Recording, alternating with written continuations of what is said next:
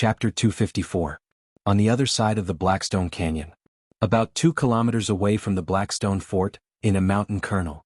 The rocks in the col had already been cleaned up, and the biting cold mountain wind was blowing, letting out endless whistling sounds. There were 3 bonfires lit in the open space, and several dozen sturdy beastmen were scattered around the bonfires.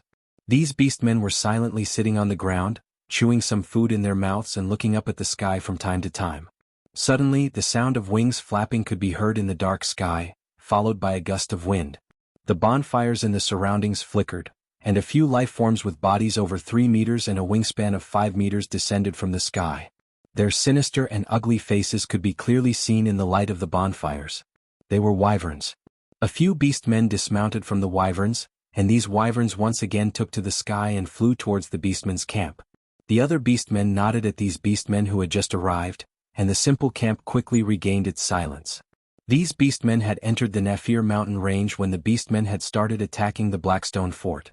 These beastmen had gone through untold hardships in the mountains, and after suffering disastrous casualties, they had finally crossed the Nafir mountain range. Among them there were those who had died in the mouths of various magic beasts, those who had mistakenly entered a dangerous place, and those who had fallen into a bottomless abyss. However, they had also successfully completed their mission. Behind the Blackstone Fort, they had found a hidden valley and set up a simple camp there. After the wyverns returned to the beastmen tribe, they once again took off with 30 beastmen warriors on their backs. The beastmen shamans once again blessed them with flight, and the wyverns once again flew towards the back of the Blackstone Fort.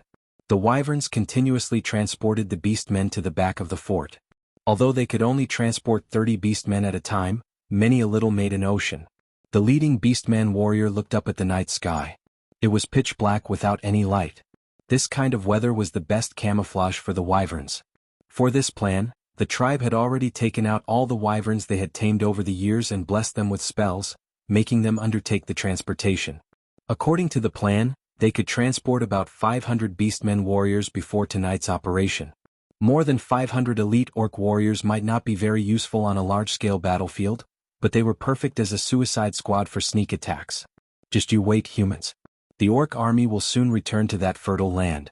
Back then, with the help of the elves and dwarves, those thin and weak humans took the land from our hands. Now we will take back all the land that our ancestors left for us. The beastman leader drank a mouthful of wine and then passed the wineskin to the other beastman warriors. The night wind whistled as a few pieces of firewood were added to the bonfire. The beastmen quietly waited for the wyverns to send more soldiers over. The orcs were born with night vision. Although they were less than 10 meters away, they could see their surroundings clearly with the help of the weak bonfire. Hundreds of orcs could be seen faintly in the darkness of the night. These orcs were silently chewing dry rations. These dry rations were coarse and hard to swallow. They were the unique cold wheat of the north and were one of the few foods the tribe had. For tonight's battle, the orc tribe could be said to be going all out. In fact, since last winter the orcs had been short on food. They had endured the cold winter with great difficulty, but the appearance of this year's elemental tide had caused a large number of beasts to mutate. The original magic beasts had also become very active, making the already difficult lives of the orcs even more difficult. Rome didn't know what the elemental tide meant, but he knew that the white dragon activity on the ice field had become more frequent. In order to survive, they had to migrate south. As one of the higher-ups of the orc tribe, he clearly knew how important this war was to their tribe. And as the key to victory, tonight's surprise attack would play a decisive role. They couldn't fail. They couldn't fail even once. The orcs' lives were very difficult after losing their fertile land. Without enough food, many of their clansmen would freeze to death every winter. Every snowfall was a test of life and death. Cold and hunger had accompanied Rome since the moment he was born.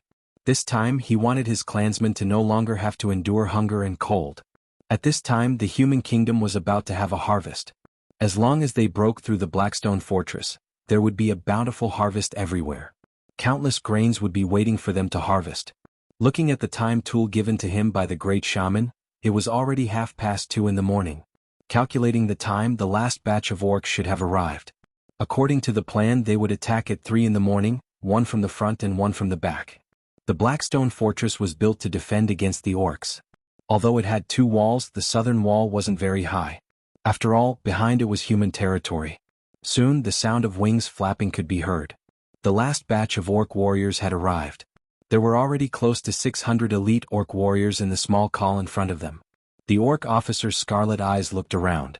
Then he picked up his weapon and walked out of the colonel. Close to 600 elite orc warriors followed behind him silently. Gavin didn't sleep well at night. He kept feeling that something was wrong, but he couldn't pinpoint the problem. This made him a little frustrated. The battle during the day had exhausted his body. In order to prepare for tomorrow's battle, he had to ensure that he had enough sleep. Although he had some doubts, Gavin still forced himself to sleep. Although wearing armor wasn't very comfortable, he had long gotten used to it. Just as he was sleeping soundly, a series of alarm bells rang. Gavin immediately got up and rushed out with the guards who were also awakened. As soon as he arrived outside, the entire fortress was filled with battle cries. In the darkness of the night, there were flickering lights. It was impossible to see how many enemies there were. Seeing this, Gavin made a prompt decision to gather his soldiers. Soldiers of the Thorns army, listen up. I am Gavin. All soldiers of the Thorns army, return to your positions immediately. Gavin yelled. Soon many soldiers gathered around him. Everyone, don't panic. Light the torches. There aren't many enemies. The fortress hasn't been breached. These orcs are a small group that came from the Naphel mountain range. Gavin's personal guards kept yelling, and more soldiers stopped running around like headless flies. However, his actions were too conspicuous in the midst of the chaos. The orcs had also noticed Gavin's presence when nearly 1,000 orcs had gathered around him. Boss, there's a big fish over there. It looks like the commander of the humans. We can't let him continue gathering his troops. An orc pointed at Gavin, who was shouting in the distance. Call your men and follow me. I want to kill that human. Ram's eyes flashed fiercely. As he spoke, he led dozens of orc soldiers and charged towards the group of humans.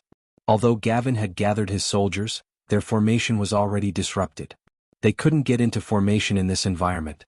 These humans were already no match for the orcs. Without a formation, their morale plummeted. There was no way they could stop these orcs who were like wolves and tigers. Not to mention, these orcs were all elites of the orc tribe. As soon as the two sides clashed, the human soldiers suffered heavy casualties. The orcs who had just gathered together were instantly stunned. Seeing this, the orcs attacked even more fiercely. Wherever they went, the orcs would scatter like birds and beasts. Gavin was furious when he saw the orcs charging at him. He raised his weapon and was about to charge forward, but the guards beside him quickly grabbed him and dragged him away. Just as the Blackstone fortress fell into chaos, the orc army that had been waiting for a long time bared their fangs at this moment. Siege chariots and siege towers were pushed onto the battlefield. The orc shamans buffed these orc soldiers with all kinds of spells. The human defenders who were attacked from both sides kept shooting arrows at the orcs. However, the chaos in the fortress made it impossible for the orcs to gather their forces. The number of arrows fired was sparse. It couldn't be compared to the number during the day. On the other hand, the orc siege weapons were more than twice the number during the day. It turned out that the orcs had already made enough siege weapons. However, they only used a small portion of them every day in order to numb the humans. Now that it was a critical moment, they directly sent out all of their siege weapons. Wayne, who had just arrived at the top of the fortress wall with his guards, felt a chill down his spine when he saw the orc army attacking the fortress. Damn the orcs, they have been saving their strength all this time. Wayne said with his teeth clenched. In the eyes of the humans, the orcs were all muscular and simple-minded creatures. However, as the commander of the army, he was being played by the orcs who he had always looked down on. How could he not be angry? However, even if he knew, there was nothing he could do now. Large amounts of siege weapons were being pushed towards the fortress wall by the orcs. The human defenders were in a panic. Sir, the Blackstone fortress is about to fall. We have to retreat. A few red-robed wizards said after looking at the situation on the battlefield. No, we can't retreat. The Blackstone fortress is the barrier of the northern provinces. Once it falls, the orcs will no longer be able to stop them. Wayne said angrily. There's no other way now. Look at the soldiers around you. They have lost their courage. The wizard sighed and pointed at the human soldiers on the fortress wall. The soldiers on the fortress wall had already begun to sneak away. Wayne silently put down the weapon in his hand. As the commander of the army, he could see that the soldiers no longer had the will to fight. The fortress was about to fall tonight, but he was not willing to give up. The night wind whistled, bringing with it a trace of coldness. Gather, we are retreating. Wayne painfully closed his eyes and gave the order to retreat. Chapter 255. Silver-Winged Knights. Charge. The Silver-Winged Knights, the strongest troop in the Blackstone Fortress, quickly gathered and charged south under Wayne's lead. The orcs who were causing chaos in the fortress had already split into small groups. Their goal was not to kill but to create chaos. As long as they saw human soldiers gathering, they would rush up and kill them. Some beastmen saw a large number of knights gathered here and wanted to rush over. But before they could do anything, the knights had already charged. Once the 500 knights charged, these beastmen were like mantises trying to stop a chariot. A dozen elite beastman warriors didn't even make a splash before they were completely submerged under the hooves of the knights.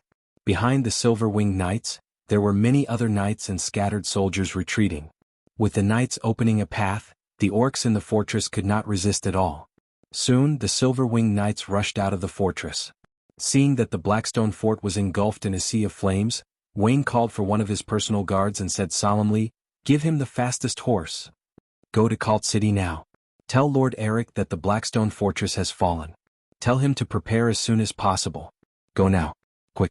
The few of you escort him." Once Blackstone Fort was breached, the northern provinces would be the first to bear the brunt of the attack. The only city that could resist the orc army was Cult. Once Cult was lost, the orc army would be able to march straight in. When Sulin received the news, it was already 5 in the morning. He was sleeping soundly with Alex in his arms when he was woken up by a few harpies. When he heard that the Blackstone Fortress had changed hands overnight, he was also shocked. Are those humans good for nothings? Su Luin couldn't help but complain. Originally, he wanted to take advantage of the internecine battle between the orc army and the human army. But he didn't expect that the human army was so disappointing that the orc army was easily breached by the orc army. How did the orcs break into the Blackstone Fortress? Sulin asked. The orcs sent out their elite troops. They crossed the Nephil Mountains and launched a sneak attack at night. The Blackstone Fortress was in chaos. The orc army outside the fortress took the opportunity to attack the city. The humans were unable to resist, so they could only abandon the city and flee, the harpy replied. Over the Nephil Mountains? Su Luin stroked his chin and said, "It seems that there are also some ruthless people among the beastmen. But even if it's a small army, it won't be easy to cross the Nephil Mountain range. Their numbers won't be too many, but if they want to disturb the Blackstone Fort, they won't be able to do it without at least 500 or 600 people. The orcs must have used other methods. When you were scouting, did you find anything unusual in the orc camp?" "By the way, we discovered some wyverns in the orc camp," the harpy said.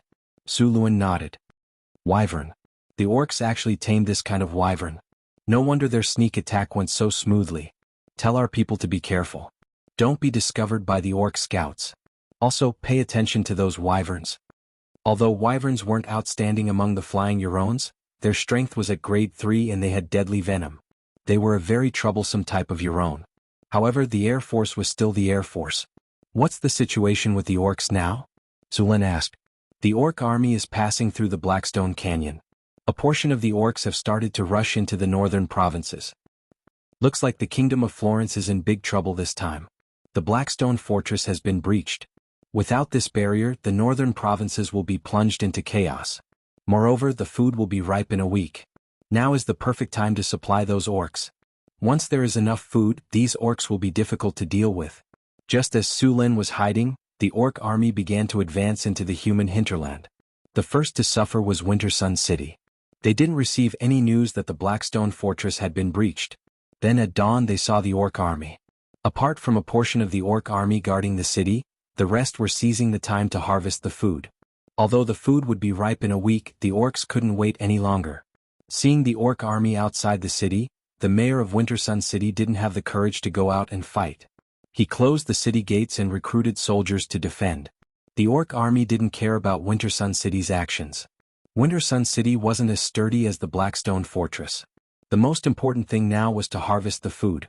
After harvesting the food, they would attack Winter Sun City. There were only 1,000 soldiers in Winter Sun City, and their strength was average. There were 7,000 temporary soldiers, but none of them had ever been on the battlefield. As for wizards, there was not a single one. The city wall was only 6 or 7 meters high, which was far from the Blackstone Fortress. Faced with this situation, the shamans in the orc army also made their move.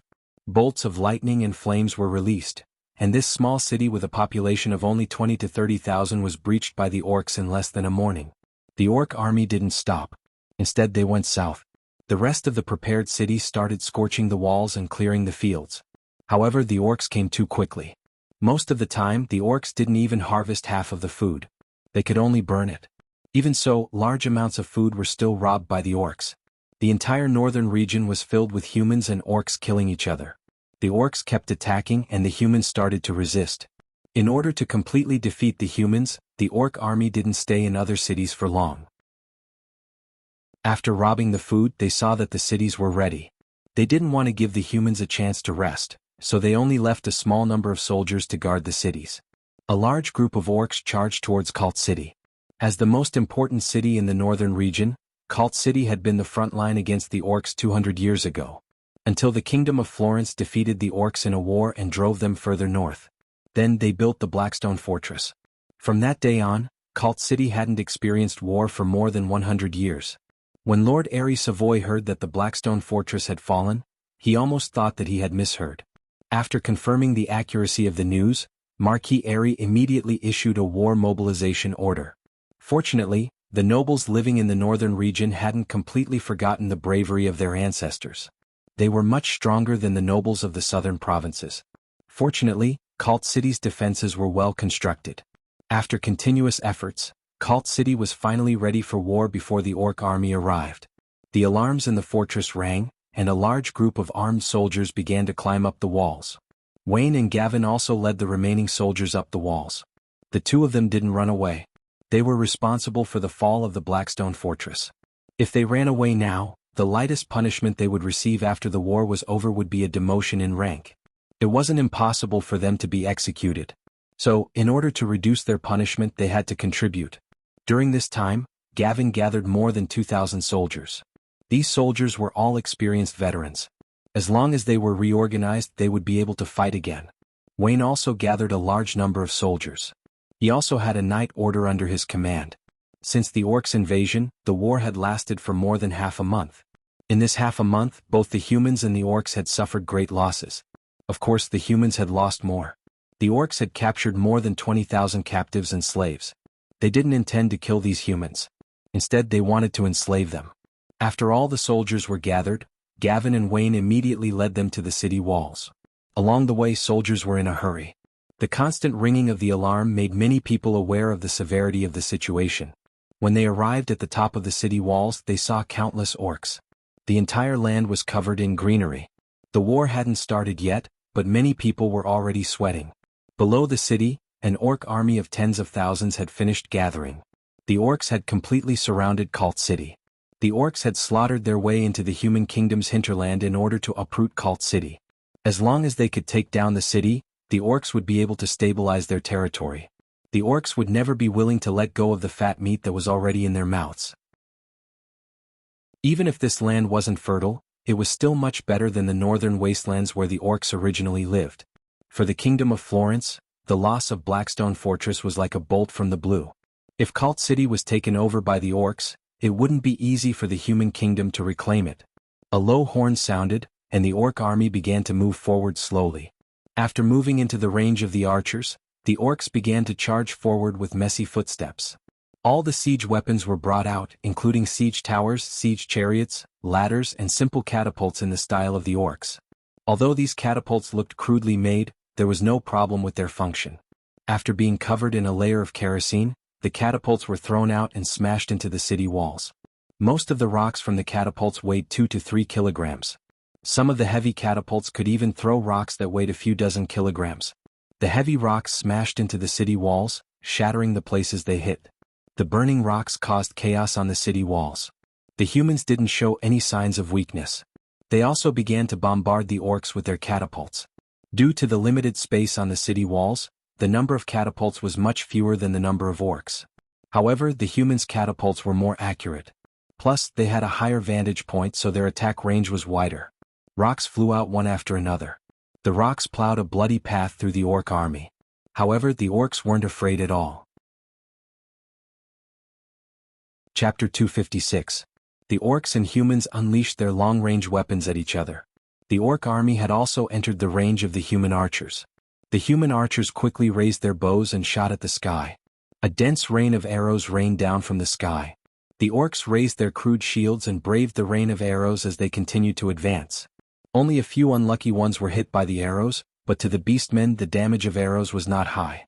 Ordinary arrows had limited damage unless they hit a vital point. Some of the orcs who were shot pulled out the arrowheads. They didn't care about the wounds at all. After a roar, they charged even faster. The orcs braved the rain of arrows and rushed to the bottom of the city wall. They then set up ladders and began to attack the city. Rolling logs and stones were constantly thrown down from the city wall. The weight of the rocks could easily break bones. Even the orcs couldn't withstand it. Although there were many casualties, the orcs didn't back down at all. They roared and charged up the ladders.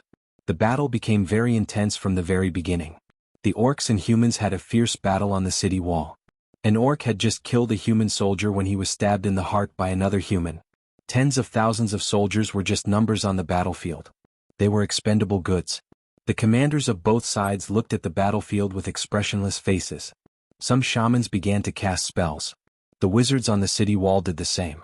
Apart from the wizards, there were also some temple priests in priest robes. Spells and divine spells were cast one after another. Elements surged on the battlefield. Lightning, ice, fire, and other elements were constantly exploding.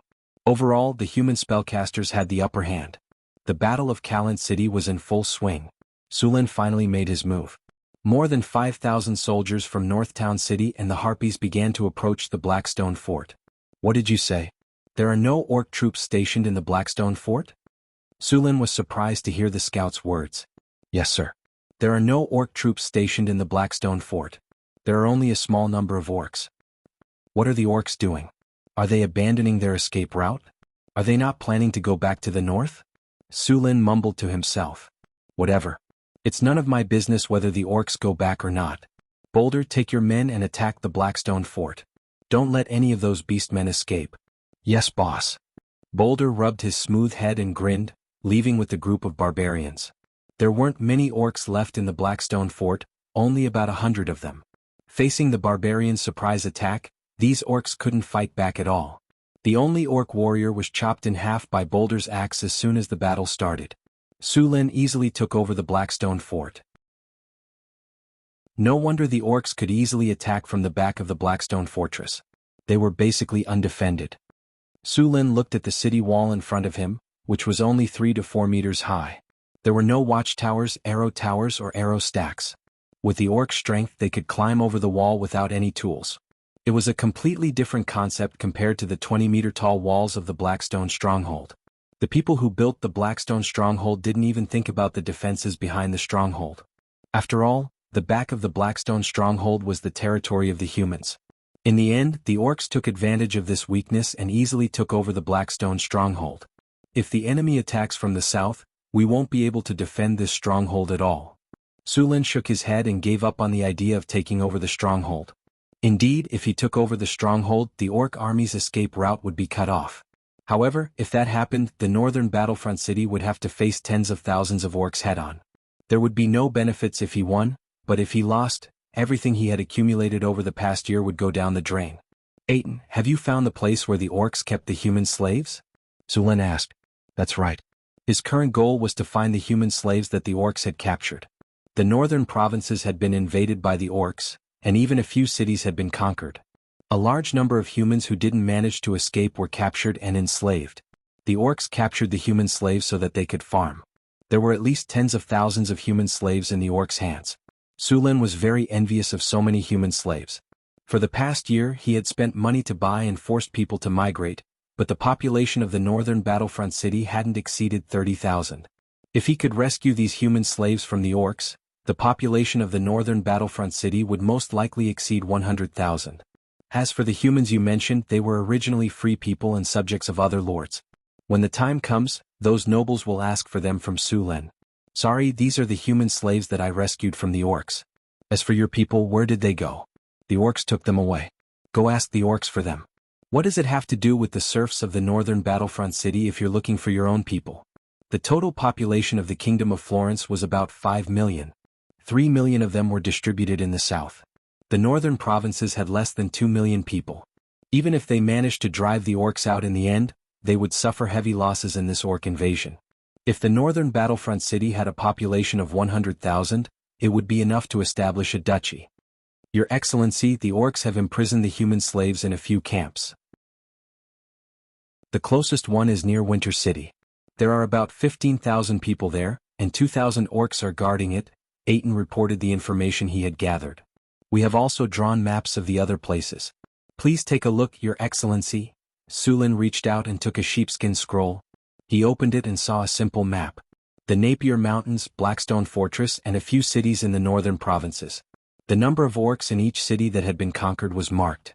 The locations where the orcs had imprisoned the human slaves were also marked. Well done. Sulin closed the map and patted Aiton's shoulder. As the first drow to pledge loyalty to him, Sulin valued him very much. Sulin's goal was to capture the captive orcs.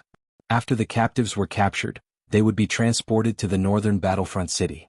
The Blackstone Fortress was the only way. Sulin had to leave a lot of people here to guard it. Now that the humans and orcs were fighting fiercely, neither side could spare any manpower.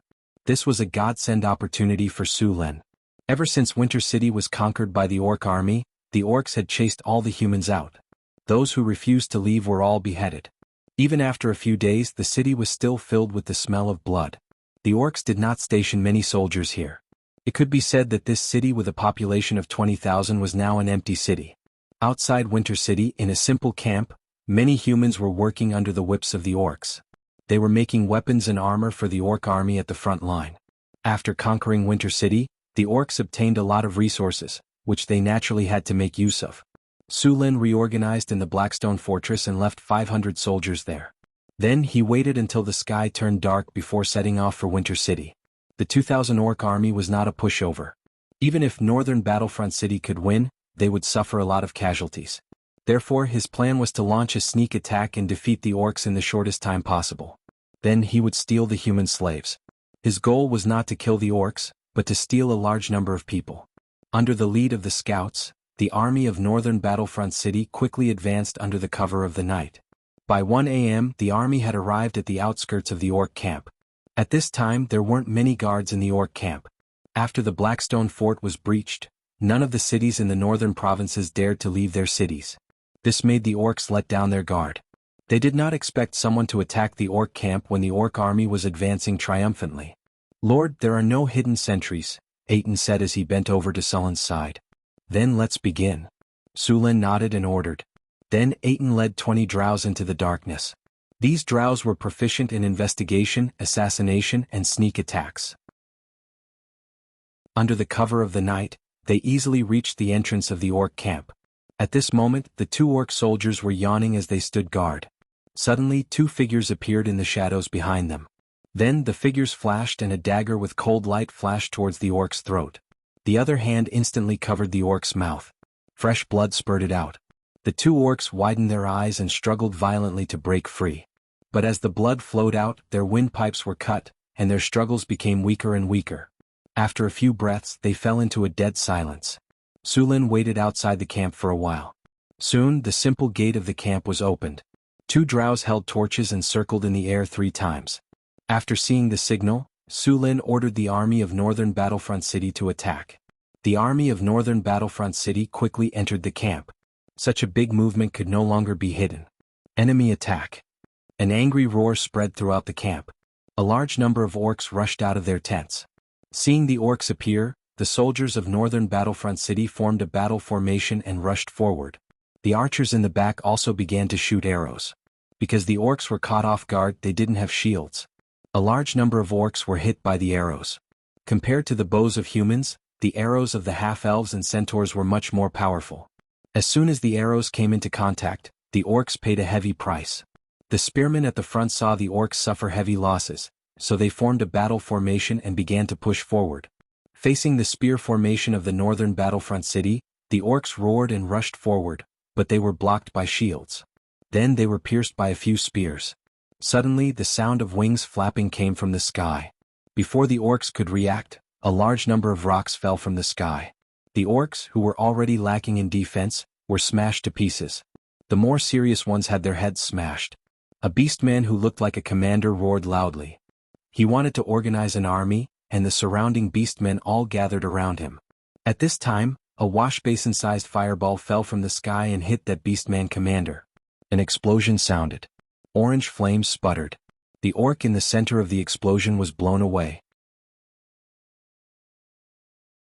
Chapter 257. With the death of the orc commander, the scattered orcs lost their ability to fight back. They were forced to retreat under the attacks of the three sides. Soon they fled in all directions. However, it wasn't that easy to escape. There were still 400 centaur archers and centaur riders waiting for them outside the camp. The battle ended when the sun rose in the east. The orc corpses in the camp were cleared out by the human slaves. The centaurs who were chasing the orcs outside the camp also returned to their groups. As for the human slaves, many of them tried to escape during the battle last night, but they were caught by the harpies in the sky. The humans almost peed their pants when they saw the harpies. The harpies were notorious in the human world. My lord, all the human slaves are here. Except for some who ran out last night and were accidentally injured, the rest are here, a servant reported to Su Len. How many are there? 11,837. Sullen's eyes lit up. Looks like we have a good harvest this time. Su Len gathered the slaves and reorganized them into small groups. He was ready to leave with the human slaves. My lord, thank you for saving us from the evil orcs. Just then, a human walked up to Su Len and bowed. You're welcome. After all, you're my property now. Su Len said with a smile. My lords, we're residents of Winter Sun City, not slaves, the middle-aged man said with a frown. Su Len raised his eyebrows. Residents of Winter Sun City? I don't have any residents of Winter Sun City here. I only have slaves that I saved from the orcs. Hearing Su Len call them slaves, the humans became restless. My lord, we're really residents of Winter Sun City, not slaves. Yes, let us out. We're citizens of the kingdom, not slaves. We want to go home. The entire scene became like a bustling market. Endless buzzing sounds could be heard. Silence. A loud roar was heard and all the sounds were suppressed. The scene became clear. The soldiers of the North Town City also drew their weapons. Seeing the situation, they immediately quieted down. It seems that you still don't know your place, Su Len sneered. You guys don't know yet, do you? The orc army has already entered the northern provinces. They are now besieging Cult. There are 100,000 orcs in the entire northern lands. Not only here, but there are also orcs in other places. Do you still want to go home? Without my protection, the moment you leave the camp, it won't be long before you are captured by the orcs again. No, it should be killed. The orc army suffered heavy losses last night. The orcs won't be merciful to slaves like you. Don't expect the kingdom to send people to save you. The kingdom's army is currently engaged in a fierce battle with the orcs. They won't be able to take care of you. Now tell me, is there anyone else who wants to leave? Su Len glanced around coldly and said. Everyone lowered their heads when they met Sullen's gaze. Now I'll give you a chance, Su Len continued after looking around. I am the Lord of Northern City, Su Len. I am the Lord of Northern City. I can promise that as long as you work for me for 3 years, I will release you from your status as a slave and give you a piece of land. In Northern City, you don't have to worry about being attacked by the orcs. After you regain your freedom, I can promise you that the tax on your land will be 30%. As long as you don't break the law, the tax won't increase. After Su Len finished speaking, most of the humans stopped objecting.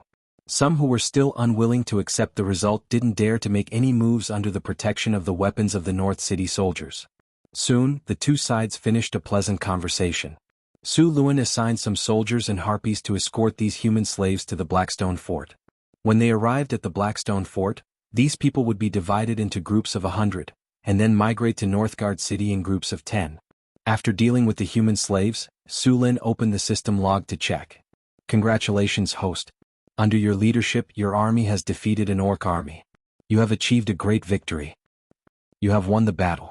You have obtained 3,620 EXP. Congratulations, host. You have obtained a gold treasure chest. You have obtained a star iron. He opened the system space and chose to open the gold treasure chest. The system notification sounded. Congratulations, host.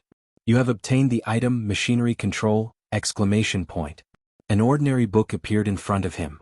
Su Len took the book out and looked at its attributes. Machinery Control. This is a book that records advanced mechanical knowledge. It is very difficult for people without a foundation to understand it. After learning it, you will be able to master even more advanced mechanical knowledge. Learning requirement. Learn Machinery Control. It was actually an advanced book for machinery control. After reading the introduction of the book, Sullen's eyes lit up. The machinery control book was very helpful to Su Lin. Now that he had the advanced knowledge, he was looking forward to the knowledge in the book even more. He chose to learn it directly. A light flashed and the book disappeared. The next second, a large amount of information appeared in his mind. At the same time, the system notification sounded in his ears again. The host has used machinery control. Machinery control ability has been upgraded to machinery control. In addition to machinery control, Su Lin had an advanced option in his skill column. He could choose to advance machinery control to mana technology. However, the advanced option was still gray. He still lacked the advanced conditions. Su Lin was very interested in mana technology because the construction of the wizard tower and the floating city required mana technology. Your Excellency. A soldier with a scar on his face and armor came to Su Lin. He bowed and said, Your Excellency, when we were patrolling, we found some people in the woods. They claimed to be the nobles of Wintersun City who escaped when the orcs attacked the city. Nobles? According to the laws of Florence, nobles who abandon their territory and escape during war will be stripped of their noble title and their fief. Su Lin chuckled. This was also the reason why the nobles who managed to escape didn't dare to go to Cult City or the royal capital. If they were to go there, they would have to pay a huge price. Even if they could rely on their connections to maintain their noble status, they would lose half of their territory. The current king had always wanted to weaken the nobles' strength. Bring them here, Su Lin ordered. Soon a group of people led by a few soldiers arrived. The leader was a middle-aged man who was more than 2 meters tall. He was wearing a knight's armor which was full of bumps and dents. A few of them were even wrapped in bandages. Obviously they had been through a tough battle. The middle-aged man in the lead had a resolute face and a somewhat cold expression. He should have the bloodline of the barbarian tribe in the northern region. He also had an imposing aura that could only be possessed by someone who had experienced many battles. This knight was most likely a general. When Su Lin was looking at these people, the nobles were also looking at him. However, Su Lin gave them too many feelings. Their first impression was that he was handsome. He was extraordinarily handsome. This damn sense of immersion. Although humans with black hair and black eyes were rare in Florence, they were not that rare. However, this young man made them feel like they were facing a mountain. They could not help but restrain themselves. The second impression was that he was young. Although they did not know how old Su Lin was, they were sure that he was not more than 20 years old. How could such a young man possess such a powerful aura? Moreover, he was the commander of such a powerful army. These nobles were wondering which family this young man belonged to, and which family he was from, had come out for training. However, no matter how hard they thought, they could not find a suitable candidate. There were a total of 15 nobles here and one of them was seriously injured. Su Lin looked at him. If he didn't receive treatment soon, he wouldn't be able to live past today. Su Lin then snapped his fingers and a light green light flashed. Physical healing. Green life energy appeared and integrated into the body of the injured person. The originally serious injury began to recover quickly. Soon, this seriously injured person recovered from a near-death state to a moderate injury. This kind of injury would be healed after a period of rest. These people in front of him were more or less injured. Only a thin figure covered in a gray cloak was not injured. This naturally attracted Sullen's attention. Honorable sir, thank you for your help. The middle-aged knight in the lead saluted Su Lin and said, No need to thank me. It's nothing. Su Lin waved his hand. May I ask your name? We will visit you in the future to thank you. The thin figure under the protection of the knights walked up to Su Lin. Judging from the voice, this should be a young woman. The middle-aged knight with the imposing aura took a step back and stood behind her. I am the lord of the northern city, Su Lin said with a smile. Northern city? Su Lin? Hearing Sullen's words, this person was slightly stunned. Then, she thought for a while and could not remember where the northern city was located in the northern provinces. Sullen's name also confused her. Without a surname, how could she tell which noble family he was? In fact, Su Lin did have a surname. This was his name in his previous life. Su was his surname. It was just that according to the customs of this world, Su Lin did not have a surname. Northern City. The middle-aged knight next to her exclaimed. After looking at Su Lin a few times, he explained to the noble. Northern City is the territory in the northern wastelands. Chapter 258. What? The woman in the cloak looked at Su Lin in shock. Since when could a territory pioneer defeat an orc army? And these armored, well-equipped, and powerful soldiers were the private soldiers of a territory pioneer? What kind of joke was this? These elite soldiers were as strong as the Gorse Knights in the capital. I'm sorry, Sir Su-Lin. The woman quickly apologized. It's fine. Su-Lin replied casually. He didn't care much about these nobles. He just needed to express some goodwill. There was no need to curry favor with them. Seeing Su-Lin's expression, these nobles became even more cautious. Honorable Lord of the northern town, Your Excellency Surin, we began to flee after the city was breached. We have been hiding here and there for the past few days. I wonder if you could prepare a place for us to rest and eat. The lady performed a standard aristocratic etiquette and then requested. Sure. Su-Lin nodded in agreement. Thank you so much, Sir Su-Lin. You are a true gentleman. After receiving permission, these people were obviously relieved. They didn't have to worry about being captured by the orcs, and they didn't have to wander around in the wild. They had suffered a lot in the past few days. Now they finally had a place to rest. Su-Lin waved his hand and asked a servant to prepare a few horses and a simple carriage for them. Then he asked them to retreat with the army. For safety reasons, Su-Lin arranged a few barbarian warriors around them. These barbarian warriors were all grade 3 extraordinary professions. No matter what these people were thinking, they wouldn't be able to do anything. These nobles weren't dissatisfied with Su-Lin's arrangement. They also understood Su-Lin's intention. The army quickly returned to the Blackstone fortress. Su-Lin arranged rooms and food for the nobles and didn't pay any more attention to them. After all, he was very busy right now. It was not easy to send all 10,000 human slaves back to the North Town. Fortunately, Su-Lin had enough manpower now.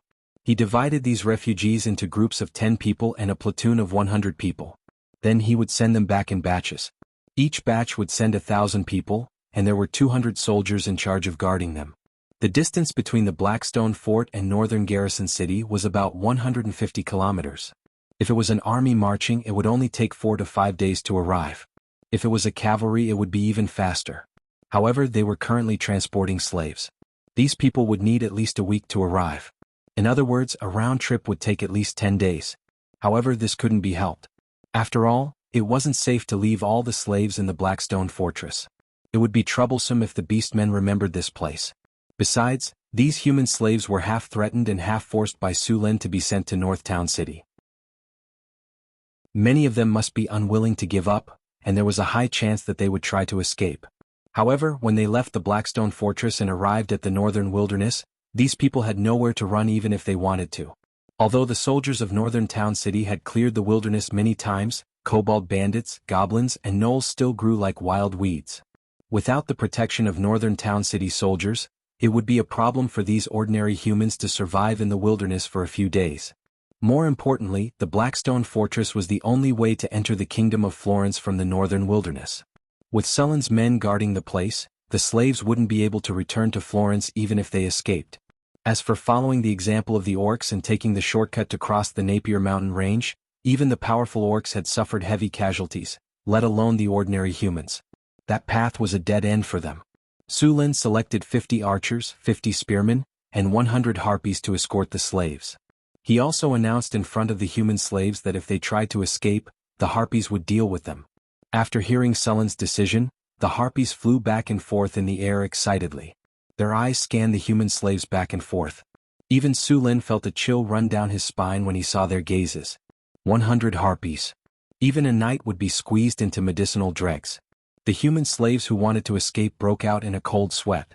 They threw the thought of escaping out of their minds. It was too cruel. Su-Lin laughed inwardly when he saw these humans keeping quiet out of fear. He then arranged for his men to start the transportation according to the plan. 1,000 people left Northtown City in batches. It took a day for more than 10,000 people to leave. While Su-Lin was arranging for the evacuation of the slaves, the nobles were carefully observing this rising overlord of Northtown City. In their opinion, Su-Lin's rise was too fast. It only took him a year to build a city from a desolate territory. He was also known as the Pearl of the Northern Region. As nobles of the Northern Region, they were curious about him and coveted his white sugar production skills. However, when these nobles came into contact with Northtown City, they had a clearer understanding of how powerful the city was. Your Excellency, they're evacuating the people of Winter Sun City? We can't let them do that. After seeing Su-Lin evacuate the people from the Blackstone stronghold in batches, the nobles couldn't remain calm. Although they were nobles, they never cared about the peasants in their territory. But if all the refugees were taken away, only the nobles would be left. How could they still play then? No one would farm for you, no one would work for you, and you wouldn't even be able to collect taxes. You wouldn't even have enough land to feed yourself. You wouldn't even be able to oppress and exploit anyone. No one wanted to be a noble. Therefore, when they saw North Town City's actions, they subconsciously wanted to stop them. Be quiet. The veiled woman scolded sternly, pay attention to where you are. This isn't Winter Sun City. Winter Sun City has been conquered by the orcs. We're just a bunch of pitiful creatures living under someone else's roof. What are you doing? Are you going to tell him that there are people? Are you going to ask him to give them back to us? The woman's sarcastic voice was particularly harsh. We can't just watch them take our people away. One of the nobles said anxiously. The veiled woman furrowed her brows. Her clear and melodious voice carried a seductive charm. She stared coldly at the middle-aged man who had just spoken. Ever since we abandoned the city and fled on our own, we were no longer their feudal lords. Are you sure you want to argue with Sir Sulin? The veiled woman raised her head slightly and looked at the barbarian warriors not far away. She continued, do you see those barbarian warriors? Do you know how strong they are? They're just some barbarians. How strong can they be? Another noble said disdainfully. The Florentine nobles looked down on the barbarians who were all brawn and no brains. However, they did have the strength to look down on the barbarians. Just some barbarians? The veiled woman shook her head and looked at that person as if she was looking at an idiot. Locke, tell them. Yes, Countess Elia. The middle-aged knight bowed and turned to the others. Let's not talk about the other soldiers. That barbarian warrior's strength isn't below mine. According to my observations, there are at least 100 barbarian warriors. SSS terrifying. Everyone sucked in a breath of cold air. In fact, Locke was flattering himself. Although he was also a knight commander and a grade 3 extraordinary, he would most likely lose in a duel with those barbarian warriors. These barbarians had the berserk skill. Although their rationality would be reduced, their combat strength would be much stronger. Locke, are you telling the truth? Those barbarians have the strength of a third order? One of the nobles swallowed a mouthful of saliva as he asked in shock. Of course it's true. Do you think I'm joking? Locke looked coldly at the nobles. I'm sorry, the noble hurriedly apologized when he saw Locke's expression. Locke, can you tell us about the strength of the Northern Citadel's army? Another noble couldn't help but ask. Locke glanced at them and said, I can only tell you what I saw. I can't guarantee that it's all correct. It's fine. Go ahead and tell us. We'll take it as a reference. The Northern Citadel's army has about 5,000 people. Not only are there barbarians, there are also some centaurs and half-elves. There are also about 4,000 humans.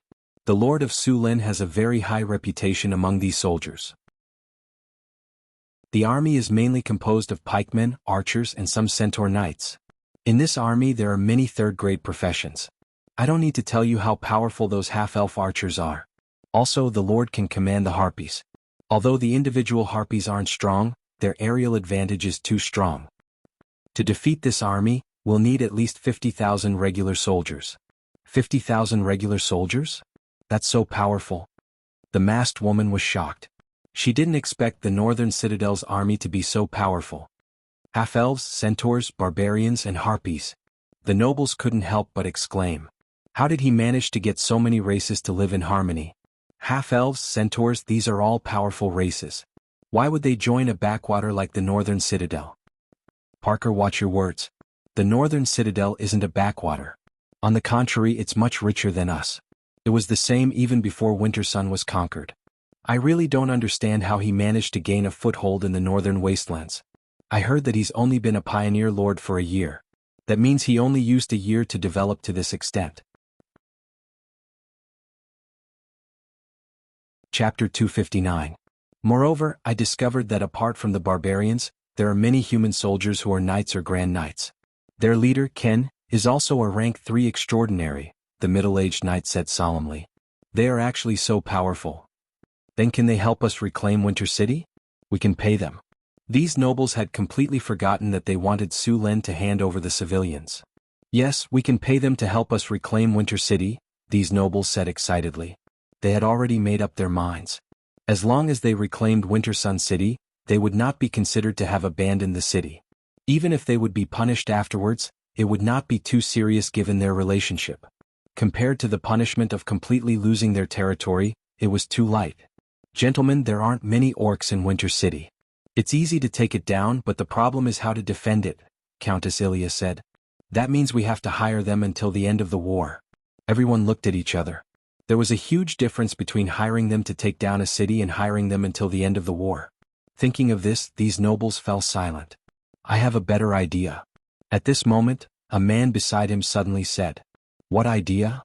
We don't need to hire the Northern Garrison Army in a hurry. We can hire them when the war is about to end. This way, even if we hire them until the end of the war, it won't take more than a few days. If we're lucky, it won't even take 3 days, the man said. You're such a clever little brat. That's right. Why didn't I think of that? We can do that. The other nobles nodded. Let's do that. Soon these nobles unanimously agreed. Only Countess Ilya frowned slightly. She was not optimistic. In that case, we have to start preparing now. When Winter City was breached, many soldiers escaped. There are still many scattered soldiers in the wilderness. We have to gather them quickly. Otherwise, even if we defend the city, we won't have enough manpower. Also, we have to prepare enough kinnar. When the time comes, hiring the Northern Garrison Army won't be a small sum. We need to divide the work clearly and start the operation as soon as possible. Otherwise, all the scattered soldiers and refugees will be robbed by Northern Garrison City. When these nobles were faced with their own interests, their efficiency increased rapidly. However, they seemed to have forgotten whether Sulen was willing to help them or not. After arranging for the migration of slaves, Sulen returned to the Blackstone Fort to meet with the nobles. After meeting these nobles again, Sulen realized that their attitudes towards him had changed drastically. Previously they were still very reserved, but now they were all trying to curry favor with Sulen. Then they flattered him in all kinds of ways. Sulen finally saw how thick-skinned these people were. He was amazed. The seemingly noble lady was still wearing a veil today, but she was no longer wearing a gray cloak. Instead, she had changed into a silk dress embroidered with gold and silver threads. Such a silk dress would cost at least 100 kinnar. It seemed that she had brought a lot of things with her even when she was fleeing. She still had to pay attention to her image at this point. In this atmosphere, the conversation between the two sides was naturally harmonious.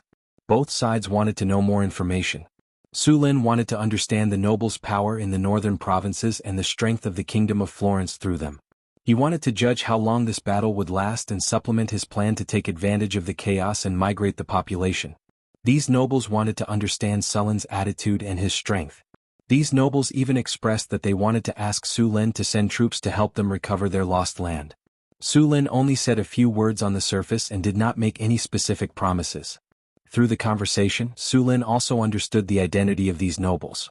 The lady was the Lord of Winter City, Countess Ilya. The remaining nobles were her vassals. Don't think that women could not inherit the title. In fact, it was not rare for women to inherit the title in Florence. However, after a woman inherited the title, if she got married, her husband would change his surname. If the child wanted to inherit the title, he would have to take the mother's surname. After a conversation, seeing that Sulen did not agree to their request, these nobles were not discouraged. This was just a test, but they still proposed to purchase food and weapons from Northern City. When they fled from Winter City, these nobles lacked food and weapons. It was impossible to gather the defeated soldiers without food and weapons. Sulen thought for a while and agreed. Although these nobles were not very powerful, they could make up the numbers. If the orcs attacked, they could also help to defend. However, the price of weapons and food was not cheap in Sulen. Of course, he did not rip them off. Of course, paying on credit was absolutely impossible, not even for a countess. Although you had a pair of sapphire-like eyes, a slender figure, a slender waist like a water snake, and a round and perky buttocks like a honey peach, and people couldn't help but want to pat you when they looked at you. It would be a pity if you didn't ride on a tricycle with your slender legs. However, these weren't the reasons why you wanted to borrow money.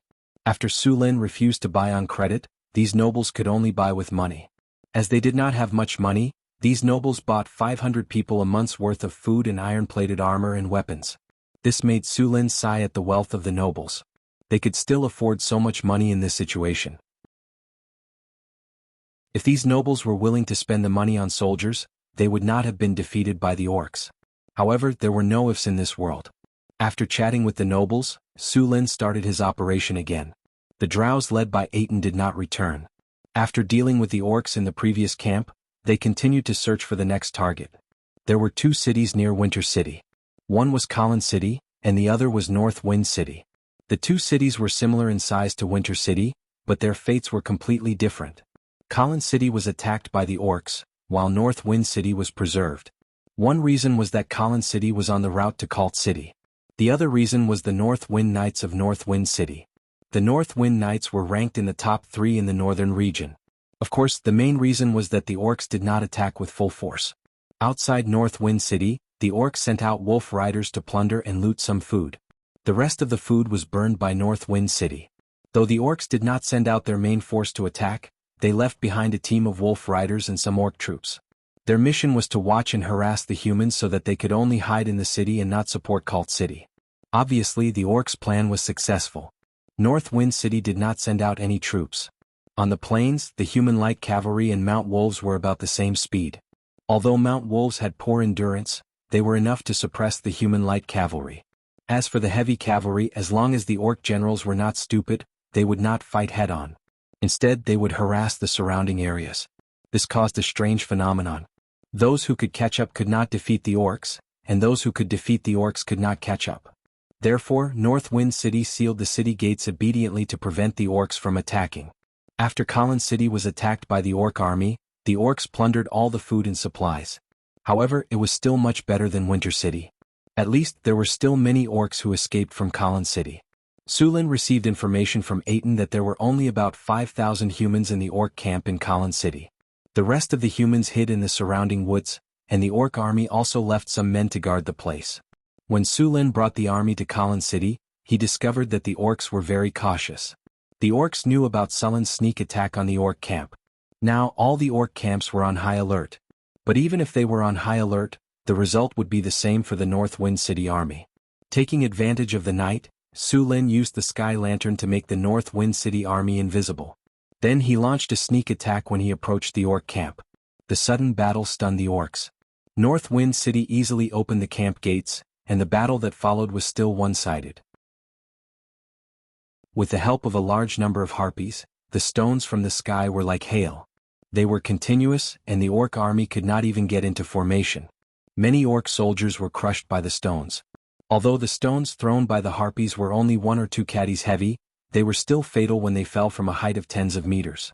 After forcefully taking over the orc camp, Sulin took away another 5,000 orcs. At the same time, he began to gather the refugees and defeated soldiers in the surroundings. These refugees did not bring any food with them when they fled. The food outside the city had been harvested by the orcs. These people could only dig wild vegetables to fill their stomachs. Sulin only built a porridge stall in the camp. Then, a large number of starving refugees and defeated soldiers came. Sulin also took them in and transported them to the Blackstone Fort. However, Sulin also ran into the nobles of Colin City when he was gathering the refugees. When these nobles found out that Sulin was just a nobleman who had opened up a new territory, they directly asked Sulin to provide them with food. Then Sulin taught them a lesson. Although he did not harm their lives, they still had to suffer. Sulin also forcibly took away the defeated soldiers and refugees they had gathered. Since you have no food, then leave it to us to feed you. Sulin found a reason to swallow these people, leaving only a small portion for them. Chapter 260. In the end, Sulin obtained more than 13,000 refugees from Colin City. To prevent any unforeseen events, Sulin directly brought these refugees to Blackstone Fortress. Sulin didn't get too much food after taking down the 2 orc camps. The orcs wouldn't waste food here. Luckily, the northern city had more food than they could eat. When Sulin set off from the northern city, he brought a large amount of food with him. The soldiers who escorted the refugees to the northern city would also bring some food with them when they left. So even though Sulin had gathered a large number of refugees, he still had plenty of food. After resting for a day in the Blackstone Fortress, he let the refugees rest for a day before beginning the migration to the northern city. The siege of Cult City was still in full swing. However, the rear of the orc army was also not stable. In order to get more people, Sulin began to continuously attack the camps where the human slaves were kept. In just half a month, 3 of the orc army's camps had been breached. The casualties were not serious, but the human slaves they had captured had all been taken away.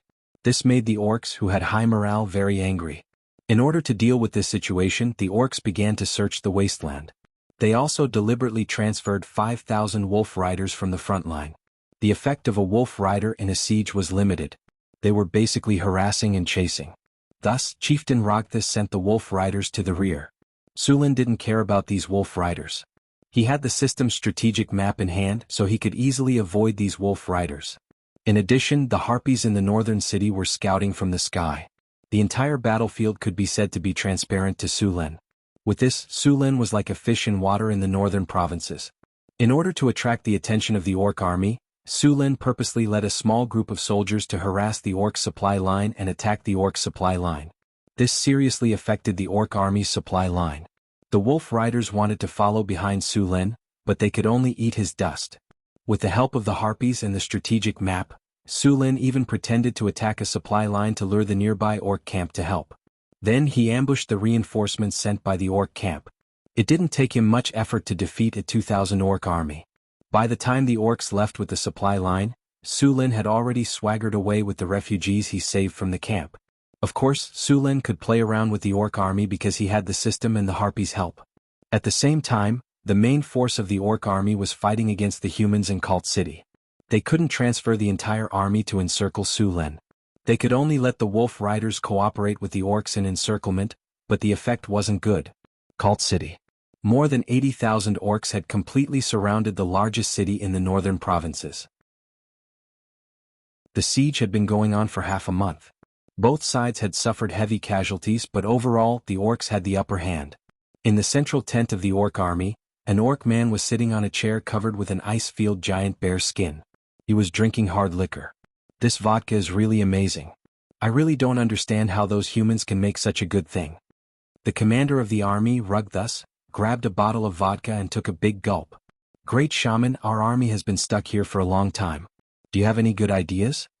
Another abnormally old orc shook his head. After the crushing defeat at the Blackstone Fort, these humans are very vigilant. They've dispatched Griffin Knights. Although our Wyvern Knights are powerful individually, they're too few in number. And we've also made a mistake. We shouldn't have surrounded the entire city. If only one side of the wall was left, we might have broken into the city by now. Why is that? Because we've surrounded the entire city. The humans have no way out. Naturally, they'll fight us to the death. The old shaman's voice was hoarse. It sounded like he was scratching a wooden board with his fingernails. It was very uncomfortable. Then let go of the southern wall, Rogessus ordered. Yes, sir. A servant beside him walked out of the tent to pass on the order. Where are the human kingdom's reinforcements now? Rogthus continued to ask. An orc general below replied, because we've broken through the Blackstone Fortress and surrounded Cult City, the human army has sped up their march. In about 3 days they'll reach Cult City. The number of reinforcements is around 100,000. They're led by Marquis Winter of the Human Kingdom. Looks like the humans are getting anxious. The Pillar of the Kingdom, the legendary Knight Winter, has also been sent. Rogthus sneered. Chieftain, should we make some preparations first? One of the orc generals suggested. We definitely won't be able to take down Cult City in 3 days. When the human reinforcements arrive, they'll attack us from both inside and outside. We'll be in a passive position. Don't worry, I've already made the arrangements. Rogthus waved his hand. At this moment, an orc messenger hurried in. Chieftain, there's an urgent military report. What happened? Rogthus put down the bottle of wine and asked. Chieftain, we've just received news that one of our human camps has been breached. 2,000 warriors have been killed or injured, the messenger said. Bang?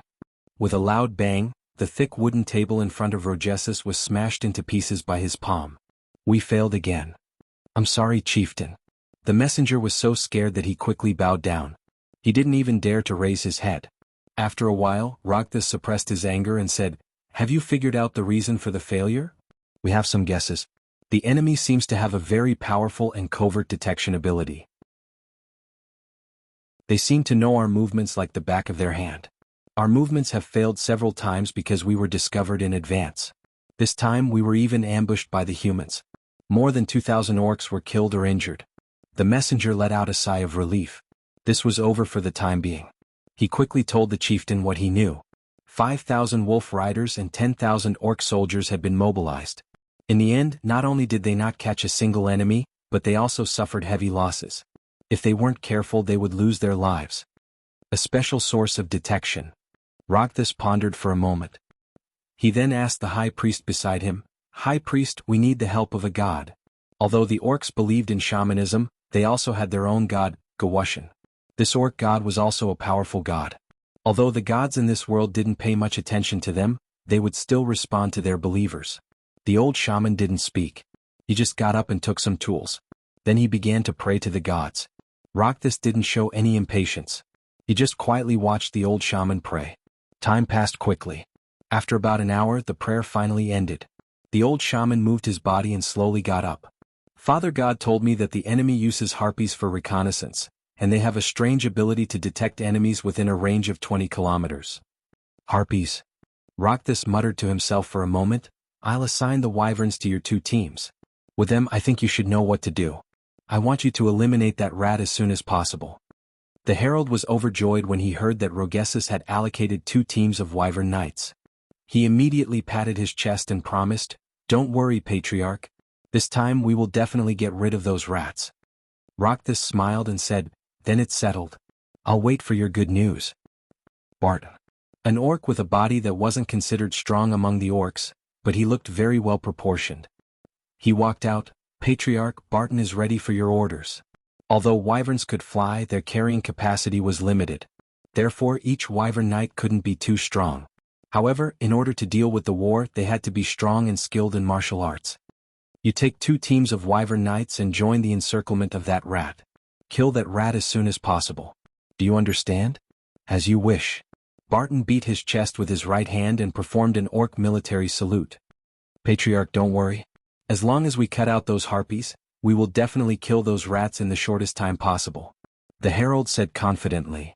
"This is your last chance. If you can't do it, then go and repent to Father God." Rogthus said coldly. His tone was like the cold wind from a glacier, making people feel cold all over. "Yes, yes." The herald's body trembled a few times, then he bowed and left the tent. When he came out, he discovered that his body was covered in cold sweat. Sulin was escorting a large number of refugee slaves with his team. After eating the 2,000 orc army, the orcs finally became well-behaved. They all tightly guarded their camp and didn't attack again. Sulin took advantage of this time to continuously recruit refugees. Many villages outside the city fled when the orcs raided. Now that Sulin defeated the orcs, these people naturally followed Sulin. In this era, there was an unwritten agreement between the nobles and their subjects.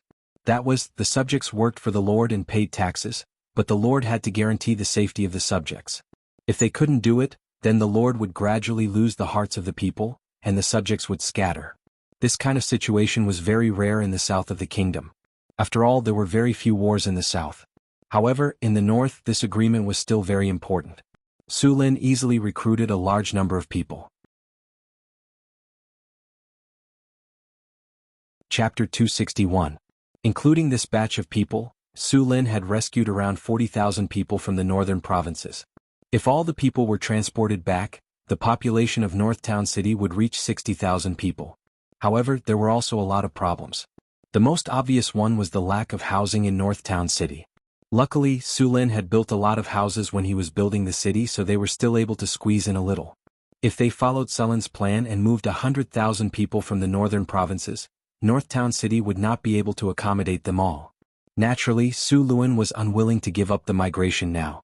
If he missed this God-given opportunity, it would be difficult to obtain a large number of people in the future. Therefore, even if he knew that such houses were not enough, Sulin still did not stop migrating people. Luckily, he knew there was a shortage of houses. He just told the people to build them as soon as possible. The population of Northtown City had skyrocketed, and the labor force was abundant. It was not a problem to build some houses. Another thing that annoyed Sulin was the fact that the mass migration had lowered the morale of the people. In the system interface, the morale of Northtown City had always been above 90. Sometimes, it would even reach 100. There were many buildings in Northtown City that could increase the morale of the people, but the morale of the people was not static. Luckily, the Lord's Castle in Northtown City had the effect of gaining the morale of the people. After living in Northtown City for a while, the morale of the people would increase. Although some of the buildings in Northtown City did not seem to be very useful, the effect they had was very shocking. For example, the morale of the people. Sulin did not pay much attention to it before, but he did after he recruited the Grey Dwarves. He knew how the gray dwarves were. They were selfish and cunning, but the gray dwarves in Northtown City were slowly changing. Although they were still selfish and cunning, they were more like the mountain dwarves when it came to loyalty to Northtown City. This kind of subtle influence made Su Luin smack his lips. There were also the half-elves. These half-elves now regarded the northern town city as their home, unlike before when they thought it was just a temporary residence.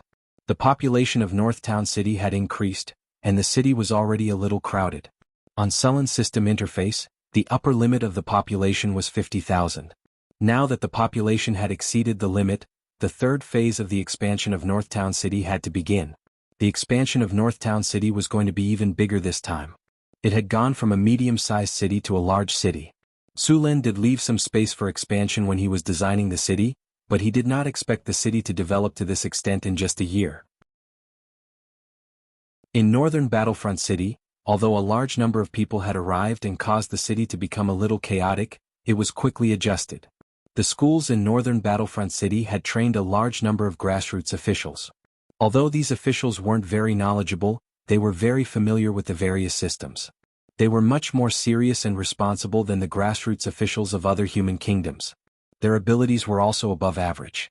After a period of chaos, the city's operations returned to normal. The newly arrived slaves began to work in groups according to the old procedures in Northern Citadel.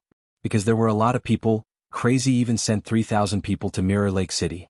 Mirror Lake City now had a population of 5,000 people, and they worked under the leadership of the local officials. At the same time, a large number of refugees outside Northtown City began to cultivate farmland. After learning that Northtown City's point system allowed them to earn land, these refugees obviously wanted land. While the construction of Northtown City was in full swing, Su Lin sent people to escort the remaining people from the Blackstone Fort to Northtown City. Then he began to look for targets again. The 5,000 wolf riders of the orcs were a bit troublesome. These wolf riders were very fast and had a keen sense of smell. Su Lin was not afraid of the Northtown City's army, but if the Northtown City's army was leading a large number of refugees and slaves, the situation would be troublesome. The wolf riders came and went like the wind. Although they could not beat the Northtown City's army head-on, most of the Northtown City soldiers were infantry. Other than the centaurs, the other soldiers could not catch up to them. It would be very troublesome if these wolf riders stuck to him like glue. This was why Su Lin had ambushed the supply caravans before. It was to attract the wolf riders' attention. The scouts continued to investigate. After a few lessons, the orcs had sent more people. Su Lin still had not found a suitable target. His target was not the supply wagons, but the camps where the orcs kept the humans. Now that the orc camps had become very cautious, it was much more difficult to investigate. Not all of these camps had human slaves. Some of them were injured orc soldiers, some of them were stockpiled weapons or siege weapons, and some of them were stockpiled with food. Su Lin was not interested in these camps at all. Another reason was that if Su Lin made too much of a ruckus, the orc army at the front would send a large number of people to wipe him out. When that happened, his plan to migrate people would be greatly affected.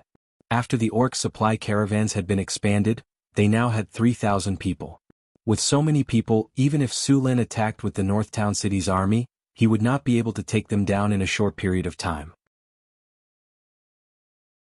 As time went on, a large number of orcs would surround them. Therefore, Su Lin did the same thing as before. He sent out a portion of his men to attack and lure the orc reinforcements over. Then he would attack the human slave camps. This tactic was simply a matter of time. With the harpies and a strategic map, it was not hard to do. However, the situation today was not right. Have the harpies that were sent out to patrol returned? A guard came to Sullen's side. My lord, the orc supply caravans have arrived. Should we proceed according to the plan? Attack, but be careful. Remember, this is a feint. Su Lin thought for a moment and nodded in agreement. The Northtown City's army was divided into 3 parts by Su Lin. One part was responsible for protecting the slaves during their migration, one part was responsible for attacking the supply caravans, and the other part was used to attack the orc camps. Among them, the team that pretended to attack was mainly centaur cavalry. When Su Lin decided to move the population on a large scale, he had already issued a conscription order to the Philly mission. Once again, 400 centaur cavalry were recruited. This time, they were all light cavalry and were led by the Philly mission. After not seeing her for a while, the little mare looked more mature. She had the aura of a leader. As the matriarch of the centaur tribe, she was very busy. Mission: don't rush too fiercely when attacking. Just shoot with your bow. Su Lin found the little mare and said. Su Lin was worried that the orcs and centaurs would attack the supply caravans directly because of the hatred between them. If that happened, the losses would be great. I understand. Mission nodded. Soon the centaurs began to attack. The orc supply caravans reacted very quickly. When they realized they were ambushed, they immediately stood in place and lit up smoke signals. Everything seemed to be going according to Sullen's plan. At this moment, the system suddenly sent a message. The harpies were attacked. The harpies were killed. Oh no, it's a trap. The moment the harpies in charge of scouting were killed, Su Lin immediately realized that the orcs knew he used the harpies to scout. Why did they still attack in the same way as before? It was obviously a trap. Retreat. Send a signal to Mission. Retreat immediately. Su Lin decisively ordered. Yes, sir. A messenger jumped on his horse and immediately ran towards the centaurs. The other soldiers also gave up attacking the orcs' camp under Sullen's order and began to retreat. The little mare Mission did not hesitate at all after receiving the order. She immediately changed direction and retreated with the centaurs. Your Excellency Su Lin, what happened? Mihian asked with some doubts after returning here. This is a trap. Let's retreat first. Su Lin explained and immediately ordered a retreat. But it was obviously too late to retreat now. Just after Sullen's order, the supply caravans in the distance suddenly changed. They opened the tents on the caravans. Instead of food and supplies, the caravans were stacked with wolf mounts. The supply caravans in front of them were all made up of wolf riders. More than 3,000 wolf riders were quickly prepared. They picked up their weapons and began to wander around on their wolf mounts. These wolf riders clearly knew that their mission was to entangle this army. At the same time, a large number of red dots began to appear on Sullen's strategic map. From the map, the orcs' army had already surrounded Sullen's army on all sides. I really didn't expect this. We've been hunting geese all day long. This time we've been pecked in the eye by the orcs. Sullen's face was a bit ugly. Looking up at the sky, there were more than 10 black dots rapidly approaching. Su Lin realized that these were wyverns flying in the sky. Seeing these wyverns, Su Lin finally understood. Although the harpies could fly, there was a huge gap between them and the wyverns. Not only their combat power but their flying speed was also crushed by the wyverns. The harpies' flying speed was not as fast as the wyverns. In order to eliminate him, the orcs had already transferred wyverns from the front line. With the wyverns, the orcs naturally knew the movements of the northern city's army. These orcs have prepared a big formation for us. Su Lin looked at the wyverns. Although they were surrounded on all sides, Su Lin didn't look nervous at all. Do you really think you can win? Su Lin sneered. Order all soldiers to launch a surprise attack on the wolf riders. We'll kill our way out this time. The trap is indeed useful, but be careful. The prey you've caught might be a giant dragon.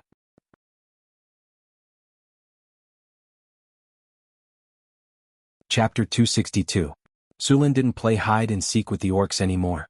Instead, he commanded the army to charge at the wolf riders. Raise your morale. Boost morale.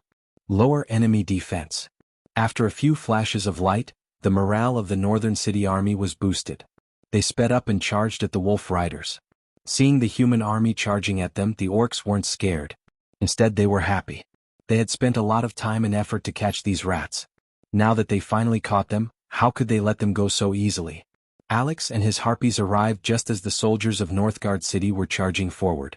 The harpies had been hiding nearby for the sake of ambushing the enemy. Now that they had discovered it was a trap, they had no choice but to take it out on the spot. The 3,000 orc wolf riders didn't realize what was different about the human soldiers they were facing. In their minds, the humans weren't strong at all. They could only hide behind the city walls and shoot arrows. Ever since they took down the Blackstone Fortress, the orcs had never lost a battle in the wild. Against the humans, the orcs had a psychological advantage. Seeing the humans charging at them, the wolf riders weren't afraid at all. They roared and charged forward, completely abandoning the mobility of the cavalry. However, compared to the human cavalry, the wolf riders' charge was still very strong. Plus, the orcs all used heavy weapons so they could charge like heavy cavalry. I finally caught you rats. Brooks sneered. He looked at the human army charging at them and said, I thought this guy was a big shot, but now it seems like he's just relying on his detection ability. At this moment, the sound of wings flapping came from the sky. Looking up, a few thousand harpies were flying over from the forest not far away. Seeing this, Brooks' face changed. Damn it, why are there so many harpies? But before he could figure it out, the human army of the northern city had already charged up. Wind tornado. 2 tornadoes appeared and quickly charged at the orc wolf riders. The tornadoes picked up a lot of dust and other debris. The wolf riders couldn't help but close their eyes. At this moment, the front line of both sides officially came into contact. The military training of the northern city had completely blended into the soldiers' blood. Even if they were charging, the spearmen could still form a formation. The 3-meter-long spears formed a spear formation that showed their power as they charged forward. The first row of wolf riders were instantly pierced by the spears, and they didn't seem to have any intention of stopping. They continued to charge forward, and the orc wolf riders in the front row suffered heavy losses in just one clash. Behind the spearmen, the archers of the northern city were also ready. 500 archers knocked their arrows and shot 45 degrees into the sky. The arrows flew past the spearmen and accurately landed on the head of the orc wolf riders. These unarmored orc wolf riders were hit by the arrows. The bows used by the northern city were made by the gnomes and centaurs. Not only did they have a long range, but their power was also far beyond human bows. Even if they were shot at a high angle, they could still pierce through scale armor. On top of that, these orc wolf riders weren't wearing any armor at all. A large number of orc wolf riders were hit by the rain of arrows. The 2 heavy punches in a row stunned the orcs. Before they could react, the harpies had already arrived above the orc wolf riders. In the next second, a large number of rocks came crashing down from the sky. The fist-sized rocks fell down like hailstones. For a moment, the orc army was bleeding profusely. The charging formation was smashed to pieces, and a large number of orcs were injured by the rocks. The orc army was like wheat being cut down. Row after row of orcs fell. The spear formation of the northern city didn't show any signs of stopping. The 3-meter-long spears were like candied haws on a stick, continuously piercing through orcs one after another. As a qualified general, Brooks finally reacted under the continuous attacks. He loudly yelled out orders. Throwing axes. Throwing axes. The orc wolf riders weren't equipped with bows, but they were equipped with throwing axes. When they were charging, they were very powerful. The spinning axes could break through armor at close range, and if they hit a vital point, they would either be killed or heavily injured. Of course, not all wolf riders were equipped with throwing axes. For the orcs who lacked iron or throwing axes were a consumable item. They couldn't be used on a large scale. After hearing the order, the wolf riders all grabbed the axes at their waists and wanted to throw them forward. However, the wolf riders' formation was already scattered, and there were only a few throwing axes. Apart from a few unlucky ones that got hit, they didn't do much. On the contrary, under the continuous attacks of the arrows and the harpies, the orc wolf riders suffered heavy casualties. When the northern city army was charging, the Little Mare mission had already brought the centaurs to the flank of the orcs. 800 centaurs directly rushed up from the flank. At the very front were 200 centaur heavy cavalry in iron armor. These centaurs were tall and strong, and their iron armor shone with a cold light. When they ran, they were like tanks, destroying the flanks of the orcs. Wherever they went, the orc wolf riders' corpses were strewn everywhere. They didn't have any power to fight back at all. Facing such a situation, Brix was horrified to discover that the orc wolf riders had completely collapsed in just a dozen minutes. The orc wolf riders that he had been relying on were like paper tigers in the face of the human army's charge, and they were easily broken by the human army. The orc wolf riders that had suffered heavy losses began to collapse on a large scale. However, at this time both sides were completely entangled. It was easier said than done to escape from the battle, not to mention the centaurs and the harpies were constantly attacking from the sky. In the end, only a small number of wolf riders managed to escape. The rest were all killed on the battlefield. The entire battle only took 30 minutes from start to finish. Sulin didn't let the army rest. At this time, on the strategic map, the orc army was getting closer and closer while the northern city army and the wolf riders were fighting. From the map, the orcs had mobilized more than 20,000 orc soldiers and 3,000 wolf riders to surround the northern city army. According to their idea, the wolf riders were responsible for stopping the human army after discovering them and not giving them a chance to escape. In the orcs' eyes, 3,000 wolf riders was a distraction. Even if they couldn't win, they wouldn't lose either. However, they had completely underestimated the strength of the northern city army. They had also underestimated Sullen's decisiveness. After discovering that they had fallen into a trap, he directly ate the wolf rider. Without the wolf riders, the northern city army's speed was no longer slowed down. Now it was Sullen's turn to make his move. The distance of 20 kilometers was not too far. The orc army could reach there in an hour at most. However, rushing like this would make the soldiers tired, and directly entering the battle would cause the soldiers' fighting strength to decrease. Therefore the orcs did not rush. Su Luan estimated that it would take at least 40 minutes for the orcs to reach there.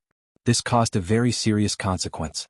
Although the orcs had the absolute advantage in terms of numbers, with 20,000 orcs, they were 4 to 5 times more than the northern city army. However, in order to surround the city, the orc army had split into 4 groups. None of the groups had any advantage over the northern city army. As a matter of fact, the orcs still didn't understand the strength of the northern city army. In their eyes, the human army was only 4 to 5,000 strong. Any one of the 4 groups had the confidence to defeat them. Unfortunately, the northern city army and the Florence army were 2 completely different concepts. Although the orcs had surrounded the northern city army, they had also given the northern city army a chance to take them down one by one. Under such circumstances, the defeat of the orcs was already foreseeable. He opened the strategic map and found that the closest orc army to them was the one in the north. At this time they were only 10 kilometers away. Seeing this, he was sure that this army would be the first to attack. Without cleaning up the battlefield, all the soldiers directly mounted their horses and rushed to the north. It took less than 10 minutes for the 2 sides to cross the 10-kilometer distance. Su Luan saw a group of orcs rushing here from a distance. Dismount and get into formation. Prepare for battle. With that order, all the soldiers dismounted and quickly got into formation. By the time the beastmen arrived, the army of northern town city had already gotten into formation. After seeing the orc army, Su Lin didn't hesitate at all. He immediately ordered the army to attack. The orc army had rushed over in a hurry. Their formation was messed up, and they hadn't gained a firm footing yet. This was the perfect time for a surprise attack. No one would wait for both sides to get into formation before attacking. Those who acted like gentlemen would have died countless times already. At the same time, the spear formation was at the front, the archers were at the back, and the centaurs were at the flanks. The barbarian guards were even more powerful. The first to make contact were still the harpies. With their wings, they had the fastest mobility on the battlefield. More than 2,000 harpies flew above the orc army, and then a large number of stones were thrown down. Although the orc army had conquered many human cities and obtained a large number of armor and equipment, it was still not enough for everyone to have one. Only a small portion of the orcs were wearing iron armor. The rest were either inlaid with iron scales or leather armor. Their weapons and equipment were also varied. They couldn't do anything against the attacks of the harpies. Rocks rained down from the sky, smashing the heads of the orcs who didn't have metal helmets. The orc army that was already in a mess quickly dodged the rocks, and their formation became even more chaotic. Seeing this, Su Luan didn't want to miss this opportunity. The army of North Town City took this opportunity to launch an assault. The orc army's defense line was directly torn apart under the attack. Chapter 263. The northern citadel's pikemen had been through a lot of battles. Even the weakest pikemen were elite pikemen. The backbone of the army was the heavy armored pikemen. These heavy armored pikemen had all reached the level of knights. In the kingdom of Florence, a knight was at least a centurion. These heavy armored pikemen were very strong in close combat. They were much stronger than the orc infantry. Only the elite orc warriors could fight them, but there weren't many of them. Not to mention, the northern citadel's army was well equipped, while most of the orcs only had leather armor. Under these circumstances, the orcs were no match for the northern citadel's army. The orcs originally wanted to kill the humans with their axes, but their vision blurred. They felt a sharp pain in their chest, and the energy in their bodies was quickly drained away. Then they fell into an endless darkness. The barbarian warriors in the northern battlefront city army were even more desperate. They loved this kind of chaotic battlefield. 200 barbarian warriors were wearing full-body armor made by the dwarves. They were holding giant axes in their hands. The heavy axes were like toys in their hands. Even a strong orc would be cut in half with a swing of their axes. These barbarian axe berserkers all activated berserk, and with all kinds of buffs they became even faster. They swung their axes like windmills, and wherever they went, corpses littered the ground. Not a single complete corpse could be found. The barbarians were attacking with all their might, and they had no defense at all. However, the dwarven full-body armor they were wearing blocked all the attacks. The orcs were powerless against these killing machines. The archers began to fire, and the continuous rain of arrows caused the orcs to suffer heavy casualties. Following this, the Centaur heavy cavalry launched a surprise attack on the orcs' flanks. 200 Centaur heavy cavalry formed a conical formation, and behind them were even more Centaur light cavalry, attacking from the flanks. The heavy cavalry tore through the orcs' formation, causing the already chaotic formation to turn upside down. The orcs were beaten up by the northern citadel's army since the beginning of the battle. They didn't even have a chance to breathe. The harpies in the sky began a new round of attacks. Large amounts of rocks fell from the sky. The orcs didn't even have a place to hide. The orc army quickly fell apart under the attacks of the northern citadel's army. The 5,000 orcs were completely defeated in a dozen minutes. Large amounts of orcs began to flee. The northern citadel's army killed their way through. Everywhere they went there were corpses. After defeating the orc army, Su Luan didn't continue to chase after the orc army. Instead he rode to the orc army in the east, which was the closest. The orc army hadn't received the news yet, so they didn't expect the northern citadel army to come from the north. They didn't expect this, so their left flank was broken. The harpies used the same trick again. The rocks fell from the sky. This orc army couldn't hold on either. They quickly fell apart under the northern citadel's attack. Under Sullen's command they won again. After defeating the two armies, Su Luan didn't order his army to continue. Instead he took the time to rest. Although the results of the two successful raids were glorious, it was also a test of the stamina of the soldiers of Northtown City. From the beginning of the battle with the Wolf Riders, they had traveled 20 kilometers back and forth, defeated 3 armies and killed tens of thousands of orcs in just 1 hour. It was a glorious result. After such a long battle, the orc army in the east and the orc army in the south had finished regrouping. At this time, the orcs already knew that the other 2 orc armies had been defeated. When they heard this news, the commanders of the 2 orc armies couldn't believe it. After confirming it again and again, they reluctantly believed it. Right now there were only 2 paths in front of them. They could retreat, or they could regroup and fight the northern citadel's army. These orcs weren't willing to just retreat. If they went back like this, they would lose a lot of soldiers and they wouldn't get anything. No matter how magnanimous Roxius was, he wouldn't be able to resist chopping off their heads. Plus, this human army had just fought a fierce battle with the other 3 orc armies. Although they won, they must have used up a lot of their stamina. They didn't believe that the northern citadel's army could defeat the orcs so easily. Therefore, they thought that the northern citadel's army was already at the end of their rope. They couldn't retreat at this time. After a simple discussion, the 2 orc armies merged and charged toward the northern citadel's army. Sulin wasn't surprised by their decision at all. If it was a human, they would most likely retreat. If they pursued, it would easily cause the entire army to collapse. After seeing the orc army continue to attack the northern citadel, Sulin sighed. If the orcs really retreated, Sulin would definitely chase after them. At that time, with the help of the harpies and the centaurs, he was 100% sure that he could defeat the orc army while they were retreating. At that time, all he had to do was chase after them. Since the orcs didn't run, they could only fight. The continuous victories had boosted the morale of the northern citadel's army. At the same time, they had a psychological advantage against the orcs. Seeing the orc army advancing, Sulin began to rearrange his formation. When the orcs arrived, the northern citadel's army was already waiting for them. After a dozen minutes of rest, although the soldiers hadn't recovered to their peak condition, they were still mostly recovered. Their morale didn't drop at all when facing the orc army of over 10,000. The orcs were even more surprised when they saw the northern battlefront city's army. It was completely different from what they thought the human army would be at the end of their rope. Sulin didn't give them a chance to think. He immediately launched the attack. What surprised him even more was that after he gave the order, a system notification suddenly sounded in his ears. Congratulations, host. Your army has triggered the special effect of the miracle construction, Triumphal Arch, in this battle. The army on the battlefield has received the buff of the Song of Triumph. At the same time, in the northern citadel far away in the northern wastelands, a different kind of energy suddenly came from the solemn Triumphal Arch. A faint battle song sounded. The sound was very faint. On the battlefield, all the soldiers of the northern citadel heard the same battle song. When the battle song sounded, the soldiers couldn't help but sing along. A huge aura rose from the army. Their tired bodies immediately became full of energy. It was as if their bodies had endless energy.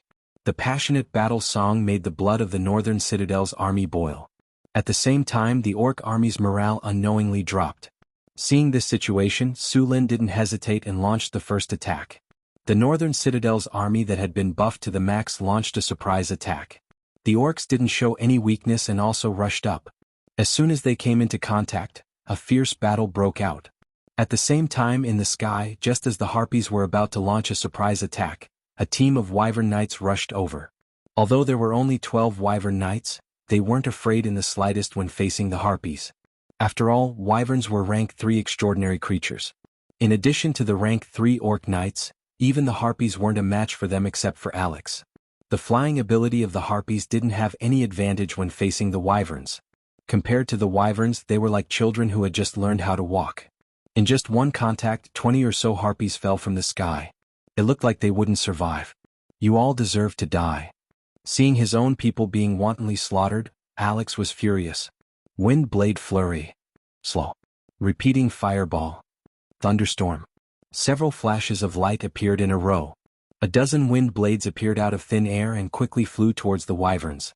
Earth and yellow light fell from the sky and the originally swift wyverns instantly slowed down. At the same time, 5 fireballs formed beside Alex. Then he directly flew towards a wyvern knight. A large amount of lightning energy gathered in the sky and in the next second, a dazzling lightning suddenly burst out. A dozen wind blades rushed to the wyvern's side. The beastman knight sitting on the wyvern wanted to dodge, but his body sank and he missed the opportunity. The 3-meter-long lance in his hand hurriedly smashed at the wind blade. The lance, which had been activated with life energy, collided with the wind blade and directly exploded. Just as they didn't have time to relax, a fireball had already arrived in front of them. The wyverns quickly dodged, but these fireballs directly exploded beside them and the flames instantly enveloped them. Powerful lightning energy exploded in the air and lightning snakes splashed in the sky. A few wyvern knights were directly electrocuted and numbed. Even the wyverns started falling from the lightning. Fortunately, these wyverns had good resistances. When they were about to fall, the numbing effect finally disappeared and they avoided the danger of falling to their deaths. However, the others weren't so lucky. 2 wyverns that recovered a bit late didn't have time to adjust and fell to the ground. Even with the physique of wyverns, falling from such a high altitude would cause their bones to break. One of their wings was broken and their bodies were fractured in many places. Seeing this situation, the centaur knights wandering around the periphery directly rushed up and easily killed the confused orcs before they could react. The wyvern knights that were hit by the repeating fireball were burned by the flames. The shockwave swept across and their bodies also started falling. However, they quickly regained their balance. After all, the shockwave produced by the explosion had limited effects. Whoosh whoosh whoosh. At this time, a few javelins suddenly flew out from the Northgard city's army. These javelins were powerful and heavy and instantly hit the wyverns. These wyverns stiffened and then accelerated their fall.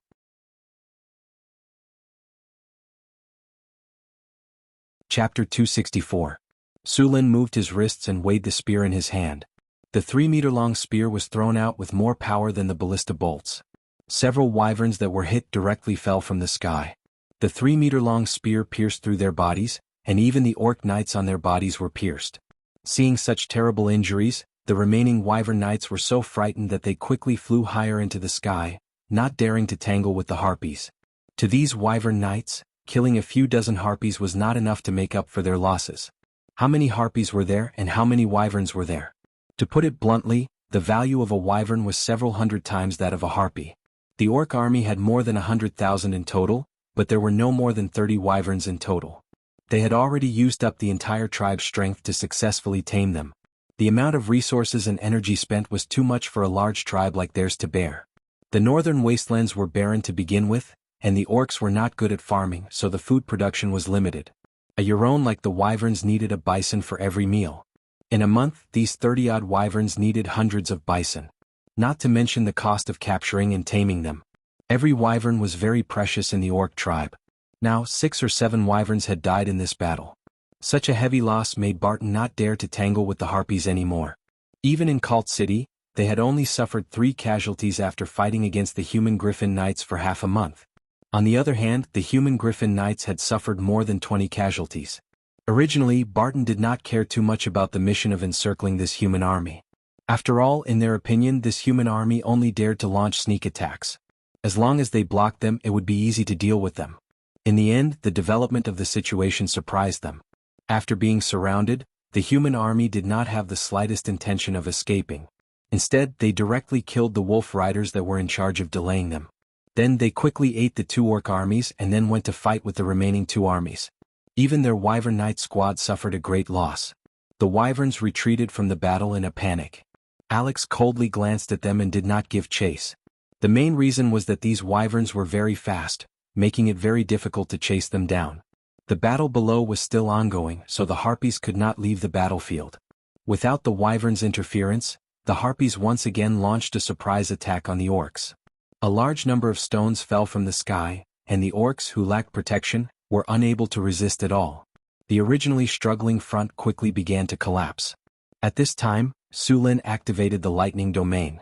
There were no legendary level warriors in the orc army. After all, they thought that it wouldn't be too difficult to wipe out the small army that had been causing trouble at the rear. However, they didn't expect that the 20,000 orcs would be defeated by this small army. What was even more unacceptable was that the commander of this army was actually a legendary powerhouse. They had originally wanted to catch a big fish, but instead they caught a shark. Not only was the bait eaten, but even the fishermen could not escape. Under the continuous attacks of the barbarian warriors, heavy armored spearmen, spear guards, harpies, and centaur cavalry, the orc army was in a precarious situation.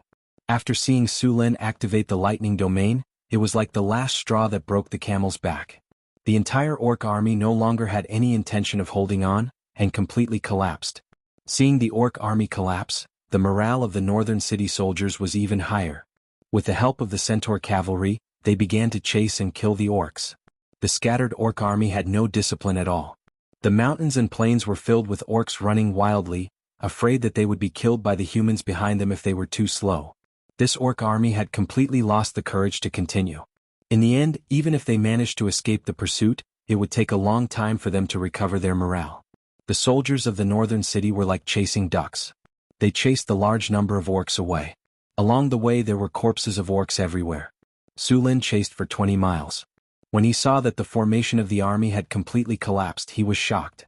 He quickly ordered all the troops to gather. The hot-blooded soldiers of the northern city finally came back to their senses. After seeing that the army had completely dispersed, Su Lin was also scared. If there was another army ambushing here at this time with the performance of the northern city army, they would definitely suffer heavy casualties. Luckily, the orc army did not leave an ambush here. However, this also reminded Su Lin that he could not be complacent at any time. Otherwise he would end up like Cao Cao. Haha, I laughed at Zhou Yu's lack of strategy. Zhuge Shaoji. What if I ambush another army? What will happen? That famous scene suddenly appeared in Su Lin's mind. He shook his head and swept the scene of why the Prime Minister was laughing out of his mind. Su Lin then ordered the army to clean up the battlefield. Although the orcs did not bring any supplies, they still had a lot of weapons and armor. Although these weapons were not as good as the ones in the northern city, they were still pretty good after being reforged. At least these weapons had been refined. Other than leaving a few people to clean up the battlefield, Su Lin once again led his men to attack the orc camp where the human slaves were imprisoned. Half of the orc army in this camp had been mobilized.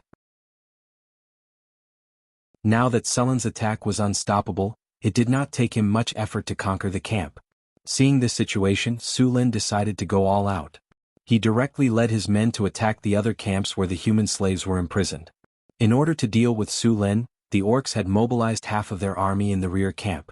Only the ones guarding the food were not mobilized. Now the orc army was wiped out by Su Lin. There was no longer an army that could pose a threat to him. Even if Su Lin swaggered past the orcs' camp with his human slaves, the orcs just held their camp without the slightest intention of attacking. Su Lin ordered his subordinates to gather the prisoners while he checked his harvest. The battle is over. Congratulations, host. You have won an epic victory. The Battle of Encirclement and Counter-Encirclement, July 1687 of the Huiyue calendar. The northern orcs invaded the south. The Blackstone stronghold was breached in a week, and the northern provinces fell. You led the army of the northern city to conduct guerrilla warfare behind the orcs in the northern provinces.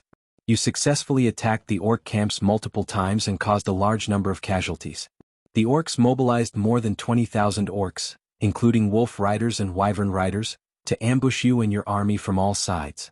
At this critical moment, You led your army to eliminate more than 3,000 wolf riders, then broke through the orc army that surrounded the two sides. Finally, you engaged in a decisive battle with the remaining orcs. In the end, you and your army achieved a glorious victory. Your battle dealt a huge blow to the orcs. As the battle was over, the reputation of you and your army began to spread. You have gained a huge reputation in the Kingdom of Florence. Reputation plus 25. You have defeated the orcs and saved a large number of human slaves. You have gained plus 10 favorability with the nobles in the northern provinces. Your reputation has begun to spread among the nobles. Your charm has increased by 2, so you can easily gain the favor of the nobles. You have defeated the orc army. You have gained 33,560 experience points. You have gained 1 platinum treasure chest and 2 gold treasure chests. The battle is over. You have gained the item recruitment token X2. Su Lin rubbed his hands excitedly. He had gained 1 platinum treasure chest and 2 gold treasure chests from this battle. There were even 2 recruitment tokens. The value was not small. First, he went to find some clean water to wash himself seriously, then asked someone to prepare a quiet room. After meditating in the quiet room for a while, Su Lin ritualistically opened the storage space. After thinking for a while, he opened the 2 gold treasure chests. There was a flash of light, and the familiar sound of the system rang in his ears. Congratulations, host. You have opened the gold treasure chest. You have gained the skill, Greater Group Haste, increase army speed. Congratulations, host. You have opened the gold treasure chest. You have gained the Tiger Tally, Shooting Sound Camp. Seeing the item in the gold treasure chest, Sullen's eyes lit up. Greater Group Haste, a skill created by the system to increase army speed combined with the rules of this world. After use, it can buff the soldiers under your command with the Greater Group Haste. The spell range is 1,000 people. For every additional 100 people, the energy consumption will increase by 20%. Spell effect. Movement speed will increase by 100%. Duration, 1 hour. The effect of the Greater Group Haste was very powerful. It directly doubled the speed of the soldiers. If all the soldiers were buffed with this skill, the movement ability of the Northern Battlefront City Army would be insane. No matter if it was used to attack or retreat, they could completely take the initiative. They could fight if they wanted to and run if they did not want to. The only problem was that the energy consumption was a little high. Su Lin played with the Tiger Tally in his hand. He already had a Tiger Tally like this. It was the Formation Breaker. There were 700 Formation Breakers. It could allow the Spear Guard to advance to a higher level of Formation Breaker. This Tiger Tally of the Shooting Sound Camp had the same effect. Commander Tally, Shooting Sound Camp. After use, it can train a special elite soldier type, the Shooting Sound Camp. They can shoot arrows from 100 paces away, rain arrows from the sky, and shoot arrows from the feather forest. They will follow you in life and death. Recruitment, 500 people. Recruitment requirements, Sharpshooter. Recruitment requires 100 units of food. Kinner, 200 units. Training success rate, 20%. After seeing the recruitment requirements of the Shooting Sound Camp, Su Lin already knew that this was the advancement of the archers. Originally, when an archer advanced to become a sharpshooter, they would reach the peak. If they could not break through to become a hero, then their potential would be exhausted and they would not be able to advance for the rest of their lives. However, with this Shooting Sound Camp's Commander Tally, those soldiers who reached the level of a sharpshooter could advance again as long as they passed the test.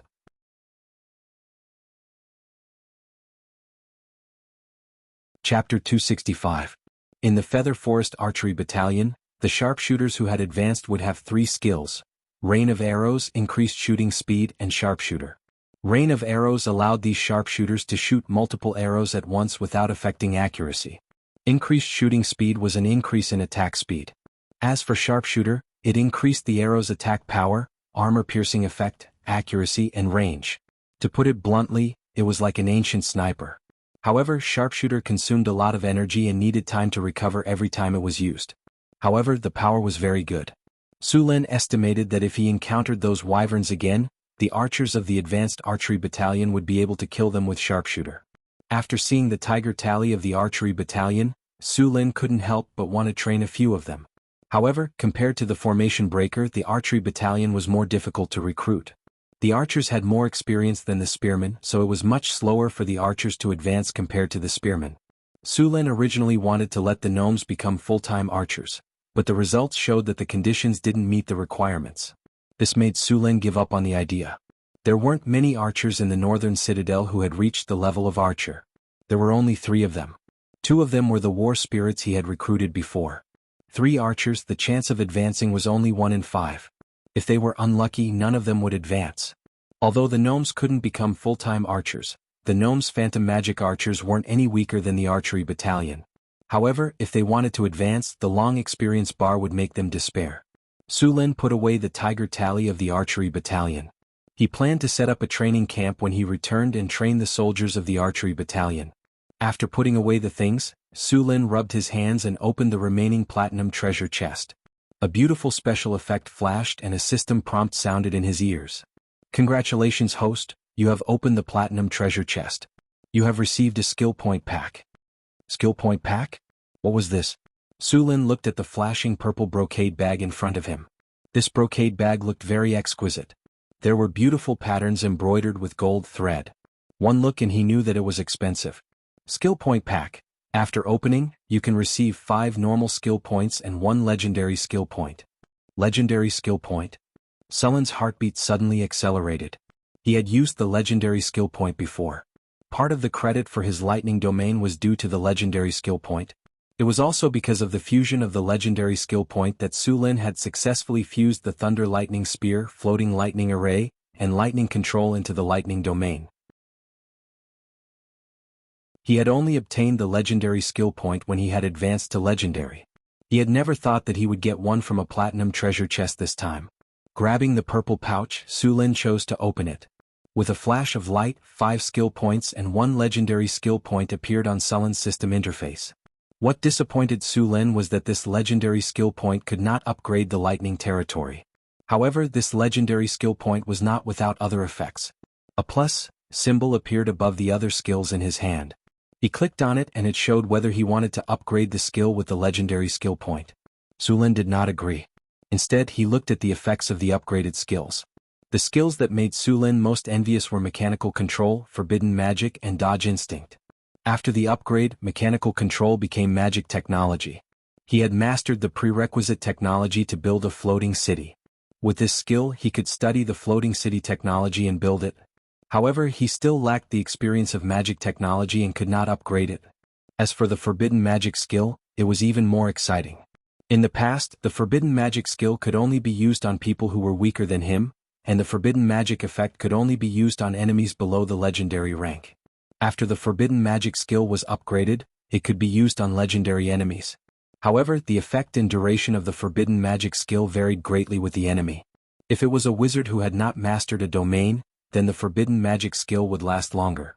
If it was a wizard who had mastered a domain, then the Forbidden Magic skill would increase the difficulty of the opponent's casting. In fact, even the goddess of magic, Mistra, could not fully master the Forbidden Magic skill. Otherwise, the Arcane Kingdom would not dare to challenge the gods. Even so, the Forbidden Magic skill was very powerful. It was just that when Su Lin chose to upgrade it, the system notified him that he did not have enough skill points. To upgrade the Forbidden Magic skill, he needed 2 legendary skill points. The last passive ability was Dodge Instinct. Su Lin spent a lot of time in the training ground to master Dodge Instinct. If he wanted to get a stronger sixth sense, it was no longer a matter of training. In fact, there was no training to master the sixth sense. One way to get the sixth sense was to be born with it. There were very few people who could get it. If they did not die prematurely, they could become a strong person. The sixth sense was also known as one of the most powerful legendary abilities. Another way was for a thief with Dodge Instinct to see the goddess of luck's underwear when he advanced to the legendary rank. If he was lucky enough, his Dodge Instinct would be upgraded to the sixth sense. However, there were very few people who could do this. Another way was for a monk. These monks with mysterious power, after advancing to the legendary monk, their perception was further strengthened and there was a certain chance of awakening the sixth sense ability. There were also legendary adventures or entering the realm of the gods. All gods had the sixth sense ability. As for the more advanced, super sixth sense, this was a legendary ability. Those who mastered this ability could be said to be the simplified version of the Child of the Plane. Upgrading Dodge Instinct required 1 legendary skill point. Su Lin hesitated for a moment and then directly chose to upgrade it. A golden light instantly merged into Sullen's body. His perception was magnified several times in an instant, and the surrounding environment appeared in his mind. After a long time, this feeling gradually disappeared. When he opened his eyes, his perception of the surroundings was obviously different. Even if he did not use his eyes to see, he knew the surrounding environment. During the battle, he could even sense the direction of the opponent's attack in advance. This skill was very obvious in increasing his combat power. The dodge instinct ability in the system interface also became Sixth Sense. In addition to the legendary skill point, Su Lin also had 5 ordinary skill points. The greater group haste that he had just opened from the treasure chest required 3 skill points to learn. Su Lin directly chose to learn it. The remaining 2 skill points did not have any skills to learn for the time being, so he kept them for later use. After opening the treasure chest, there were still 2 recruitment tokens. Su Lin did not use them for the time being. Now that he had recruited enough human slaves, he would use them when this batch was transported back to the northern town. Because the orc army had been defeated this time, there were not enough soldiers to defend the orc camp. Su Lin took back all the human slaves from the orc camp. Now the entire Blackstone fortress was filled with a large population. Just Su Lin alone had taken over 30,000 people from the orcs. In addition to the refugees that had fled to the surrounding wilderness, the population of the Blackstone fortress had reached 40,000. With so many people gathered in the Blackstone fortress, it was not safe. Although Su Lin had defeated the 20,000 orc army, it had also attracted the attention of the orcs. One had to know that there was an even more powerful 80,000 orc army in Cult City. If the 80,000 orc army suddenly turned around and attacked him, no matter how powerful the northern town's army was, they would have no choice but to retreat. Therefore, Su Lin had to move these people to the northern town's city as soon as possible. Only when these people left would the northern town's army have nothing to worry about. Otherwise they would be stuck here forever. In order to move the people, Su Lin's army pulled back and no longer attacked the orc camp. Instead, they seized the time to move the people.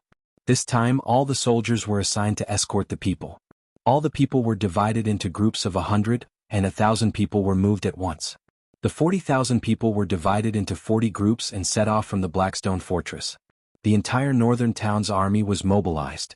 Tens of thousands of people were boundless, let alone 40,000. The journey from the Blackstone fortress to the northern town city was filled with migrating groups. Fortunately, the northern town soldiers were experienced in migrating. Although there were a lot of people this time, there was not much chaos. Su Lin had already sent someone to the northern town city to inform them of the migration. Even the northern town city could not handle the influx of 40,000 people. Therefore they were told to prepare in advance. Food, clothing, housing, sanitation and so on were all big problems. There were no empty houses in the northern town city. After the refugees and slaves arrived, they had no choice but to build a large number of camps and live in them for the time being. At the same time, they had to pay attention to the spread of infectious diseases. Su Lin was too lazy to comment on the medical conditions of this era. In Su Lin's eyes, the doctor's treatment methods were a complete gamble.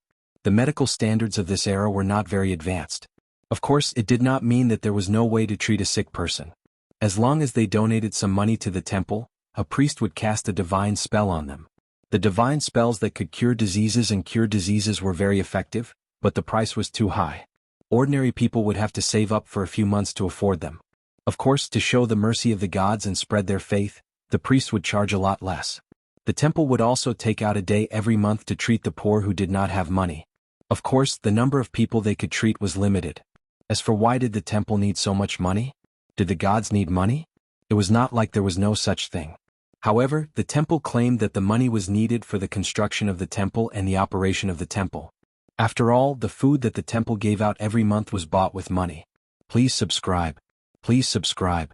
Please subscribe.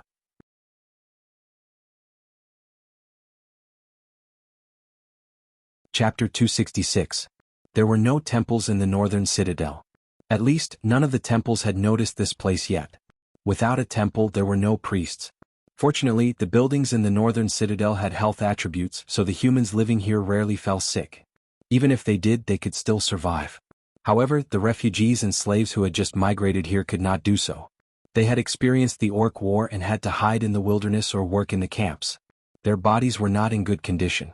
Even after a few days of recuperation in the Blackstone Fortress, they still could not recover their health. Then there was the long journey to the northern citadel.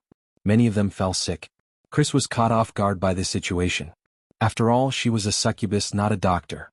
Fortunately, Hathaway was also here. As a wizard and an alchemist, she knew how to concoct potions. She immediately began to concoct potions when she discovered that the migrants were sick. It was not difficult to concoct potions to treat common diseases. The only problem was that they were in high demand. In order to cure these people as soon as possible, Hathaway recruited a group of alchemists and had them concoct potions according to the steps she taught them. Being chosen by Hathaway to become a pharmacist was simply a joyous occasion for those refugees. The spread of knowledge in this world was very slow.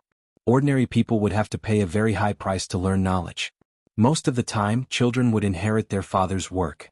Therefore, in this world there were many fathers who were blacksmiths, sons who were blacksmiths, and even grandchildren or grandchildren's sons were blacksmiths. The nobles were also happy to see this. This way there were very few people who could cross the social class gap. They could always be nobles. These lucky people who were chosen by Hathaway were given the opportunity to cross the social class gap. Therefore, they were all eager to absorb the knowledge taught by Hathaway. Hathaway had only taught him some basic formulas to treat some common diseases. But even for such common diseases, if the body wasn't strong enough, there was a high chance that the disease would slowly become serious and eventually die of illness. Hathaway did not brew a lot of potions, but the effect was very good. With the help of these herbalists and the fact that Northern Town City had always paid attention to personal hygiene, the diseases did not break out at all. They only spread in a small area and were soon under control. Su Luin had a professional regulation for the acceptance of refugees. After arriving at the northern town, all the refugees had to take a bath, clean up their personal hygiene, and then distribute clean clothes. They also needed to be isolated in a temporary camp for a period of time. The harsh environmental conditions of this era forced Su Lin to do this. After finally confirming that there were no problems, these people were assigned to various work groups. With the help of the pharmacists and the artificial quarantine, the condition of the refugees and slaves was soon under control. The northern town city was not affected at all. Together with the 40,000 people that had migrated here, the population of the northern town city had finally exceeded 100,000. However, Northern Citadel couldn't accommodate so many people. Chrissy had built a dozen or so temporary settlements near Northern Citadel for the refugees and slaves from the Blackstone Fort to live in. At the same time, Northern Town City had also started the third phase of construction. The first thing to be built was housing. Northern Town City had trained a group of excellent construction workers through a large number of infrastructure projects. These workers started building according to Sullen's blueprints. The entire Northern Town City had become a huge construction site. In addition to the construction, the farmland in Northern Town City also continued to expand. Because there was enough manpower, the amount of farmland reclaimed was at least 100,000 mu, which was double the original amount of farmland. Out of the original 50,000 mu of farmland, only a part of it was planted with food. This amount of food was still enough for Northern Town City, but with the arrival of a large number of people, if Northern Town City did not expand the farmland, there would be a shortage of food. The arrival of the equivalent population brought a series of problems to Northern Town City. The most obvious one was that the number of grassroots officials was once again insufficient. It could be said that the entire Northern Town City was now overloaded. Just as Sullen's migration was in full swing, the orc chieftain Rogthus in Cult City also received the news of his defeat. Bang! A loud noise was heard. Rogthus slammed the table in front of him into pieces. He was still angry. A 20,000 orc army was defeated by a mere 5,000 humans? I'm sorry, chieftain. 3,000 wolf knights were also killed. The messenger was sweating profusely as he said nervously, 20,000 orc army. Even if 20,000 swine beasts were lined up for you to kill, how long would it take? 20,000 orc army was completely annihilated. We have been besieging Cult City all this time, but we have never suffered such a heavy loss. Rogthus roared in anger. Chieftain, it's not that we are useless. Those humans are just too cunning. The orc general kneeling on the ground said dejectedly. It's not that I didn't give you a chance. In fact, I gave you 2 chances. But what did you give me? A 20,000 orc army completely annihilated? Rogthus said with a cold expression. Men, drag this coward out. Chop off his head and use it as a sacrifice to our fallen comrades. Rogthus's authority was fully displayed at this moment. A few tall and strong orcs came in and walked up to the general. Ignoring the orc general's expression, they dragged him out of the tent. Then a scream came to an abrupt end. Soon a bloody orc head was brought in. Chop it up and feed it to the dogs. Rokthus said coldly. Soon the orc general's head was brought out. Rokthus looked around the tent and said slowly, "The loss of 20,000 orc army has put our rear camp in a precarious situation. Once they break through the camp where we store our food, the consequences will be unimaginable. So, we need to get rid of this human army as soon as possible. Chieftain, our main forces are fighting in Cult City. The number of soldiers left is limited. Send 10,000 elites from the front line. Chieftain, I'm not sure if you've noticed the special characteristics of this human army," the old great shaman suddenly said. "Great shaman, what special characteristics do they have?" Rokthus asked curiously. The other orc generals also looked over. Cough cough. "Did you notice? Although this human army is attacking our rear camp, the camps they're attacking and occupying are the ones where we keep our human slaves?" The great shaman said slowly. "Yes, that's right." After the great shaman's reminder, Rokthus also realized what was going on. Why do they only attack the camps with humans? The great shaman continued to ask. Without waiting for the other orcs to answer, he continued, "There's only one answer. This human army is here for the human slaves we've captured." Human slaves? Rokthus's face was filled with shock. "Yes, human slaves," the great shaman said with certainty. "Look, there were a few times when they could have broken through the camps where we store our food, but they didn't. Also, although the logistics teams were also robbed, they left as soon as they came in. They didn't stop at all. These people are looking for the camps where the humans are kept. Why are they doing this?" Rokthus was puzzled. Was rescuing the humans worse than cutting off the food supply of the orc army to help the humans win? That's the problem. There's only one reason these humans are doing this. There's a problem within the human kingdom, the great shaman said with a wise face. It was as if he had already seen through everything. "You're saying that there's a conflict within the human kingdom?" Rokthus's eyes lit up. If there really was a conflict within the human kingdom, it would be a once-in-a-lifetime opportunity for them. Sulen didn't know that his actions of rescuing the refugees had caused the orcs to be on high alert. These orcs were also imagining things on their own. He was still recruiting refugees in the Blackstone Fortress. Other than him, there were other nobles who were also recruiting refugees. These nobles were completely forced by Sulen. If they didn't recruit refugees, all the refugees would be taken away by Sulen. At that time, even if they successfully drove the orcs away, they wouldn't be able to rebuild their territory without the refugees. Although the northern wilderness had experienced a war, the casualties weren't too serious. Other than the original cities in the northern provinces, there were also many villages scattered around the cities. These villages didn't have tall walls to protect them, so they were easily breached by the orcs. After a round of robbery, a large number of humans escaped into the wilderness. In order to recruit more refugees, Sulen took out the 2 recruitment tokens he had obtained from the previous battle. He played with the tokens for a while and chose to use them. The host has used the recruitment token. The effect of the recruitment token has been activated. Sulen's attraction to the refugees in the surrounding wilderness has greatly increased. After using the recruitment token, Sulen didn't stay idle. He began to prepare the soldiers. The recruitment token was very effective. In just half an hour, Sulen received a report from a guard. "Sir, there's a large number of refugees coming. They want to join our northern town city," a guard said excitedly. "How many people?" Sulen asked. "I'm sorry, sir. I didn't count, but there are at least 1,000 people." 1,000 people? The recruitment effect is so good this time? Sulen was a little surprised. The recruitment tokens he had used before weren't as effective.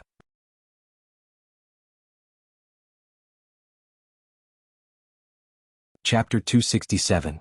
In the past, Sulen could only recruit 100 or 200 people with his recruitment order.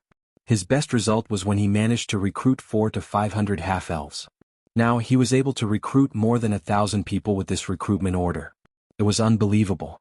The last time he used the recruitment order, he defeated the trolls. This time he defeated the orcs. There didn't seem to be much of a connection between the two. Sulen was puzzled. He was curious about the hidden effect of the recruitment order. Sulen opened the system log and browsed through it casually. Since the first time he used the recruitment order, except for one time when he directly recruited a hero, the number of people he recruited increased each time. His attributes didn't have such an effect.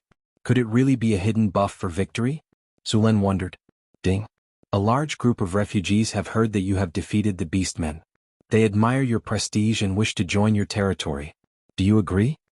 At this moment, the system's voice suddenly rang out. I agree. Su Luan confirmed. At this time he seemed to suddenly understand something. Admire my prestige? Alright. Prestige. Su Lin immediately reacted. So the recruitment order is effective when I have high prestige. When he defeated the trolls, his prestige had increased by 15, and he had recruited more than 500 people. Now that he had increased it by 25, he had recruited nearly 1,000 people. After figuring out the effect of the recruitment order, Su Lin used the other recruitment order. Soon, Su Lin heard a guard report that 1,000 refugees wanted to join the northern city. After seeing this effect, Su Lin finally understood the effect of prestige. The orcs had no choice but to withdraw some of their troops. This way the pressure on Kalant City was greatly reduced. During this period of time, the orcs' continuous attacks had caused great losses to Kalant City. Of course, the orcs' losses were more than the humans. At this time, the kingdom's army finally arrived near Kalant City. The Pillar of the Empire, legendary knight Went, had arrived 2 days earlier than scheduled. Marquis Airy of Kalant City heaved a sigh of relief. However, something surprising happened. The orc army didn't retreat after Marquis Winter arrived. Instead, they turned around and approached Marquis Winter's army of 100,000. On the walls of Kalant, Airy, Wayne, Gavin, and some other noble generals were shocked to see the orcs' actions. Are these beastmen crazy? Although they are indeed very powerful, those are the elites of the kingdom, and there are at least 100,000 of them. Marquis Airy muttered to himself as he looked at the battle that was about to erupt outside the city. Something's not right. The situation isn't looking good. Have you guys noticed that the intensity of the orcs' attacks has decreased over the past 2 days? Wayne suddenly said. That's right, the orcs haven't reached the city walls in the past 2 days. The others suddenly reacted. Oh no, the orcs are doing this on purpose. They've been conserving their strength for the past 2 days and waiting for the human army to arrive. One of the generals said with a pale face, in order for the kingdom to speed up the dispatch, we have been saying that the situation is dangerous. That's why the army led by Marquis Winter is actually a tired army. After hearing the general's explanation, these people immediately reacted. After all, they lived in the northern provinces and often had to fight. The nobles weren't as rotten as the nobles in the south. They had been on the battlefield and had all kinds of battle knowledge. Now that they were reminded, they completely understood the orcs' wishful thinking. They had made up their minds to launch a decisive battle while the human reinforcements were still unsettled. After seeing the approaching orc army, Marquis Winter also realized that he had made a fatal mistake in order to rescue his people. At this moment, a group of tall figures walked out of the orc camp. Seeing these figures, both the soldiers of Kalant and the soldiers of Marquis Winter couldn't help but gasp. Mammoths? They're mammoths. 200 tall mammoths ran out from the orc camp. These mammoths were 5 meters tall, and their bodies were covered with a thick layer of fur. Their thick and sturdy legs were like pillars, and their fierce and sharp tusks were 3 meters long. These mammoths were powerful beasts that lived in the northern wastelands. Each mammoth weighed at least 20 tons. They were also one of the few beasts that could go head-to-head with a land dragon. There were 3 beastmen riding on each mammoth. One beastman held a long machete, one beastman held a long spear, and the last shaman was in charge of beating war drums to control the mammoths. The appearance of more than 200 mammoths immediately caused a commotion. Many soldiers even turned pale with fright. These prehistoric beasts were too oppressive. Although there were only 200 mammoths, the vibrations they created when they walked were greater than the movements of thousands of heavy armored knights. These mammoths were also equipped with simple armor, and there were also some sharp weapons tied to their bodies. The war drums sounded, and the mammoths began to charge.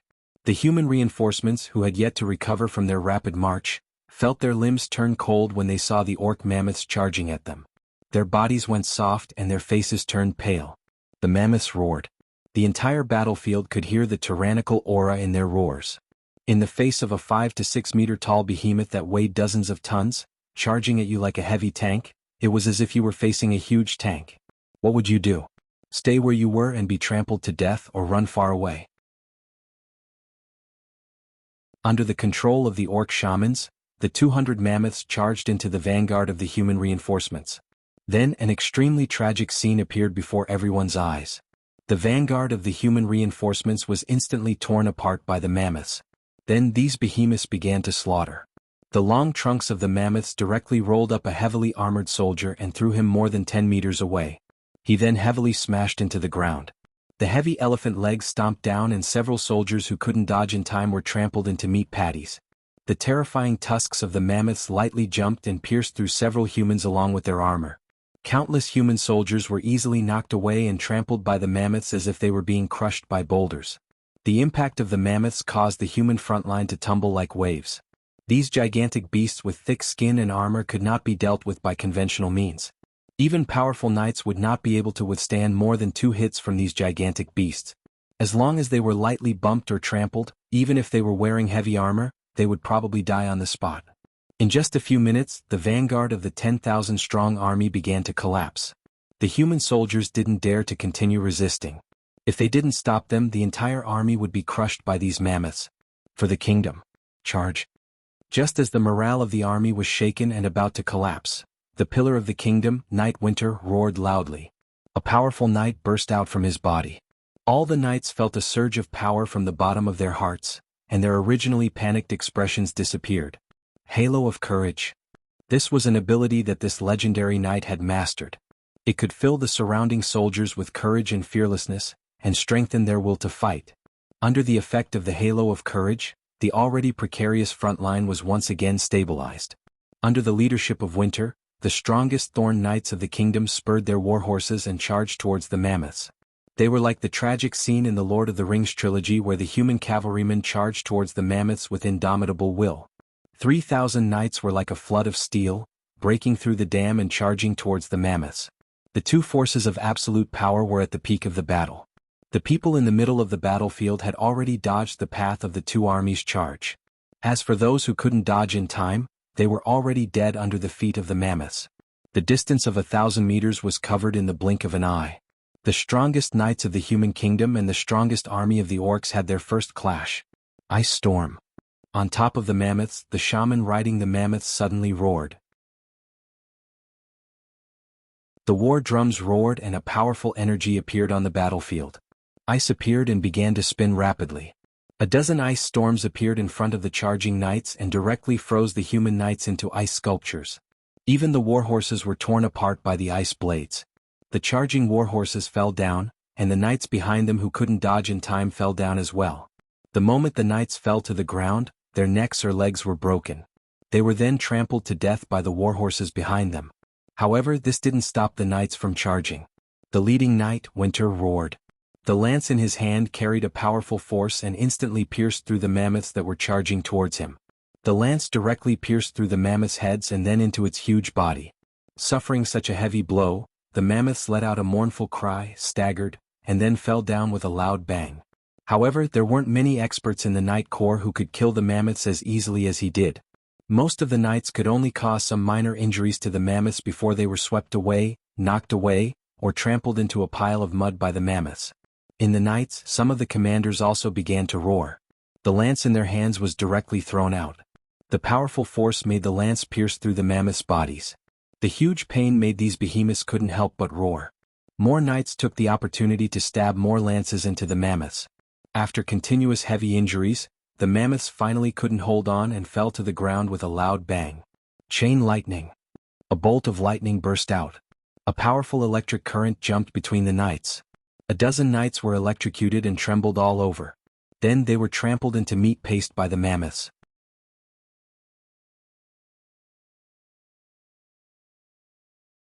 Chapter 268. War Trample. The strongest mammoth raised its head and roared.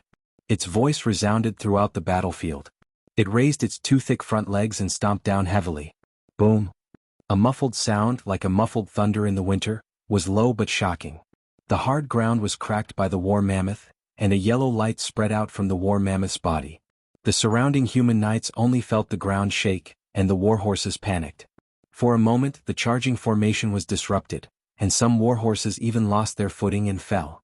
More than 200 war mammoths used war trample at the same time. It was as if an earthquake had occurred on the battlefield. The human knights who were in the middle of their charge were interrupted.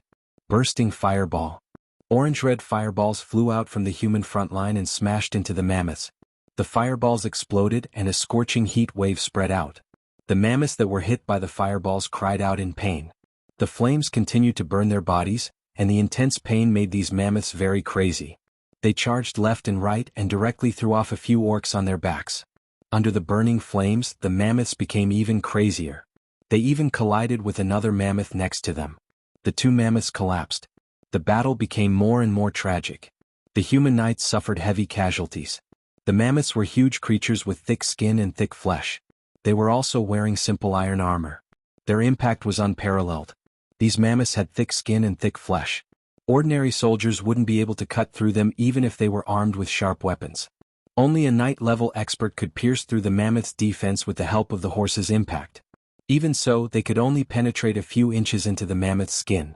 This kind of injury wasn't fatal to the mammoths. Moreover, the mammoths had been fed many kinds of magic potions by the orc shamans. Their vitality was very strong.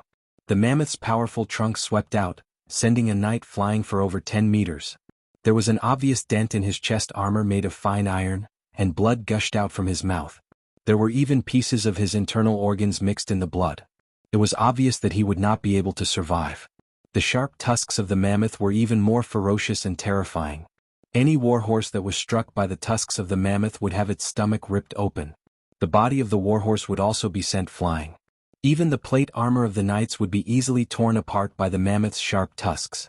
Apart from that, the mammoth's most powerful weapon was its stomp. With a weight of more than 10 tons, both the rider and the horse would be trampled into meat paste. The spearmen and swordsmen on the mammoths weren't to be trifled with. They were usually the bravest warriors in the tribe. Their average strength was at the knight rank. Some of them were even at the level of a grand knight. The long weapons in the hands of these orc warriors were long. Although the speed of their swings was a bit slow, they were unstoppable. When they chopped down, many of the charging knights were cut in half by these orc warriors using these long weapons along with their armor. The human archers kept shooting at these mammoths. Wave after wave of arrows rained down. However, the damage caused by these arrows was almost negligible to the mammoths. When the arrows pierced their skin, it looked more like the mammoth's long hair. After seeing the limited effect of attacking the mammoths, many knights began to aim at the orc warriors on the mammoths. Although these orc warriors weren't weak, they didn't have the thick skin of the mammoths. Their armor couldn't withstand the powerful attacks of the knights. For a time, the casualties of the orc riders began to increase. The battle had reached its climax. The orc army relied on the charge of the mammoths to tear apart the human army's defensive line. Behind the mammoths, a large number of orc soldiers followed closely. The human knights stubbornly blocked at the front, but the two flanks were gradually unable to resist. Originally, the human reinforcements had traveled a long distance. After arriving at the battlefield, they didn't even rest and directly entered the battle. This was a cruel test of the soldiers' physical strength. In the face of the orcs' charge, the human army's counterattack was powerless. The two flanks of the human army were defeated by the orcs' attack. Seeing this, the nobles of Cult City couldn't sit still. If the reinforcements outside the city were defeated by the orcs, Cult City wouldn't be able to hold on. The only reason Cult City didn't collapse was because they knew the kingdom's reinforcements were about to arrive. If the reinforcements failed and retreated, Cult City would lose foreign aid. Without reinforcements, the morale of Cult City would collapse. When the orc army besieged the city, Cult City would most likely fall. Seeing this, Marquis Airy quickly made a decision. He took the initiative to attack. As the strongest lord of the northern provinces, Cult City's strength was still very strong. It didn't take long for more than 2,000 knights to gather in Cult City, including Gavin's knights. This was the strongest mobile force in Cult City. The tightly shut city gates opened with a loud bang. Then 2,000 knights formed a steel torrent and rushed in like a flood breaking through a dam. The knights purposely took an arc and rushed in from the side of the battlefield. The orc army didn't even have time to adjust before they were torn apart by the human knights. The unstoppable orc army's attack was stopped in an instant. Damn it! Seeing the sudden appearance of the human knights, Rogue thus was enraged. Originally, there were more than 80,000 orcs on the battlefield. They died in the siege. Because of Sullen's attack from the rear, more than 10,000 orcs were mobilized. Now there were only 60,000 orcs left. Facing the human army of 100,000 orcs, except for the soldiers guarding Cult City, the rest were all on the battlefield. Cult City didn't send out any infantry. Instead, they sent out a group of knights. The orcs' victory was once again tipped back to balance. An old orc riding a wild bull appeared on the battlefield. The old shaman looked wobbly as if a gust of wind could blow him away. However, as soon as he appeared, a strange energy began to gather. Powerful elemental energy quickly gathered. A few flashes of light flashed on the old orc's body. A yellowish energy barrier appeared on the surface of his body. The wind blew fiercely, and a dark cloud suddenly appeared in the originally clear sky. The dark cloud seemed to have a life of its own as it kept spinning. A large amount of lightning flashed in the dark cloud vortex, and a large amount of lightning swam in the air. Under the cover of the dark cloud, it was like the end of the world. Not good. Wen's expression changed drastically. However, before he could react, bolts of lightning suddenly fell from the dark cloud. Thunderbolt. Lightning flashed, lighting up the entire battlefield. Hundreds of lightning bolts struck down, and the human knights below the dark clouds were instantly hit. Lightning flashed and a large amount of lightning jumped on these knights. The powerful lightning power slightly melted the armor on their bodies. This space turned into a thunder prison in an instant. The space was completely filled with thunder and lightning. 200 to 300 knights were directly submerged in this thunder prison. They were blasted into charcoal by the power of thunder and lightning in the sky before they could even let out a scream. Many craters were formed on the ground. Countless bolts of lightning were like thunder snakes, spreading to the surroundings at an extremely fast speed. The metal armor of the humans was the best conductor of lightning. The power of lightning flashed quickly on the bodies of these soldiers. These soldiers were electrocuted until their bodies convulsed. A burnt smell appeared on the battlefield. A large number of soldiers directly fell to the ground, losing all signs of life. This spell was like the might of the heavens. The entire battlefield was speechless at this moment. Even legendary knights couldn't do this. Only spellcasters could release such amazing power. This was also one of the reasons why wizards could achieve such a high status. Seeing the scene on the battlefield, Wen's eyes almost popped out of their sockets. He roared and his aura continued to rise. The long spear in his hand danced quickly. A mammoth's head was directly pierced, and its huge body fell to the ground. Wen didn't hesitate at all. He led a team of knights and himself turned into an arrowhead. They formed a conical formation and rushed towards the shaman. The legendary knight was unstoppable. Whether it was orcs, mammoths, or orc warriors, none of them were a match for him. Everywhere he went there were corpses. At this time, a strong orc also led people to meet him. The orc was holding a giant axe. He roared and a violent aura spread out from his body. It was the chief of the orcs, Rakthus. The two legendary powerhouses noticed each other in an instant. Both of them didn't intend to dodge. Instead, they sped up and rushed towards each other. Like a comet colliding, a loud noise sounded on the battlefield. A violent energy escaped from the two of them, and directly pushed away all the people and objects within a radius of 10 meters. No matter if it was an orc or a human, they all consciously avoided this place. Under the full power of the two legendary powerhouses, even a little bit of leaked energy would cause serious injuries. In serious cases they would even lose their lives. As a legendary knight of Florence, Wen's strength was naturally tyrannical. Rakthus wasn't weak either. It would take a long time for the two of them to decide the winner. Seeing that Wen was entangled, the old orc prepared to cast another spell. Bursting Flame. A Storm. Thunderstorm.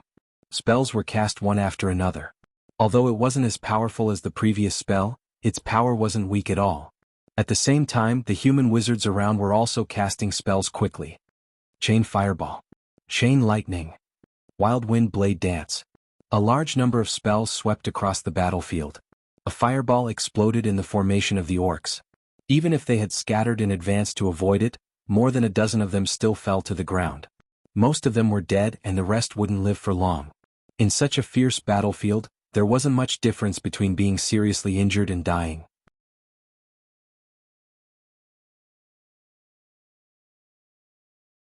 Chapter 269.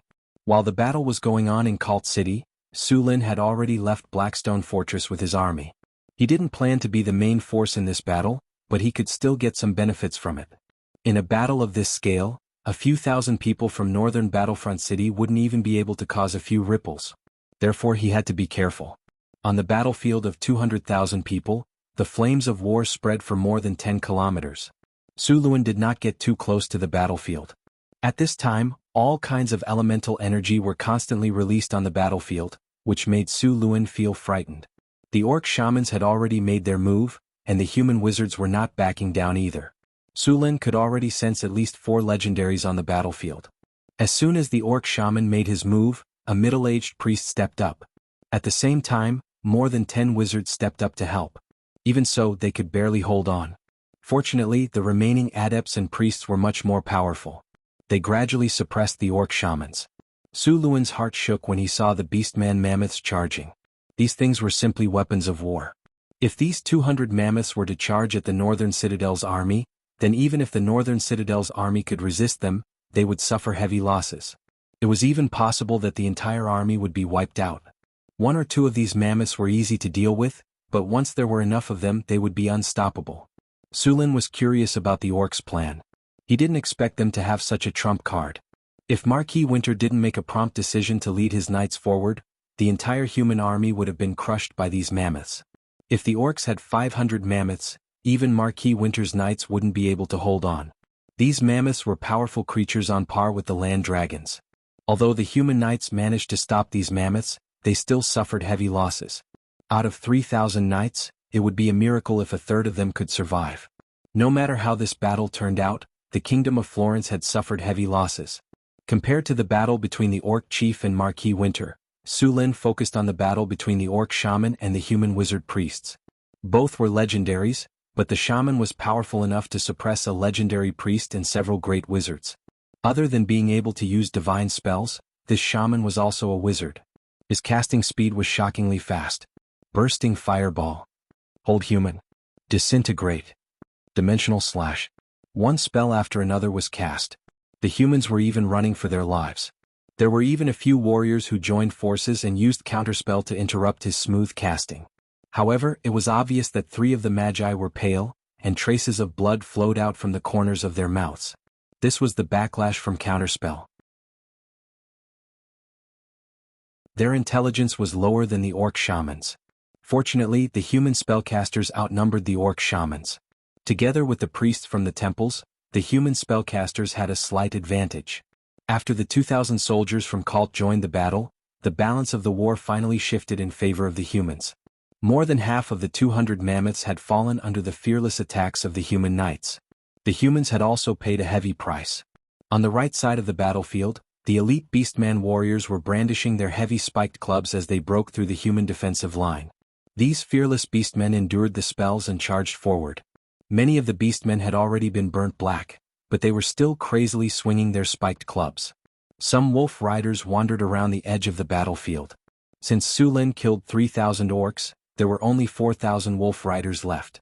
These wolf riders swung their machetes and followed the orcs into the human formation. Then, they tore the human formation apart bit by bit.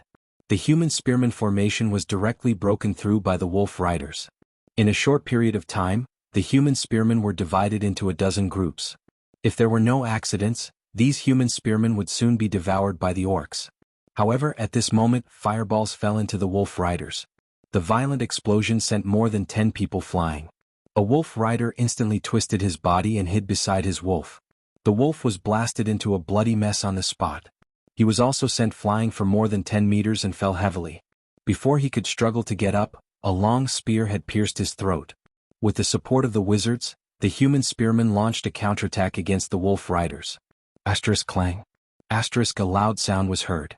Roges's figure descended from the sky and swung his giant axe. Marquis Winter held his spear with both hands to block, but the result was that he was sent flying a few meters away with his spear. The orcs could suppress the humans in terms of strength. This was true even for legends. The only human race that could compete with the orcs in terms of strength was the barbarians. Marquis Winter stomped hard on the ground to stop himself from falling back. He then roared and rushed up. A flash of light flashed on his body, and the wind created by his spear was ravaged by him. Dang dang dang. Sounds of collisions rang out one after another as intense energy surged out from between the two of them. Under a series of rapid attacks, Rogessus couldn't dodge in time and was directly hit. However, the injuries weren't serious. The fierce battle also made Marquis Winter's hand that was holding the spear slightly tremble. Very good, I'm going to twist your head off and use it as a wine vessel. The orc chief roared with blood all over his body. Marquis Winter let out a low roar. All the muscles on his body bulged and twisted blue veins appeared. A bloodthirsty light flashed in his eyes as he said, You will become my stepping stone to become stronger. Bloodthirsty rage.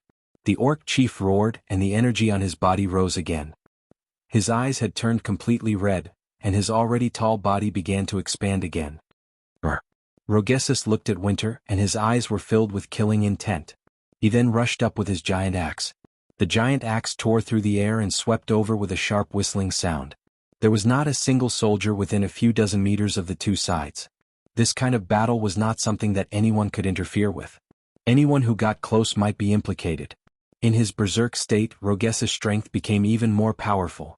As soon as Winter came into contact with him, his entire body was pushed back by a powerful force. Facing this situation, Winter's expression changed, and the energy in his body also erupted. Even so, he was still pushed back by the orc chief's attacks. Following the orc chief's roar, the giant axe heavily smashed down. Winter's expression changed greatly, and he rolled forward to dodge. The giant axe smashed into the ground, and a 10-meter-long crack appeared on the ground. After dodging this attack, Winter didn't relax at all. The spear in his hand flashed with light. Berserk assault. His body suddenly sped up several times, and before Rogessus could completely turn around, he instantly stabbed out. The distance of 10 meters was crossed as if he had teleported, and the spear fiercely stabbed into Rogessus' back. A sharp pain came, and Rogessus waved his arms, and a fierce expression flashed across his face. Whirlwind slash. His gigantic body spun rapidly under the influence of the giant axe. He didn't seem to care about the terrifying wound that the spear had left on his body. The giant axe swept out horizontally, causing blood to splatter everywhere. A figure quickly retreated, but even though he was already moving at an extreme speed, the sharp giant axe still swept across his chest. Marquis Winter's body flew back, and he rolled before crouching down. A large amount of blood gushed out from the terrifying wound on his chest. The white bone stubble made one's heart tremble, and one could even clearly see the squirming organs inside the wound. This attack almost cut Marquis Winter in half, but the orc chief didn't have it easy either. A terrifying wound appeared on his back, and one could even see his spine. However, with the powerful body of an orc, this kind of injury wasn't fatal. Soon, the surrounding muscles contracted, and the wound gradually stopped bleeding. At this moment, the Beastman chieftain let out a crazy roar as he brandished his great axe and rushed towards Marquis Winter. The great axe was as big as a millstone, and it looked like a light toy in his hands. Winter's face changed when he saw the giant axe coming towards him again. The wound on his chest had greatly affected his body's flexibility, which was very deadly in battle. While Winter was in a tough battle, the human army began to counterattack with the help of the wizards. The 200 war mammoths had all been killed, and the human knights had also suffered heavy casualties. However, without the war mammoths, the remaining human knights began to charge again. The orcs no longer had any powerful soldiers that could stop the charge of the human knights. The knights of Cult City had merged with the reinforcements, forming an army of 2,000 knights. The knights charged again like a flood of steel, rushing towards the orc army with unstoppable momentum. The orc warriors swung their spiked clubs, wanting to fight back, but the warhorses rammed into their chests. The full body armor of the warhorses carried a force of a few tons. Even the strong bodies of the orcs could not withstand it. The ribs in front of their chests were directly broken, and blood spurted out like a fountain. Then the orcs were trampled by the huge hooves of the horses. The charging knights carried an unstoppable momentum as they charged into the orc army. The orc army was retreating under the charge of the human knights. Spells exploded one after another, and the orc army was on the verge of collapse. Even if the orcs resisted with all their might, they were still like waves in the ocean when faced with the charge of the human knights. They were so insignificant. More orcs began to retreat. P.S. I forgot to post after writing. Fortunately, I discovered it in time.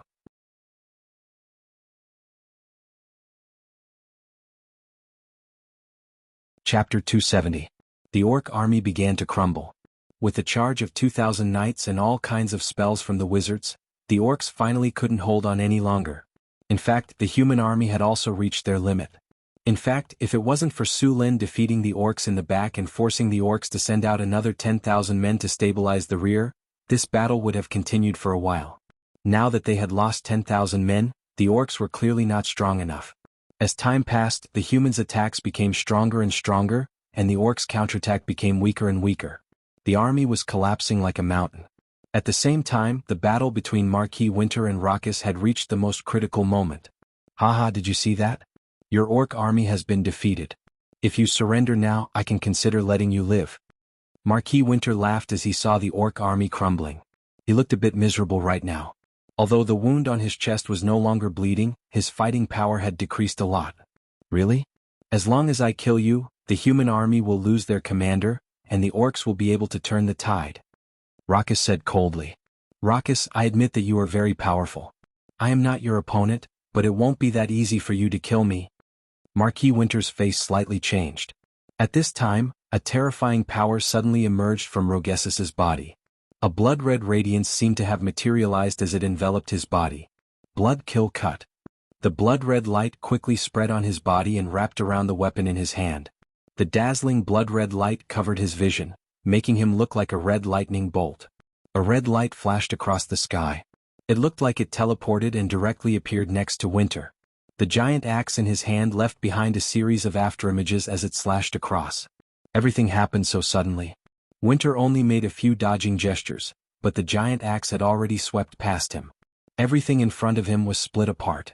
Raucus' speed was beyond human vision. In the next second, Marquis Winter was chopped in half by the giant axe. Plop. Whence tall body fell to the ground and Raucus slowly got up. His breathing was very rapid and his expression was very tired. The hand that was holding the giant axe was even slightly trembling.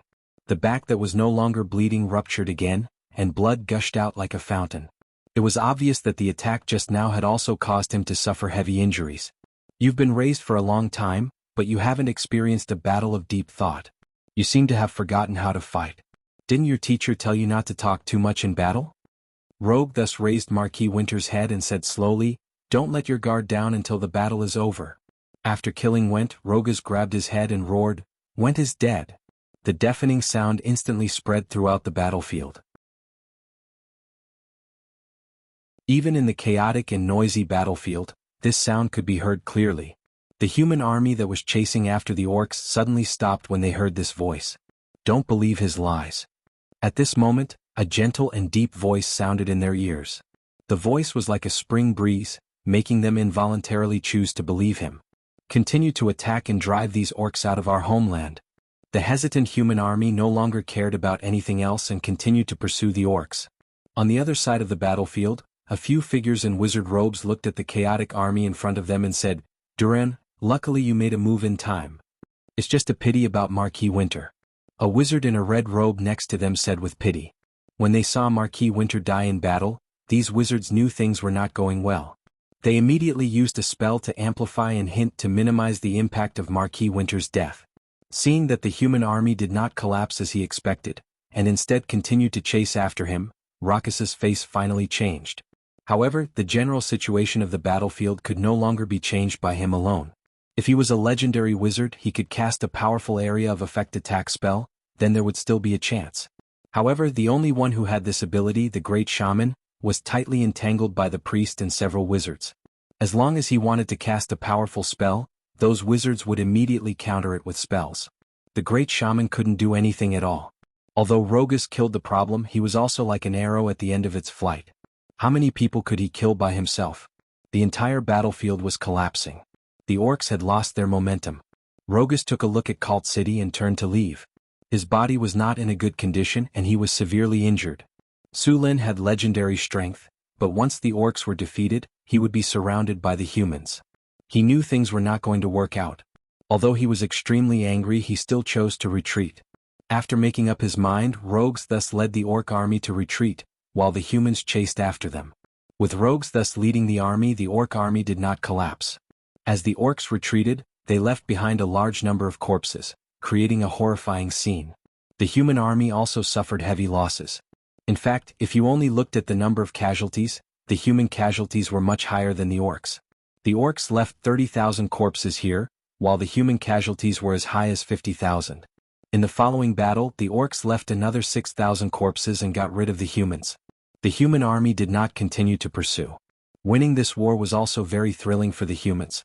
Moreover, these soldiers were already tired from the journey and had experienced a fierce battle. If it were not for the support of the priests, these human soldiers would have been unable to hold on. After the orcs were defeated, some people could not hold on anymore. Therefore the humans did not pursue the orcs. After the cruel battle they also needed time to rest. However, in Cult City, some nobles did not intend to let go of this good opportunity. In the battle that just ended, these nobles did not go to the battlefield. They hid in the city and watched. Now that the orcs were defeated, these nobles finally had the courage to rush out of the city and pursue the orcs. After winning, the human army began to seize the time to reorganize. At the same time, the death of Marquis Winter cast a shadow over this victory. As the most important legendary figure of the Florentine royal family, his death greatly damaged the strength of the Florentine kingdom. At the same time, there was a slight deviation in the original balance. The Florentine kingdom was not dominated by the royal family alone. There were many nobles who had the right to inherit the throne. Among them, the three strongest electors were not as strong as the royal family, but they were not much weaker. In the past, the Florentine royal family had two legendary figures. Now, with Winter's death, they had lost their absolute advantage. The victory of the battle made the human army excited, but Winter's death was undoubtedly a bolt from the blue. A legendary powerhouse had died so easily in this battle. The next morning, the human army had an early breakfast and continued to pursue the orcs. Marquis Winter was still very popular in the army. Because of his death, many of the human army shouted for revenge and began to counterattack the orcs. In addition, since the start of the battle, the humans had lost more than 100,000 soldiers and the hatred between both sides was very deep. The orcs were not any better. Including the orcs killed by Su Lin, they lost 50,000 to 60,000 people in this battle. The remaining soldiers were basically all injured and their morale was low. But fortunately, the orcs left 10,000 orc soldiers in the rear camp in advance. With the addition of these fresh troops, the orcs did not collapse all the way. In fact, due to the reluctance of the nobles in Cult City, the orcs seized the opportunity and launched an ambush. After the battle, the soldiers of the nobles in Cult City suffered heavy casualties. If it weren't for the arrival of the human army, the nobles in Cult City might not have been able to return alive. After being ambushed by the orcs, the nobles finally behaved themselves. With the addition of the 10,000 orcs, the human army stopped pressing the orcs in order to avoid more casualties. However, the humans still had the advantage. After the orcs retreated, the human army began to occupy the cities that were previously occupied by the orcs, as well as the gold, silver, and jewelry that the orcs plundered. In order to speed up their retreat, the orcs didn't bring the valuables with them. Instead, they only transported the food that they plundered. The large amount of wealth made the generals jealous. According to the original plan, the nobles who abandoned the cities and fled would be stripped of their territories and redistributed to the generals who had contributed to the kingdom to increase the strength of the royal family. However, this would definitely be opposed by the original nobles. This resulted in the conflict between the Kingdom of Florence's army and the Kingdom of Florence's army constantly recovering the lost territories. Su Lin wasn't concerned about the conflict between the Kingdom of Florence's army. Instead, he was paying attention to the orcs. After the orcs suffered heavy losses, they retreated all the way to the north. As they brought along large amounts of food, the orcs retreated slowly. Other than the difficulty of surviving in the northern wilderness, the orcs also launched this war to obtain large amounts of food. In the beginning, the orcs still had thoughts of occupying this place. However, after this huge defeat, that thought disappeared completely. Now their plan was to snatch enough food to return to their homeland. In order to transport the food back, Rogus personally led his men to buy time. Sullen's target this time was this orc chieftain. The orc chieftain was severely injured in the previous battle and had yet to recover. In the last battle, Su Luin obtained a legendary skill point and a lot of good things from the platinum treasure chest. This time, if he could kill Rogexus, he would at least get a platinum treasure chest. This level of things couldn't be obtained so easily.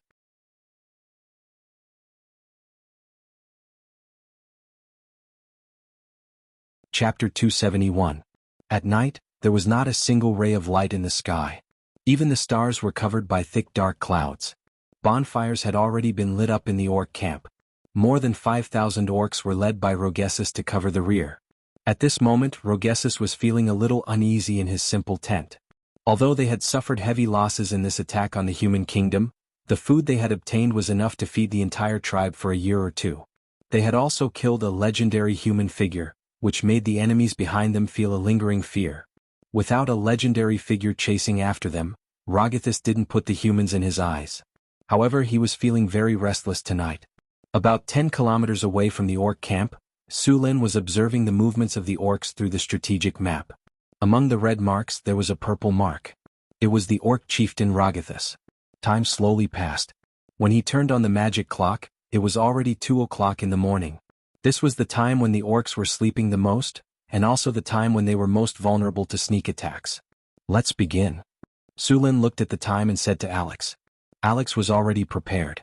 Under her command, the harpies that were resting in the trees immediately woke up and flew towards the orc camp under her lead. These harpies had lived in the underground world for a long time, so they had night vision. They were completely unaffected in this kind of dark night. 3,000 harpies flew into the sky under Alex's lead. They then identified the direction and flew towards the orc camp. After the harpies set off, Sulin also led the rest of the troops and began to move. In order to deal with these orcs, Sulin had brought more than half of the northern city's army. It wasn't easy for an army to march in the dark. Luckily, many of the northern city soldiers had night vision, which greatly reduced the difficulty of marching. Under the effect of magic, the sound of thousands of soldiers marching was minimized. The northern city's army wasn't slow at all. It only took them 10 minutes to cover the distance of 10 kilometers. Just as they arrived, the harpies launched their first wave of attack. 3,000 harpies flew to the sky above the orc camp. Then a large number of simple incendiary bombs filled with kerosene, charcoal, and white sugar fell from the sky. These incendiary bombs shattered when they hit the ground, and the kerosene inside them rose up to a meter high. This kerosene had charcoal and white sugar added to it, so it was very sticky. Kerosene splattered everywhere and ignited the surrounding tents. The sleeping orcs were startled awake, and those who were slow to react were quickly engulfed in flames and burned to ashes. A large number of Molotov cocktails fell from the sky like a meteor shower, filling the sky with flames. Sulin gave each of the harpies 10 Molotov cocktails. The 30,000 Molotov cocktails consumed all the kerosene in Northgard City. Even more than half of the white sugar produced this month had been consumed. However, the effect was very good. Many beastmen woke up and tried to put out the fire, but they quickly discovered that these flames weren't ordinary flames. Many beastmen who were infected by these flames kept rolling on the ground, trying to put out the fire, but the result was that the flames spread all over their bodies. A few beastmen who wanted to help were also caught by the flames when they approached, scaring them into running away. A large number of beastmen screamed and frantically tried to put out the fire. In the end, in just a few breaths, these beastmen were turned into human-shaped torches. The entire camp was completely engulfed in a sea of fire. More than 30,000 Molotov cocktails were quickly thrown down. The harpies who had completed their mission began to evacuate under Alex's lead. Rogathus was awakened by the noise outside. When he opened his eyes, he saw that the entire camp was engulfed in flames. Seeing this situation, Rogathus made a prompt decision and immediately led his people to rush out of the camp. As soon as they arrived at the camp, they saw a group of well-equipped soldiers waiting outside. The flames in the camp were constantly burning. There weren't many options left for them. If they didn't want to be burned to death, they could only rush out. Despicable humans, I'm going to kill you. A large number of orcs were burned to ashes in the flames. Rogathus' eyes were about to pop out of their sockets. When he saw the humans blocking his way, he roared and rushed out with the rest of the orcs. Archers. Rain of arrows. Seeing the orcs rushing up, Sulin didn't have any expression and directly ordered. The archers of the northern city immediately started shooting at the front gate of the camp. Arrows rained down from the sky. Because these orcs were under fire attack, they didn't wear any protective gear. Facing this kind of dense rain of arrows, they simply couldn't resist. When the rain of arrows fell, a large number of orcs were directly shot into hedgehogs. Only a few powerful orcs relied on their weapons to deflect the arrows. The orcs who rushed out of the camp suffered heavy casualties in an instant. After that, the archers didn't stop and continued to shoot. Although it wasn't as dense as before, it was still continuous. After a short while, hundreds of orcs fell on the path of the charge. When Rogathus saw a large number of orcs being shot to death, his eyes were completely bloodshot. His expression was ferocious like a crazy beast. He lightly covered his eyes with his arm and completely ignored the rain of arrows in the sky. He then accelerated and rushed towards the army of the northern city. Sulin's hand shook, and the purple dragon halberd suddenly appeared. In the next second, his figure appeared at the front of the army. Facing this kind of legend rank expert, even if he was injured and couldn't use his full strength, it was still not something that could be stopped by anyone below legend rank. If he rushed in, the army of the northern city would definitely suffer heavy losses. Lightning constantly jumped on his body, and there were also large amounts of lightning arcs jumping on the purple dragon halberd. As he continued to move forward, the lightning became more and more intense. Legend rank? Seeing Sullen's performance, Rocthus's scarlet eyes slightly shrank. He didn't expect the humans to send another legend rank expert so quickly. This caught him a little off guard. If he was in his peak state, he wouldn't be afraid of any legend rank expert. However, with his current combat power, it was hard to say who would win against this legend rank expert. So what if you are a legend rank expert? If I can kill when, I can also kill you. Seeing the lightning flashing on Sullen's body, Rocthus roared and then accelerated towards Su Lin. As Rocthus roared, he actually directly waved his giant axe and cut open a wound on his body. Then, scarlet blood gushed out from his body. As if it contained some kind of powerful magic. After the blood appeared, it burned like kerosene. Rocthus looked at Su Lin with a crazy expression. The flames on his body were naturally not real flames, but they were much more powerful than real flames. Blood flame. It was said that only some strong people could use this powerful skill. This skill could provide a large amount of power for a short period of time, but the side effect was also very strong. This was a kind of power that burned one's life. Every second consumed one's life.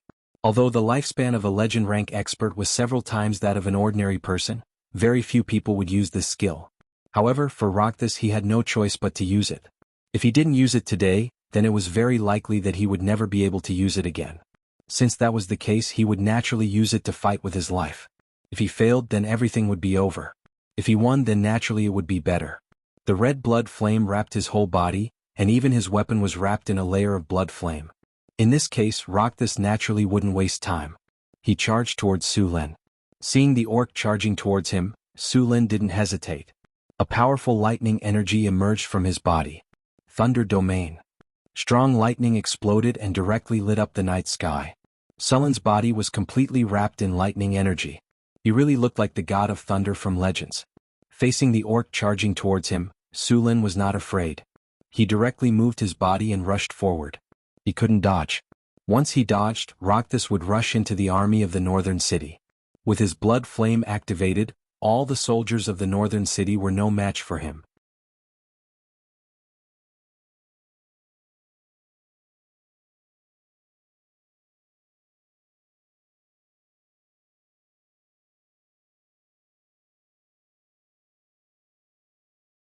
Chapter 272.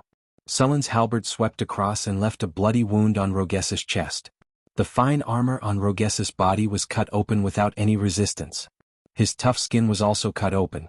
Even the blood flame on his body was cut open, but it recovered in a breath's time. Bolts of thunder and lightning jumped on Su Lin's body and weapons. A rolling thunder cloud had appeared in the sky, and bursts of thunder came from the sky. Rogessa looked at the thunder clouds with fear. His eyes were filled with blood light. The injury made him even crazier. Roar! There was a flash of blood, and the blood flames on his body surged once again. The giant axe in his hand slashed down with a sharp whistle. Originally, the physical quality of the orcs was very high, and they could easily suppress warriors of the same rank. Coupled with the skills they had honed through countless life and death battles, this orc chieftain was also a powerhouse in the legendary rank. Whirlwind slash. Rogessa's giant axe was wrapped in a layer of blood-red flame. The sharp edge of the axe was hidden in the flame. It was fiercely chopping towards Sullen's head. The entire space seemed to be within the attack range of the giant axe. Sullen's eyes flashed. Facing Rogessa's attack, his body seemed to have already predicted the trajectory of the giant axe. He dodged it by a hair's breadth. Rogessa's full-strength attack did not hit the enemy, and it directly hit the ground. Naturally, it was very difficult to change the trajectory of an attack with such ferocious strength. Moreover, it was very easy for an opening to appear in the next attack. Rogessa used his full strength to directly hit the ground. The giant axe directly split the ground with a loud rumble, leaving a deep gully in the ground. The surrounding ground became a complete mess. Sullen's body flashed, and he had already arrived at Rogessa's side. He then fiercely waved his halberd. The halberd drew an arc and fiercely stabbed towards Rogessa's back. If this attack hit, the purple dragon halberd could easily pierce through his heart.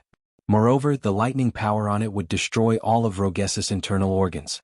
Sensing the danger, Rogessus' body directly rolled forward due to the inertia brought by the giant axe. The purple dragon halberd only left a wound on his back. Feeling the pain from his back, Rogessus roared and instantly pulled back the axe in his hand. The axe carried an imposing aura as it fiercely chopped down. Spinning slash. Su Lin immediately stopped his pursuit. He held his halberd horizontally in front of him. Clang. The sound of metal clashing rang out. Su Lin felt a huge force coming from the weapon. In fact, in this kind of head-on battle, heavy weapons had a clear advantage. Although the great axe was a common weapon, there weren't many people who could use it well. Many people were full of flaws when using it. When facing a rapier or other agile weapon, they often couldn't hit their opponents, or their opponents would seize the opportunity to counterattack. However, the orc chieftain in front of him had already mastered the great axe to the point of perfection. Even Boulder and Johnson were slightly inferior to him in this aspect. His attacks were powerful and heavy, and he didn't have the sluggishness of a heavy weapon. His movements were quick and he didn't give you a chance to counterattack. Step. After blocking Rogessus' heavy attack, Sullen's expression didn't change at all.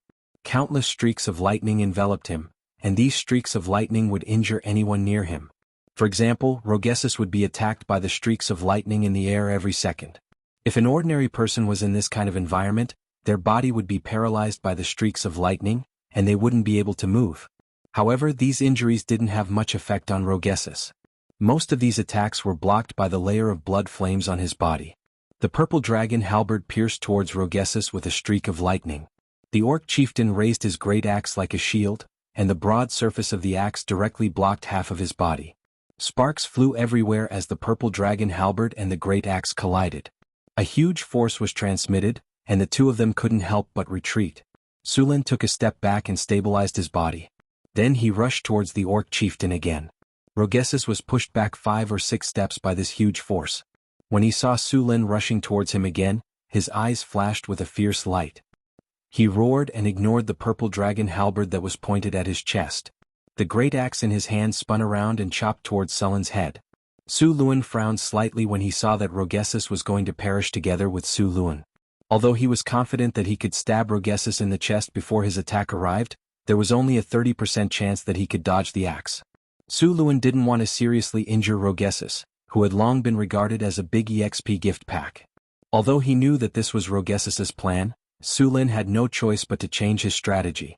The purple dragon halberd was raised and blocked the great axe's attack. Rogessus's eyes flashed with a tyrannical light. The great axe in his hand drew an arc and chopped towards Su Lin again. Sullen's halberd swept horizontally and blocked the attack again. Rogessus didn't care about it at all.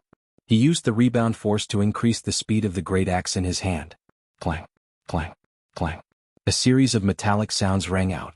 Rogessus' attacks were like a storm, getting faster and faster. The red flames on the giant axe kept spreading to the purple dragon halberd. However, as soon as it touched the halberd, it was torn apart by the powerful lightning power. Clang. Sullen's body flickered with lightning and blocked all of Rogessus's violent attacks. The orc chieftain's strength didn't have the slightest advantage in front of Su Lin. In terms of agility, Su Lin could easily leave him in the dust. Even with the legendary physique, Su Lin couldn't hold on for long under Rogessus's powerful attacks.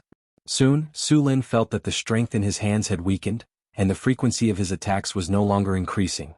Sensing the weakening of his attacks, Sullen's pent-up anger instantly exploded. Just a moment ago, he was suppressed by Rogessus, who had gone berserk. After a short burst of power, he became weak. Rogessus's attack just now could seriously injure a legend with lower strength. If they were unlucky, it wouldn't be surprising if they were killed. Heroic. Powerful lightning instantly burst out from Sullen's body. The purple dragon halberd in his hand became a weapon made of lightning. The lightning swept across and directly sent Rogessus flying. It also left a charred wound on his chest. Countless lightning snakes burst out from his body. It was as if he was being pierced by thousands of steel needles. Damn human. The great pain made Rogessus's body tremble. Although Rogessus had already gone berserk, this state couldn't block out the pain. Surin's cold eyes didn't change in the slightest. The battlefield was filled with the desperate roars of the orcs. At this time, the whole camp had completely turned into a sea of fire. Barbarian warriors and heavy armored spearmen surrounded the whole camp. All the orcs that rushed out were killed by them. The archers in the back were constantly lighting arrows and then throwing them in. From afar the orc camp looked like a huge bonfire. The roars of the orcs before they died made Rogessus even angrier. The blood flames on his body became more and more vigorous. This showed that he was burning more of his life force. In order to defeat Su Lin, Rogessus didn't care about anything else. If this continued, even if he defeated Su Lin, he would die because of the exhaustion of his life force at the end of the battle. But at this time Rogessus had no other choice.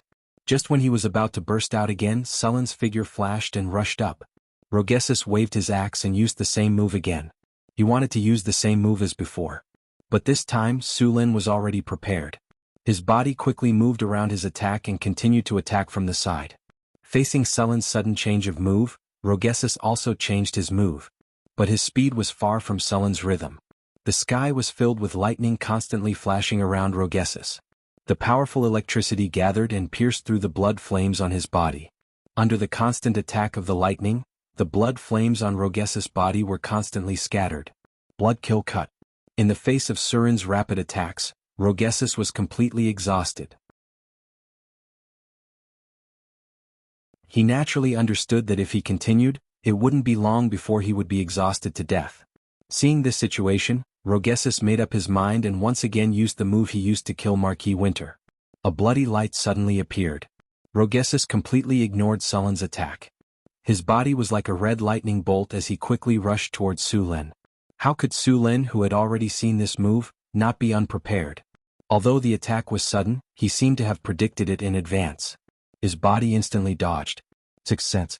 The sixth sense that he had just obtained not long ago once again worked. He successfully dodged Rogessus' attack. Then he exerted strength in his arms and twisted his waist. The purple dragon halberd swept towards Rogessus' chest. Although blood kill cut was fast, it was more of a straight line attack. It was impossible to dodge Sullen's attack. Then, the purple dragon halberd carried a powerful lightning power and instantly struck Rogessus' body. Rogessus' huge body flew backwards at an extremely fast speed. Su Lin didn't stop. His body followed closely behind. The purple dragon halberd in his hand continuously struck at Rogessus' vital points. For a moment, several wounds appeared on Rogessus' body. The heavy axe chopped down, creating a crack that was more than a few meters deep in front of Su Lin. Su Lin, who had dodged the attack by sticking close to the edge of the axe, didn't hesitate at all. He exerted strength in his feet and directly moved his body a distance of nearly 5 meters. Silver Dragon Inverse Scales Spear. Su Lin fiercely stomped on the ground, creating a crater on the ground beside him. Then his body shot out like lightning.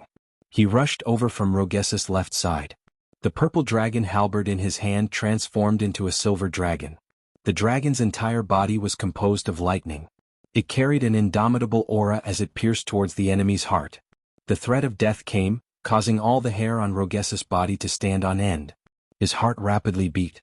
When he saw the mighty move in front of him, a feeling of unstoppable welled up in his heart. In this situation where he couldn't dodge, Rogessus didn't dodge. He had made up his mind to give Su Lin a ruthless blow even if he had to die. Bloody flames instantly gathered on the axe. Like a burning torch, it directly appeared in front of Sullen's path.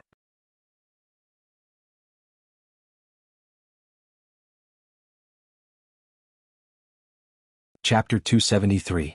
Sixth Sense. Time seemed to have stopped. At that moment, the thunder dragon swung its tail, and the purple dragon halberd's tail hit the giant axe with amazing skill. It directly swung the axe away, and then it rushed towards Rogessus without slowing down. Lightning exploded, and the lightning dragon directly pierced through Rogessus's body. All the lightning disappeared and blood crazily gushed out. Rogessus's tall body stiffened on the spot, and in the next second, a powerful lightning exploded from his body. Countless electric snakes shot out from the orc chief's body. Then Rogessus's sturdy body fell down with a loud bang. Congratulations, host, you have successfully defeated the orc army. You have obtained an epic victory. Your name will spread throughout the human kingdom and the northern wasteland. Prestige plus 25. Annihilation of the orc army, August 1687 of the Huiwe calendar. The orcs in the north retreated.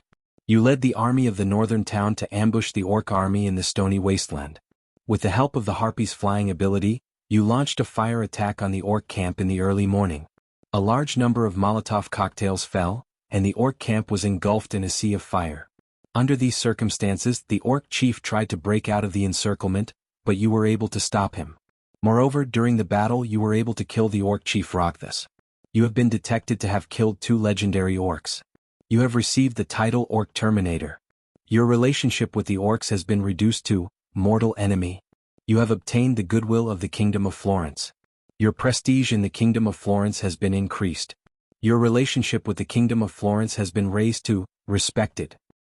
Congratulations, host, you have successfully killed the orc chief Rogessus. You have obtained 34,850 EXP. You have obtained a platinum treasure chest. You have obtained a legend skill point. Congratulations, host, under your command your army has successfully defeated the orc army. You have obtained 8,930 EXP. You have obtained 2 gold treasure chests. You have obtained the item Dark Iron. Congratulations, host, your EXP is full. You have leveled up. You are currently level 25. You have obtained 1 gold treasure chest. You have obtained 2 attribute points and 2 skill points. Ding. After a fierce battle, your weapon proficiency has increased. Your gun proficiency has reached 255. Beastman Terminator. Title, Acquisition Requirements. Automatically acquired after killing 2 legendary beastmen. After equipping this title, attacks against beastmen will be increased by 15%, deterrence towards beastmen +3, chance of beastmen escaping on the battlefield +3, chance of enraging beastmen. Following the fall of the orc Rogthus, Sullen's ears continuously rang with system notifications. This battle was still very risky for Sulen. After all, he didn't expect Rogessus to have the ability to burn his life force, which could greatly increase his combat power. As for the rest of the beastmen in the camp, they were all dead by now. After the Harpies' airstrike, the camp had turned into a sea of fire. Some of the beastmen were burned to death, while the rest died trying to break out of the encirclement. The camp was surrounded by the northern fortress city. The beastmen were no match for the elites of the northern fortress city. Even though they tried their best to break out, they still failed. Sir, are you all right? A guard came to Sullen's side and asked. I'm fine. Bury them all, Sullen ordered, then turned around and left. After all the beastmen were dead, the archers had already stopped shooting. The army of the northern fortress city began to clean up the battlefield. The corpses of the beastmen needed to be buried on the spot, and the weapons needed to be retrieved. The fire in the camp only went out when the sun rose in the east. After waiting for another 2 hours, the temperature had completely dropped. Only then did the army of the northern fortress city enter the camp to clean up the battlefield. After the fire, most of the beastmen's corpses were turned into charcoal. Tents, leather armor, food and other supplies were also burned. The only thing left was some iron equipment. However, most of the iron equipment was burnt black and some were even completely deformed. The iron armor was also burnt black. The soldiers of the northern fortress city didn't care about these weapons and equipment, so they could only bring them back to the forge to be reforged. Now that the northern fortress city had grey dwarven blacksmiths, the quality of their equipment had significantly increased. Many of the weapons and equipment had already reached +1 rank even if they weren't enchanted. After arranging for people to clean up the battlefield, Sulin began to look at his loot. Killing the Beastman chieftain gave him a platinum treasure chest and a legendary skill point. Defeating the Beastman army gave him 2 gold treasure chests, and leveling up gave him a gold treasure chest. Currently, there were 4 platinum treasure chests and 3 gold treasure chests in his inventory. Apart from that, there were also 2 pieces of dark iron. Sulin calmed himself down and washed the bloodstains off his body. Only then did he open his inventory and open the treasure chests. 4 lights flashed one after another, and the sound of a system notification rang in Sullen's ears. Congratulations, host. You have opened a platinum treasure chest. You have received a legendary soul crystal. Congratulations, host. You have opened a gold treasure chest. You have received the item Stardust. Congratulations, host. You have opened a gold treasure chest. You have received the item Commander's Tally, Crossbowman. Congratulations, host. You have opened a gold treasure chest. You have received the item Wonder Blueprint, Sky Garden, Arcane Garden. Hearing the system notification, Sulin began to look at the items this time. The most valuable item was naturally the legendary soul crystal. This was a purple crystal that was slightly bigger than an egg. The crystal was very transparent, and it was filled with powerful soul energy. This item could be used as a currency in the multiverse. Many powerful creatures in the multiverse needed this item. It was also very precious to Su Lin. Many powerful legendary magic items required it to be made. However, Su Lin did not plan to make any legendary items now. He planned to use this soul crystal on the Sorcerer Tower. Hathaway's Sorcerer Tower was still under construction. Although there was still a long time before it was completed, it was time to put the tower spirit on the agenda. Whether a Sorcerer Tower was strong or not depended on the tower spirit. In a legendary sorcerer's Sorcerer Tower, a legendary tower spirit was the standard. A Sorcerer Tower may have several tower spirits. These tower spirits were the managers of the Sorcerer Tower. They helped the sorcerer manage the Sorcerer Tower and assisted the sorcerer in various experiments. At the same time, they could command the Golem army or the Sorcerer Tower's weapon system to fight back against the enemy when the sorcerer was not around. The tower spirit was directly related to the strength of the Sorcerer Tower. Making a tower spirit required at least a high-grade soul crystal. However, this kind of tower spirit was only a low-grade tower spirit. Its ability was limited. Even during the Arcane Empire, this kind of tower spirit was not recognized by the Arcanists at all. Only the legendary tower spirit made of a legendary soul crystal was a true tower spirit. The tower spirit made of a high-grade soul crystal was more used to make the Golem auxiliary system. During the Arcane Empire, the golems could be loaded with abilities such as precision strike, defensive defense, and so on. The sorcerers did not understand this technology, so the golems now did not have the special abilities of the ancient golems. Su Lin naturally did not intend to use a low-grade tower spirit. Otherwise, it would be a waste to build such a legendary sorcerer tower. Now that he had a legendary soul crystal, he was naturally ready to use it. It was said that during the Arcane Empire, the tower spirit of the floating space city required a demigod tower spirit to operate. After putting away the soul crystal, Su Lin picked up the rest of the things. Stardust sand was a kind of material from the astral world which was very valuable. After all, this thing could only be collected in the astral world or found a space crack to take the risk of collecting it. Stardust sand was an essential item in the production of many magic props. Now that Su Lin did not have the strength to go to the astral world, this thing was naturally very precious. In addition to the Stardust Sand, this time Su Lin once again got a commander's seal. This commander's seal was a crossbowman. The crossbowman could be said to be a very powerful and fragile troop. The reason for its strength was that once a large number of crossbowmen formed a crossbow formation, they were completely a killing machine on the battlefield. Even the heavy cavalry would suffer heavy losses. The fragile side was that a single crossbowman or crossbowman was very easy to be restrained. Once close, the crossbowman's lethality was even worse than the archers. However, these shortcomings still did not change the fact that crossbowmen were a powerful troop. After using the commander's seal, Su Lin got a complete crossbowman training method and also the method to make crossbows. Of course, now he only had the most basic method to make crossbows. In fact, crossbows could be upgraded on this basis. The range and power of crossbows could be improved, or it could be upgraded and transformed into a repeating crossbow. However, unlike other troop classes, the upgrade of crossbowmen was more about the upgrade of the crossbow. To upgrade the crossbow, he also needed to establish a weapons bureau dedicated to the study of crossbows. At the same time, this weapons bureau could not only study crossbows but also large ballistas. After understanding the recruitment conditions of crossbowmen, Su Lin decided to start training crossbowmen when he returned to Northern Town and set up a weapons bureau. Compared to archers and spearmen, crossbowmen were easier to train and form a fighting force. As long as there was a crossbow, even a militia trained for a week could form a strong fighting force. Of course, crossbowmen had many shortcomings. The most obvious one was that they were expensive. It cost 100 kinar to train a crossbowman, most of which was the cost of the crossbow. Another problem was that crossbows were slow to fire. Su Lin was also surprised by the blueprint he got from the last chest. This blueprint recorded all kinds of information about building the Sky Garden of Wonders. The Sky Garden was also known as the Arcane Garden. This kind of building required mana and was very difficult to build. Su Lin looked at the materials needed to build it and was shocked. This thing required a lot of magic crystals, magic gems, high-quality marble, and obsidian as raw materials.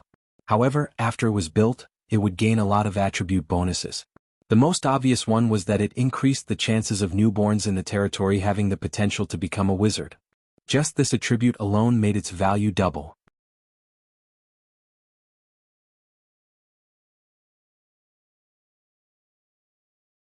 Chapter 274. It was not easy to become a wizard.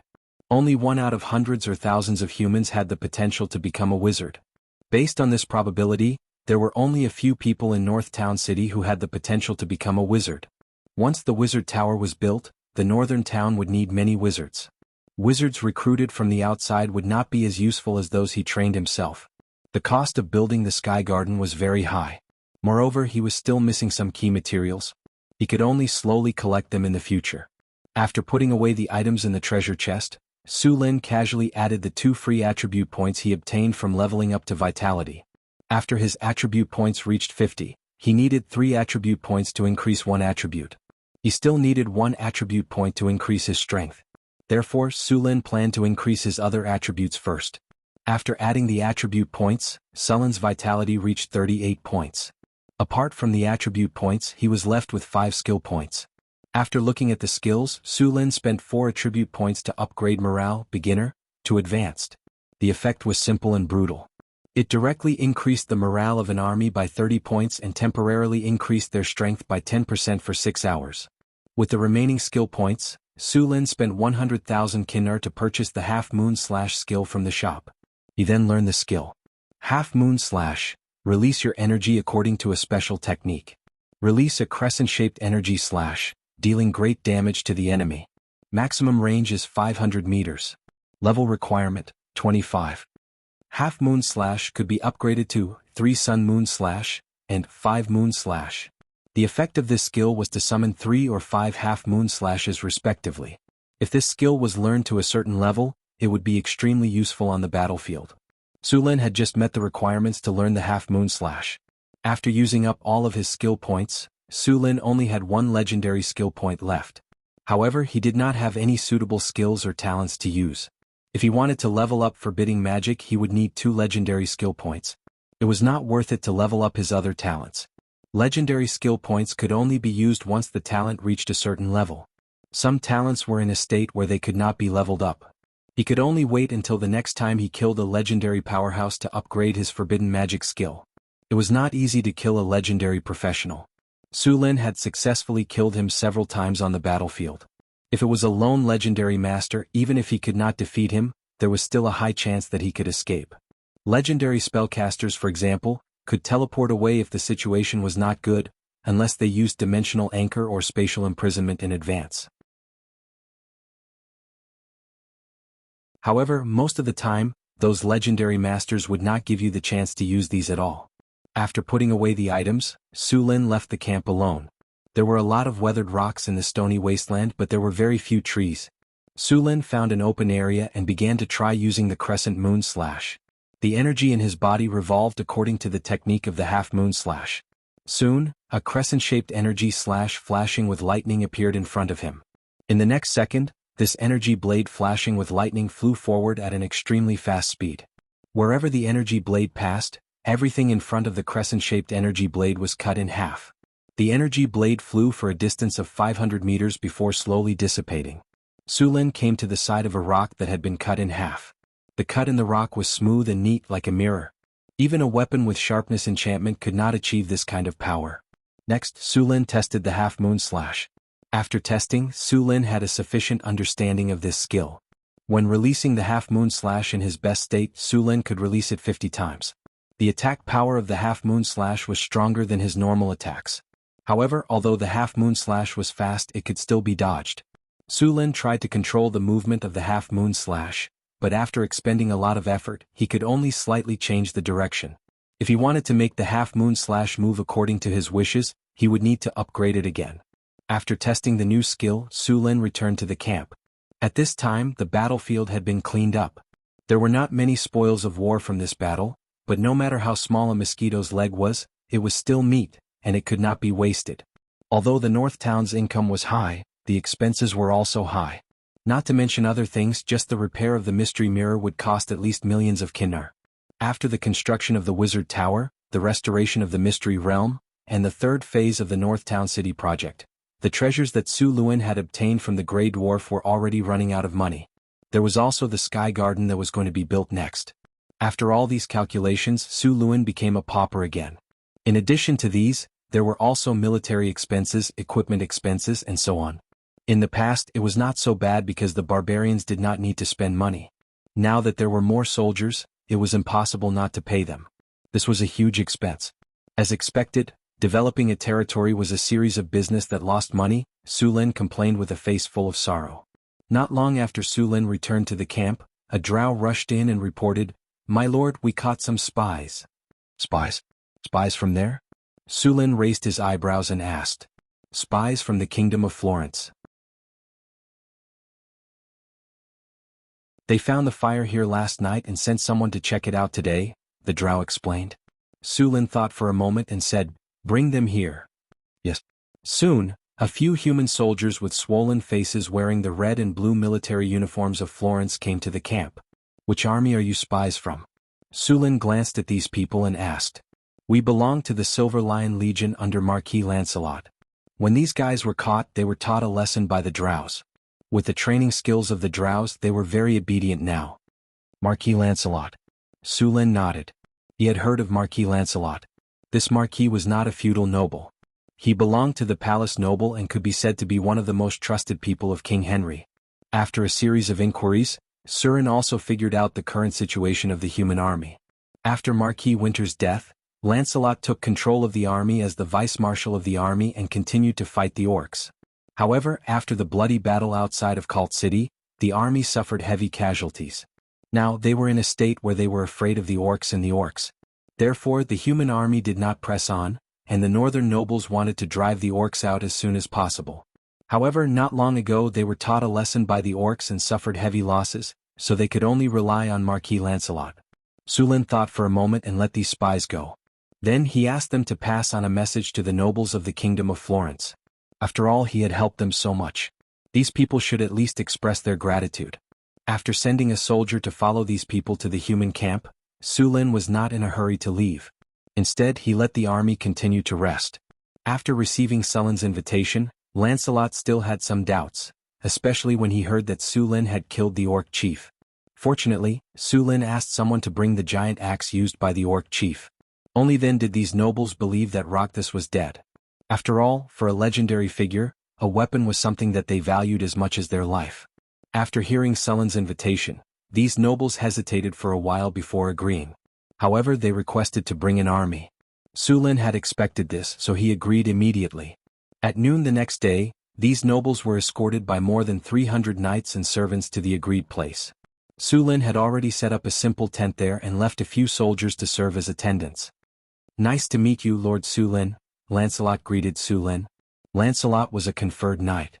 He was powerful and handsome, and it was said that he was very popular among the noble women in the Imperial capital. After meeting him, Lancelot was a handsome man in his 30s. However, he was still a level lower than Su Lin. "Nice to meet you, Marquis Lancelot." Su Lin waved at him. "Lord Su Lin, I've heard a lot of your name during this period of time." Lancelot got down from his horse and walked over quickly, giving Su Lin a warm hug. "Ah, is that so?" Sullen's expression was a little stiff, but he was doubtful. Could this guy be gay? To think that he's so warm on our first meeting. Should I keep my distance from him? Of course. Some of the nobles who escaped to Cult City told us about how you attacked the Beastmen's logistics. I heard that you defeated an army of 20,000 Beastmen with very few casualties. Back then many people didn't believe it. Now that you've killed the Beastmen's chief, Rokthus, I think no one will doubt it anymore. Lancelot's handsome face had an exaggerated expression as he kept on praising Su Lin, not stingy with his compliments. Even Su Lin blushed a little when he heard this. However, he did not feel embarrassed at all. If it were someone else, the first impression he gave off would be that he was a bootlicker. However, when it came from Marquis Lancelot, there was no such feeling at all. As expected, those who could make a name for themselves in the Imperial capital were not simple people. Su Lin understood Marquis Lancelot's background. To be honest, this Marquis did not come from a good background. As an illegitimate son, he could not inherit the family name. However, he now had a title that far surpassed his father's. Although this title did not have any land and only a few manors, it was still very shocking. This is all luck. Moreover, Marquis Winter also contributed to killing Rokthus. If it wasn't for Marquis Winter, I wouldn't have had the chance to kill this Beastman's chief, Su Lin said politely. This isn't luck. Even if it's an injured legend, it's still a legend. Lancelot smiled at Su Lin. As a conferred knight, he knew how powerful a legend was. All right. I reckon that you'll become the subject of songs by wandering poets soon. Lancelot winked and smiled.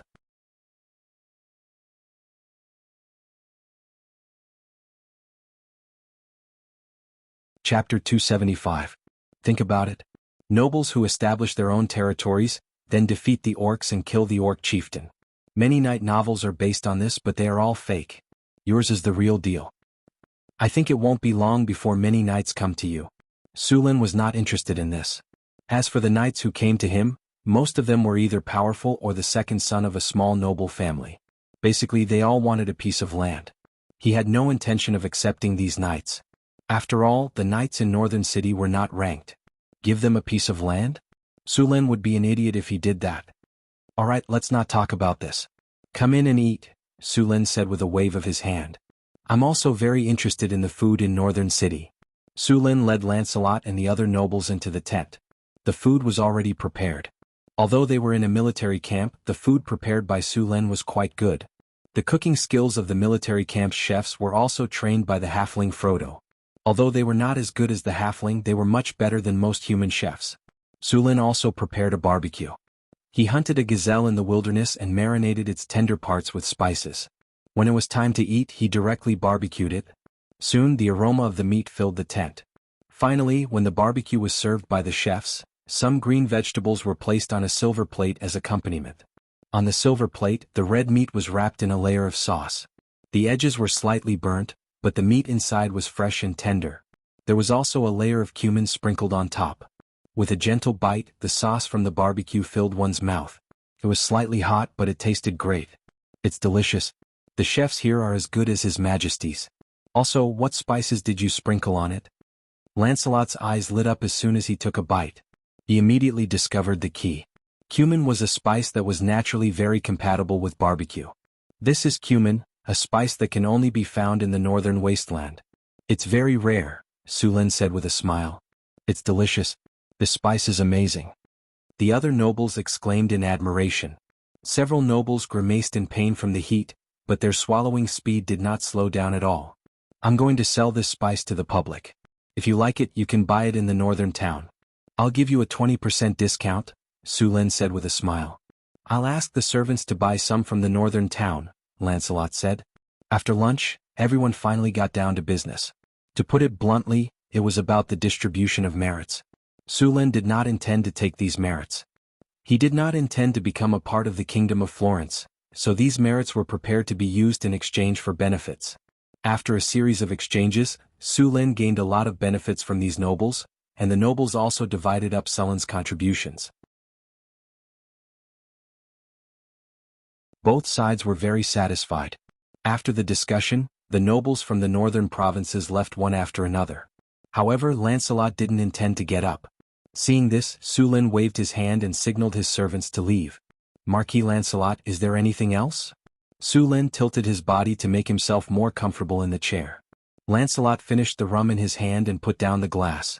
Sir Sulin, you don't want to join the Kingdom of Florence, right? Why do you say that? Sulin raised his eyebrows.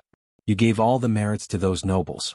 It's obvious that you don't care about the reward from His Majesty, Lancelot said with a shrug. So what? Sulin said lazily.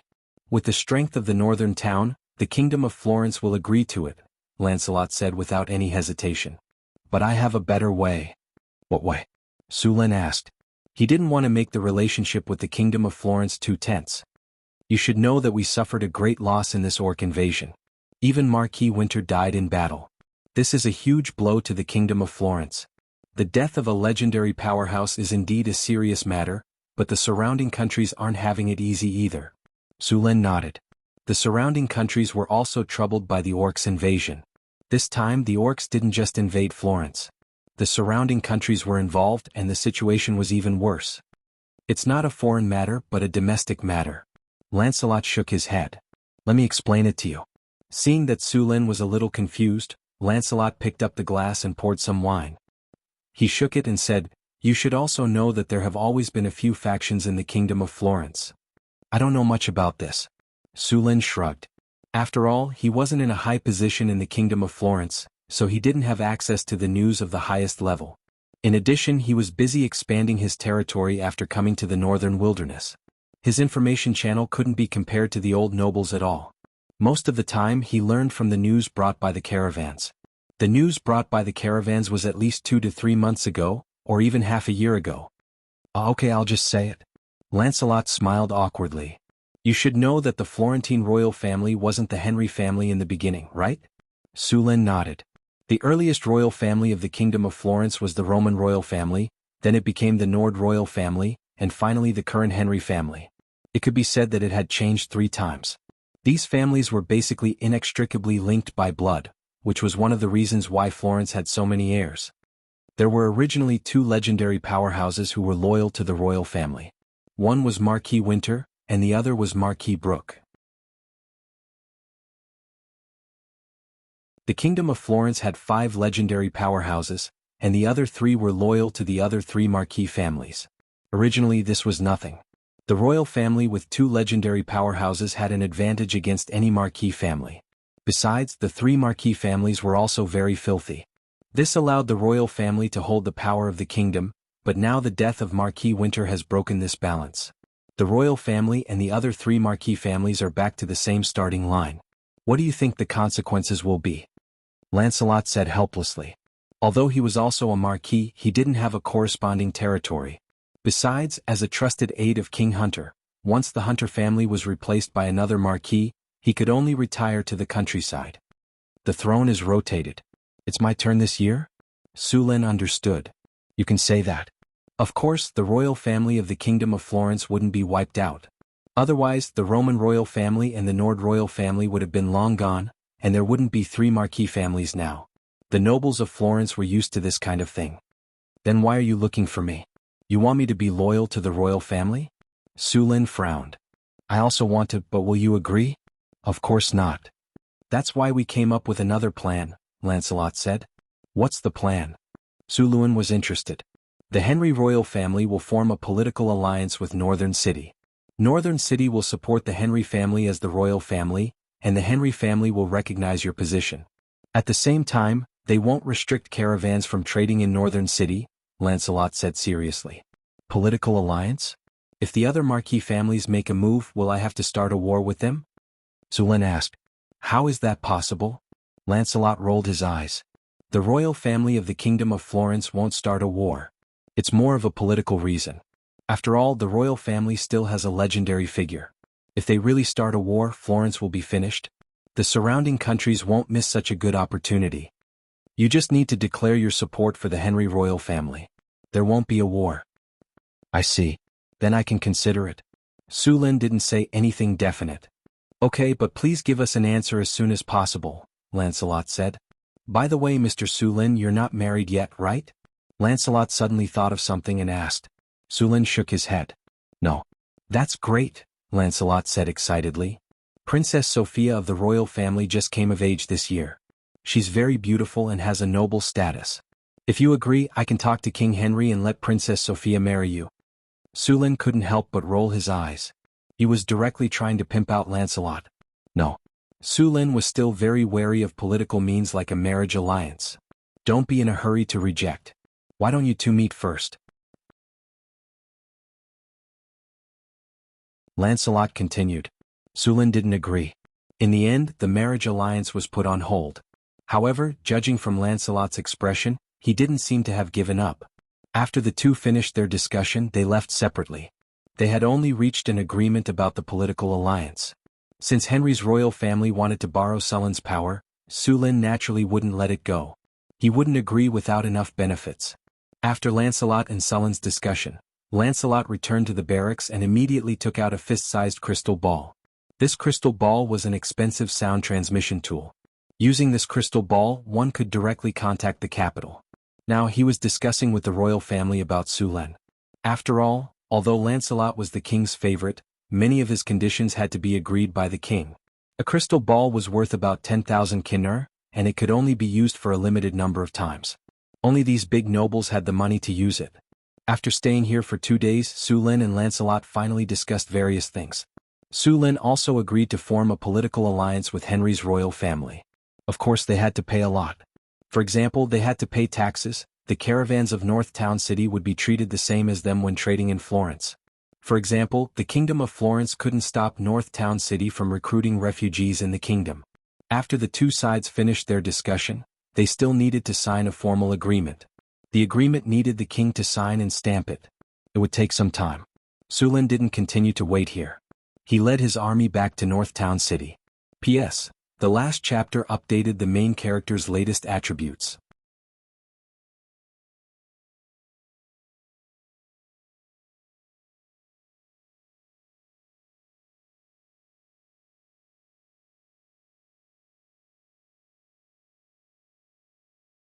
Tao Wu, lifelike plus 33, intimidating plus 34, indestructible plus 30, distinguishing between loyal and traitorous plus 34, questioning heart plus 32. With these, the governance of North Town City had reached a level that was unattainable even in his previous life. Of course, Sulin still had a lot of benefits for the officials. In addition to the basic salary, there were extra benefits every month. It could be said that the living standards of the grassroots officials were quite good. Sulin did not calculate the salaries of the officials accurately like Jianghu did. The salaries were so low that the officials could barely feed their families. Although Sulin did not advocate high salaries for honest people, it was unacceptable to let the horses run and not eat grass. How could there be such a good thing in the world? After all, there were only a few people like Hai Rui in the entire Ming dynasty. The benefits of the grassroots officials in North Town City were quite good. Although they could not be rich, they could still live without worrying about food and clothing. Moreover, Sulin promised them that when schools were built in North Town City, their children would be able to enroll directly. Although Sulin had less work, the number of grassroots officials was starting to decrease. Sulin did not have a good solution at the moment. He could only choose some refugees from the slaves. When these people were transported to North Town City, all of them were divided into small teams. Some of the grassroots officials were selected from these people. Those who did a good job and cooperated well during the migration were all promoted to grassroots officials. They were then allowed to learn from the previous grassroots officials for a period of time. Once they learned enough, those who passed the internship were sent to the grassroots officials training base in batches. Those who did not pass the assessment were sent back directly. Sulin used this method to train a group of grassroots officials quickly. The arrival of a large number of people not only made North Town City crowded, but also brought a lot of problems such as security and hygiene. The main problem was that there were only 300 people in the city guard. Relying on 300 people to manage a city of 100,000 people was a serious lack of manpower. When the army from North Town City returned, Sulin temporarily transferred 1,000 spearmen to serve as the security force. At the same time, the military camp began to recruit new soldiers. Some of these new soldiers were to serve as the security force, while the others were to serve as spearmen and archers. Sulin wanted to build the formation breaker and archer battalion, so he needed a large number of spear guards and sharpshooters. Due to the probability of advancement, these two special forces would not be full for a long time. The third phase of North Town City's city wall was 15 meters tall and 8 kilometers long. The top was 5 meters wide and the bottom was 5 meters wide. It could be said that this part of the city wall was the largest construction apart from the Wonder Building. To build this wall, North Town City used 60,000 people to work. Among them, 30,000 were human slaves and the rest were kobolds, gnomes and gnolls. The 60,000 people were assigned to the construction site that was 8 kilometers long. The brick kiln factory in North Town City also began to produce bricks in large quantities. Because the residential buildings were also being built, the demand for bricks in North Town City skyrocketed. There was already a lack of supply. Sulin allowed the brick kiln factory to expand production while transporting rocks from the quarry. Even so, the supply of bricks was still tight. Faced with this situation, Sulin had to use the previous method of building houses, which was to use mud and straw to build houses. Although this kind of house was not beautiful and the lighting was bad and it was easy to get wet on rainy days, it was good at keeping warm. These houses only needed to survive the winter. When the supply of bricks was enough, the houses could be rebuilt. The large number of people coming in made North Town City's daily necessities very tight. There was no shortage of food in North Town City, and there were enough potatoes. However, the supply of meat was tight. The human body needed to eat a lot of meat, so Sulin used a large number of fish as a substitute. Everyone was given a bowl of fish soup every day. As for beef and mutton, it was better not to think about it. North Town City was severely lacking in beef and mutton. Su Lin had ordered to stop the slaughter of beef and mutton.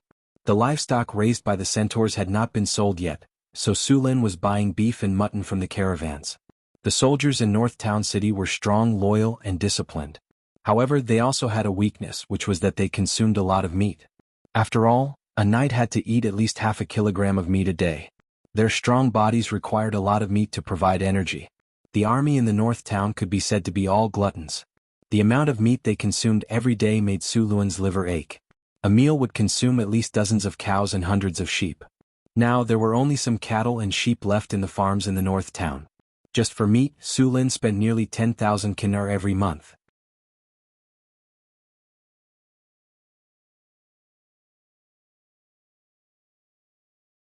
Chapter 277. With the development of the northern town, Su Lin was preparing to establish a principality. A duchy was the smallest country in the world, and the king was usually called a Grand Duke. Above the duchy were the kingdoms, empires, and of course, there was also the city-state alliance, such as the city-state alliance in the south of the Kingdom of Florence. It was a loose alliance formed by more than 20 prosperous free cities or noble territories. There was no subordinate relationship between the city-states, and each was in a state of autonomy. However, if you underestimated this alliance, you would suffer a great loss. Although this city-state alliance only had 1/5 of the land of the Kingdom of Florence, its population was 1/3 of the Kingdom of Florence. No matter how you looked at it, the Kingdom of Florence could suppress this city-state alliance. However, the reality was that the Kingdom of Florence was beaten by them. In the few conflicts between the Kingdom of Florence and the Romavia city-state alliance in history, it was always the Kingdom of Florence that was defeated. Not only the Kingdom of Florence, but even the surrounding countries were no match for the Romavia city-state alliance. It could be said that the Rolandvia city-state alliance was a little overlord in the surrounding areas. If it were not for the fact that they were not keen on invading, the surrounding kingdoms and duchies would have been unified by them. The reason why this city-state alliance was so powerful was that the wizard civilization here was prosperous. It had the largest wizard academy on the continent. Even the Rolandvia city-state alliance was said to be formed by the Starry Sky Council. The number of wizards they had was more than the number of wizards in the surrounding countries combined. At the same time, the Rolandvia city-state alliance was also one of the most developed areas in commercial activities. Su Lin wanted to establish a duchy, but it was still a little lacking. After all, although it now had a population of 120,000, it only had one city. In this case, it was still possible to establish a free city-state, but establishing a duchy was a little small. Fortunately, with the continuous construction of the northern citadel, other cities were also rapidly building. It would not take long for the northern citadel to have 4 cities.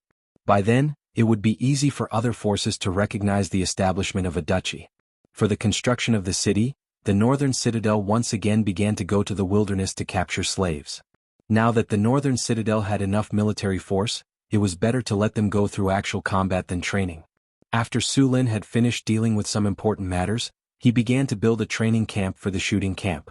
This training camp was also placed in the outer city, right next to the formation breaker.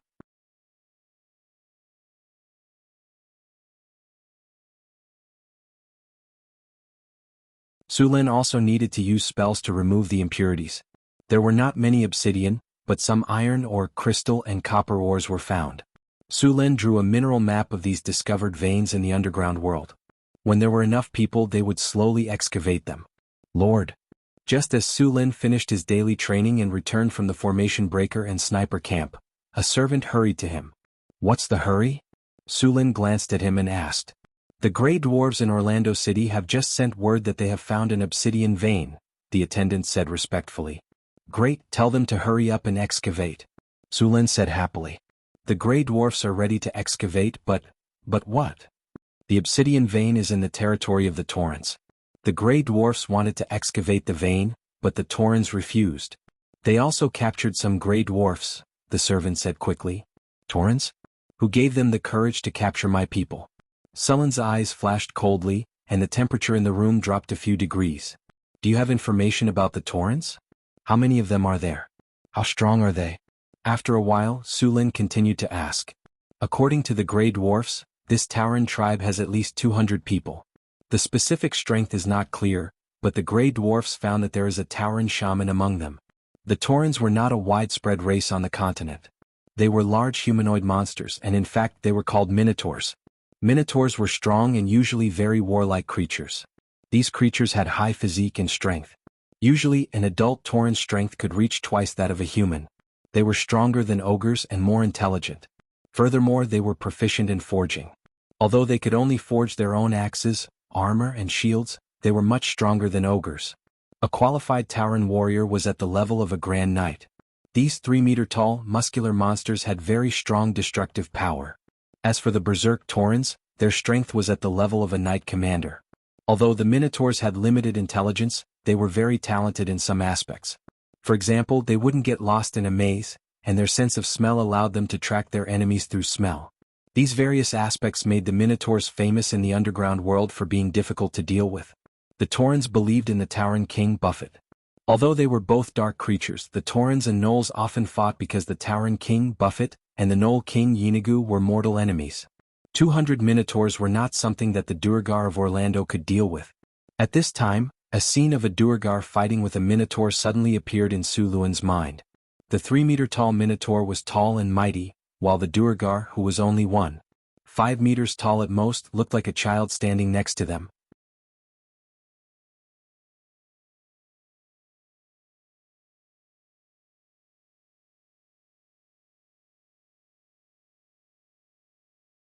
Chapter 278.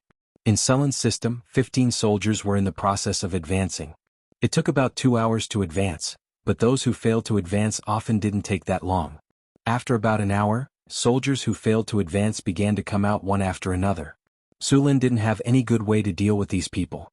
The success rate of fusing the templates of the formation breaker and the sound shooter camp was not high. As for the better self-created hero template, although the success rate of this thing was 100%, the probability of obtaining it was too low. Sulin had only obtained 2 so far. Moreover, the self-created hero template was not something that anyone could use. Ordinary soldiers had no chance to use it. One by one, the soldiers who failed to advance left the quiet room. The light balls of the templates were also taken back into the tiger tally. Finally, after 2 hours, the last 3 soldiers came out of the quiet room. They had successfully fused the templates. 2 soldiers of the formation breaker and 1 archer of the sound shooter camp. Sound shooter camp. Current population, 1500. After a cruel selection of excellent archers, they have successfully advanced to become soldiers of the sound shooter camp. They have a stronger physique, elite vision, and powerful attack power. The soldiers of the sound shooter camp inherited all the archers' previous talents, including advanced agility, intermediate strength, tenacity, eagle eye, evasion, and other talents. They also added an exclusive talent of the sound shooter camp. Sound shooter. Sound shooter, sharp arrow, rain of arrows, featherwood shooter, life and death, attack speed increased by 30%, range increased by 30%, additional effect. Rain of arrows, sharp arrow, rain of arrows, shoot a large number of arrows in a very short period of time. Range of arrows is reduced by 20%, power is reduced by 15%, attack speed is increased by 200% for 30 seconds. After use, the user will enter a weakened state. Sharp arrow, shoot at a target with great effort, attack distance increased by 50%, arrow speed increased by 100%, additional effect, armor break. Seeing that the archer of the sound shooter camp had successfully advanced, Sulin couldn't wait to take him to the training ground for testing. The basic ability test was quickly completed. Whether it was the range or the number of times the bow was pulled, it was much higher than the previous archer. In addition to these, there was also the test of new skills. After activating sky-filling arrow rain, the archers of the sniper battalion instantly grabbed 5 arrows and began to shoot. Their speed was extremely fast. Then wave after wave of arrows were shot out. In 30 seconds, the archers of the sniper battalion had shot out at least 20 waves of arrows. In the end, the target 200 meters away was filled with hundreds of arrows. Furthermore, the arrow penetrated the target.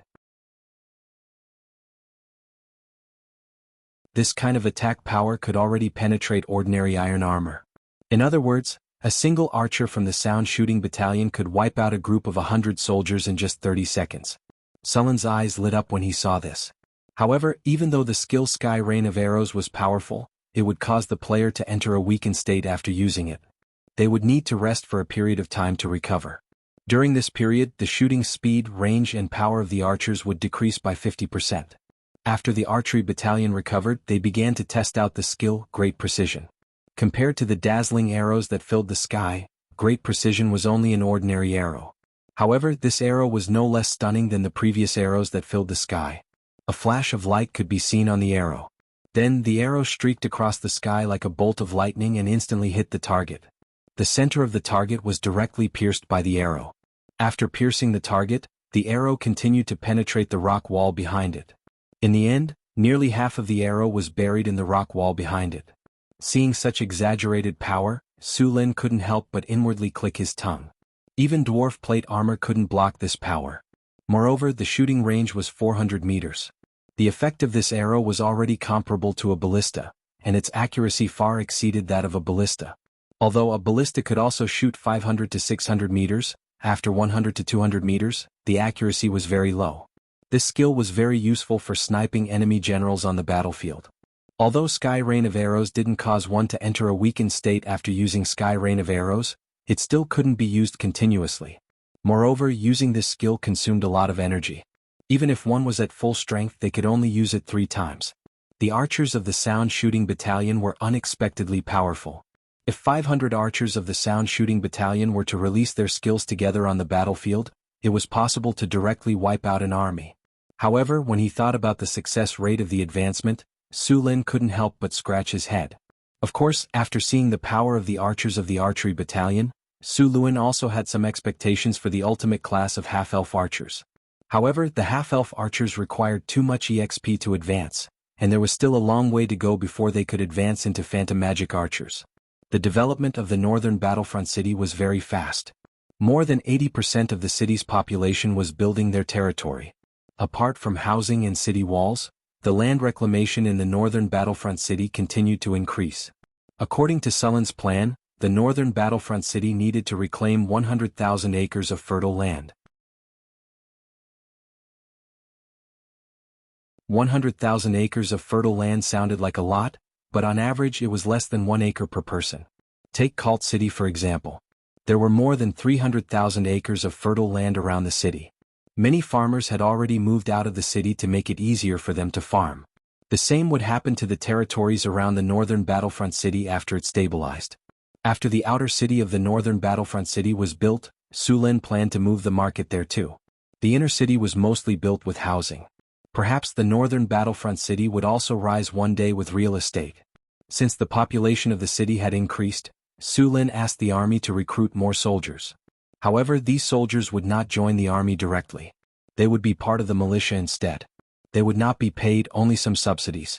Su Lin planned to train most of the men in the northern battlefront city into the militia. Of course, the militia training was not as good as the regular army, but it had a lot of benefits. For example, it cost less. If there was a shortage of soldiers during a battle, the militia could help defend the city. Although the militia's combat power was low, they were still good at defending the city. The militia could also be used as a supplement to the regular army. If the regular army suffered casualties, the militia could pick the best ones to replace them. Seeing that the northern battlefront city was developing well, Su Lin brought some people to the Mirror Lake City. Compared to the northern battlefront city, the conditions in the Mirror Lake City were much simpler. The city walls had already been built. Now, they were building houses and some basic facilities. Mirror Lake City had a big lake next to it, so there was a lot of fish there. The lake was the main source of meat for the city. The population of the Mirror Lake City had been replenished a few times, and now there were around 10,000 people. They still needed the support of the northern battlefront city for food. According to Sullen's plan, the Mirror Lake City needed to develop 3,000 mu of farmland before the snowfall this year. Mirror Lake City had already developed a few hundred mu of farmland. The Mirror Lake City only had 500 soldiers, but these 500 soldiers were all elite veterans. These soldiers were also divided into 2 groups. They took turns to sweep the surrounding plains and capture more slaves. Northern Battlefront City, Mirror Lake City, and Centaur City formed a triangle. After the 3 cities took turns clearing out the area, the number of monsters had gradually decreased. Perhaps in a few years, villages and towns could be built in this area. The triangular plains would also be quickly cultivated. Su Lin did not appoint anyone to be in charge of the Mirror Lake City, so many things had to be reported to the northern battlefront city. Then, after the northern battlefront city made a decision, they would have to send the order back. Going back and forth was a bit troublesome. Su Lin had another purpose this time, and that was to appoint some officials. At the sawmill to the east of the Mirror Lake City, there was a small-scale battle going on there. Everyone speed up. Charge. Under the command, the soldiers of the northern battlefront city began to charge. The leading soldier roared and threw down his shield. He raised his spear and began to charge. The archers behind him also began to provide cover. Archers 45 degrees to the side. Cover them with arrows. The northern battlefront city's army was made up of spearmen and archers. At the same time there were also some centaur cavalry. However, the Mirror Lake City did not have such equipment. The spearmen wearing metal armor and holding spears began to charge. Aside from orcs and ogres, the other races in the wilderness could not stop them. On the battlefield, the soldiers were facing some gnolls. There were about 300 gnolls and their physiques were more robust. They were about 2 meters tall and were equipped with simple weapons. The workers of the sawmill were hiding behind fences. In front of them were some spearmen defending. Many areas outside of the Mirror Lake City were being harassed by these monsters. The rain of arrows covered the area, and a large number of gnolls were turned into hedgehogs. The vanguard suffered heavy casualties, and their formation was instantly disrupted. The charging spearmen took advantage of this opportunity to speed up, and their 3-meter-long spears pierced through the gnolls. The spearmen's charge did not slow down, and they continued to charge forward. Following that, more gnolls were pierced by the spears. Basically, every spear had 2 to 3 gnolls skewered on it. At this point, the spearmen's momentum had been exhausted. It was time for the spearmen in the front row to drop their spears and draw their swords from their waists, continuing to fight the jackallans. The spearmen in the back row weaved through the gaps and began to push the gnolls back. Charge. Just as the gnolls were being forced back, an angry roar sounded out. 20 barbarian warriors charged from the flank. Compared to the spearmen's charge, the barbarians' charge was even more unstoppable. Although there were only 20 of them, they gave off a feeling that the sky was falling and the earth was splitting apart. They were unstoppable. Bang, bang, bang. After a series of muffled sounds, the gnolls standing at the outermost edge were sent flying by the barbarians. When they landed, their bodies were clearly twisted. It was obvious that many of their bones had been broken. Blood kept coming out of their mouths. It seemed that they did not have long to live. After charging into the enemy's formation, the barbarians began to wave their axes. Everywhere they passed, there was no enemy. Blood and flesh flew everywhere. A large number of gnolls were cut in half by the sharp axes. For a moment, the gnolls' formation became even more chaotic and was about to collapse.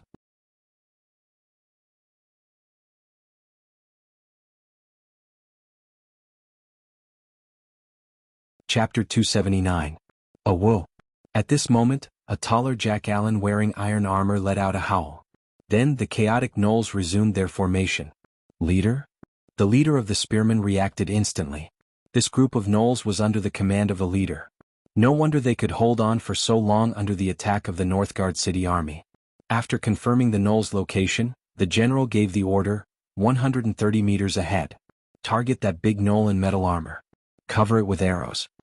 After hearing the order, the archers first calculated the distance, then raised their bows and started shooting. Bang bang bang. The sound of bowstrings was heard continuously. In the next second, a large number of arrows flew into the air. 100 arrows directly covered the gnoll leader's location, completely blocking any space to dodge. Before it could continue to command the army, it was nailed to the ground by the rain of arrows. A large number of arrows pierced through the crude metal armor on its body, making it look like a big hedgehog. The death of the leader caused the gnolls, who had just stabilized, to fall into chaos again. Some of the gnolls had already started to run away. Under the combined attack of the spearmen, the barbarians, and the archers, those gnolls were no match at all. Soon all the gnolls who resisted were killed. After arranging for people to capture the captives, the rest of the soldiers began to clean up the battlefield. Su Lin stood not far away and watched the end of the battle. He nodded in his mind. He was patrolling the territory with the soldiers, and he didn't expect to see the spearmen's captain commanding the battle when he arrived. Go and call the spearmen's captain over. Su Lin ordered the servant next to him. Soon a servant rode over. After about 10 minutes, a burly spearman's captain with a scar on his face came in front of Su Lin and bowed. Greetings, Lord. Rise. Su Lin said with a smile. You were the one commanding the battle just now? Yes, Lord.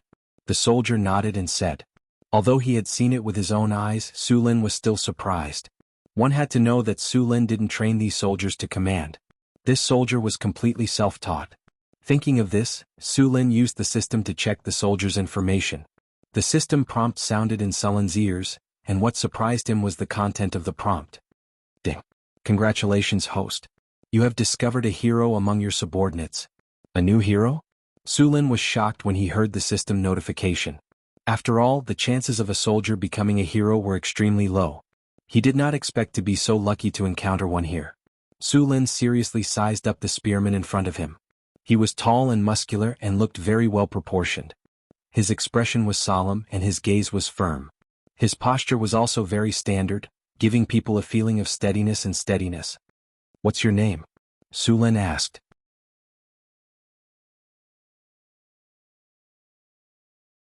Akam, the soldier replied. Su Lin nodded and continued, Your command just now was excellent. You have proven your bravery and military talent. I am going to appoint you as a general. Are you willing to pledge your loyalty to me and fight for me? A hint of surprise appeared on Akam's face, but it quickly disappeared.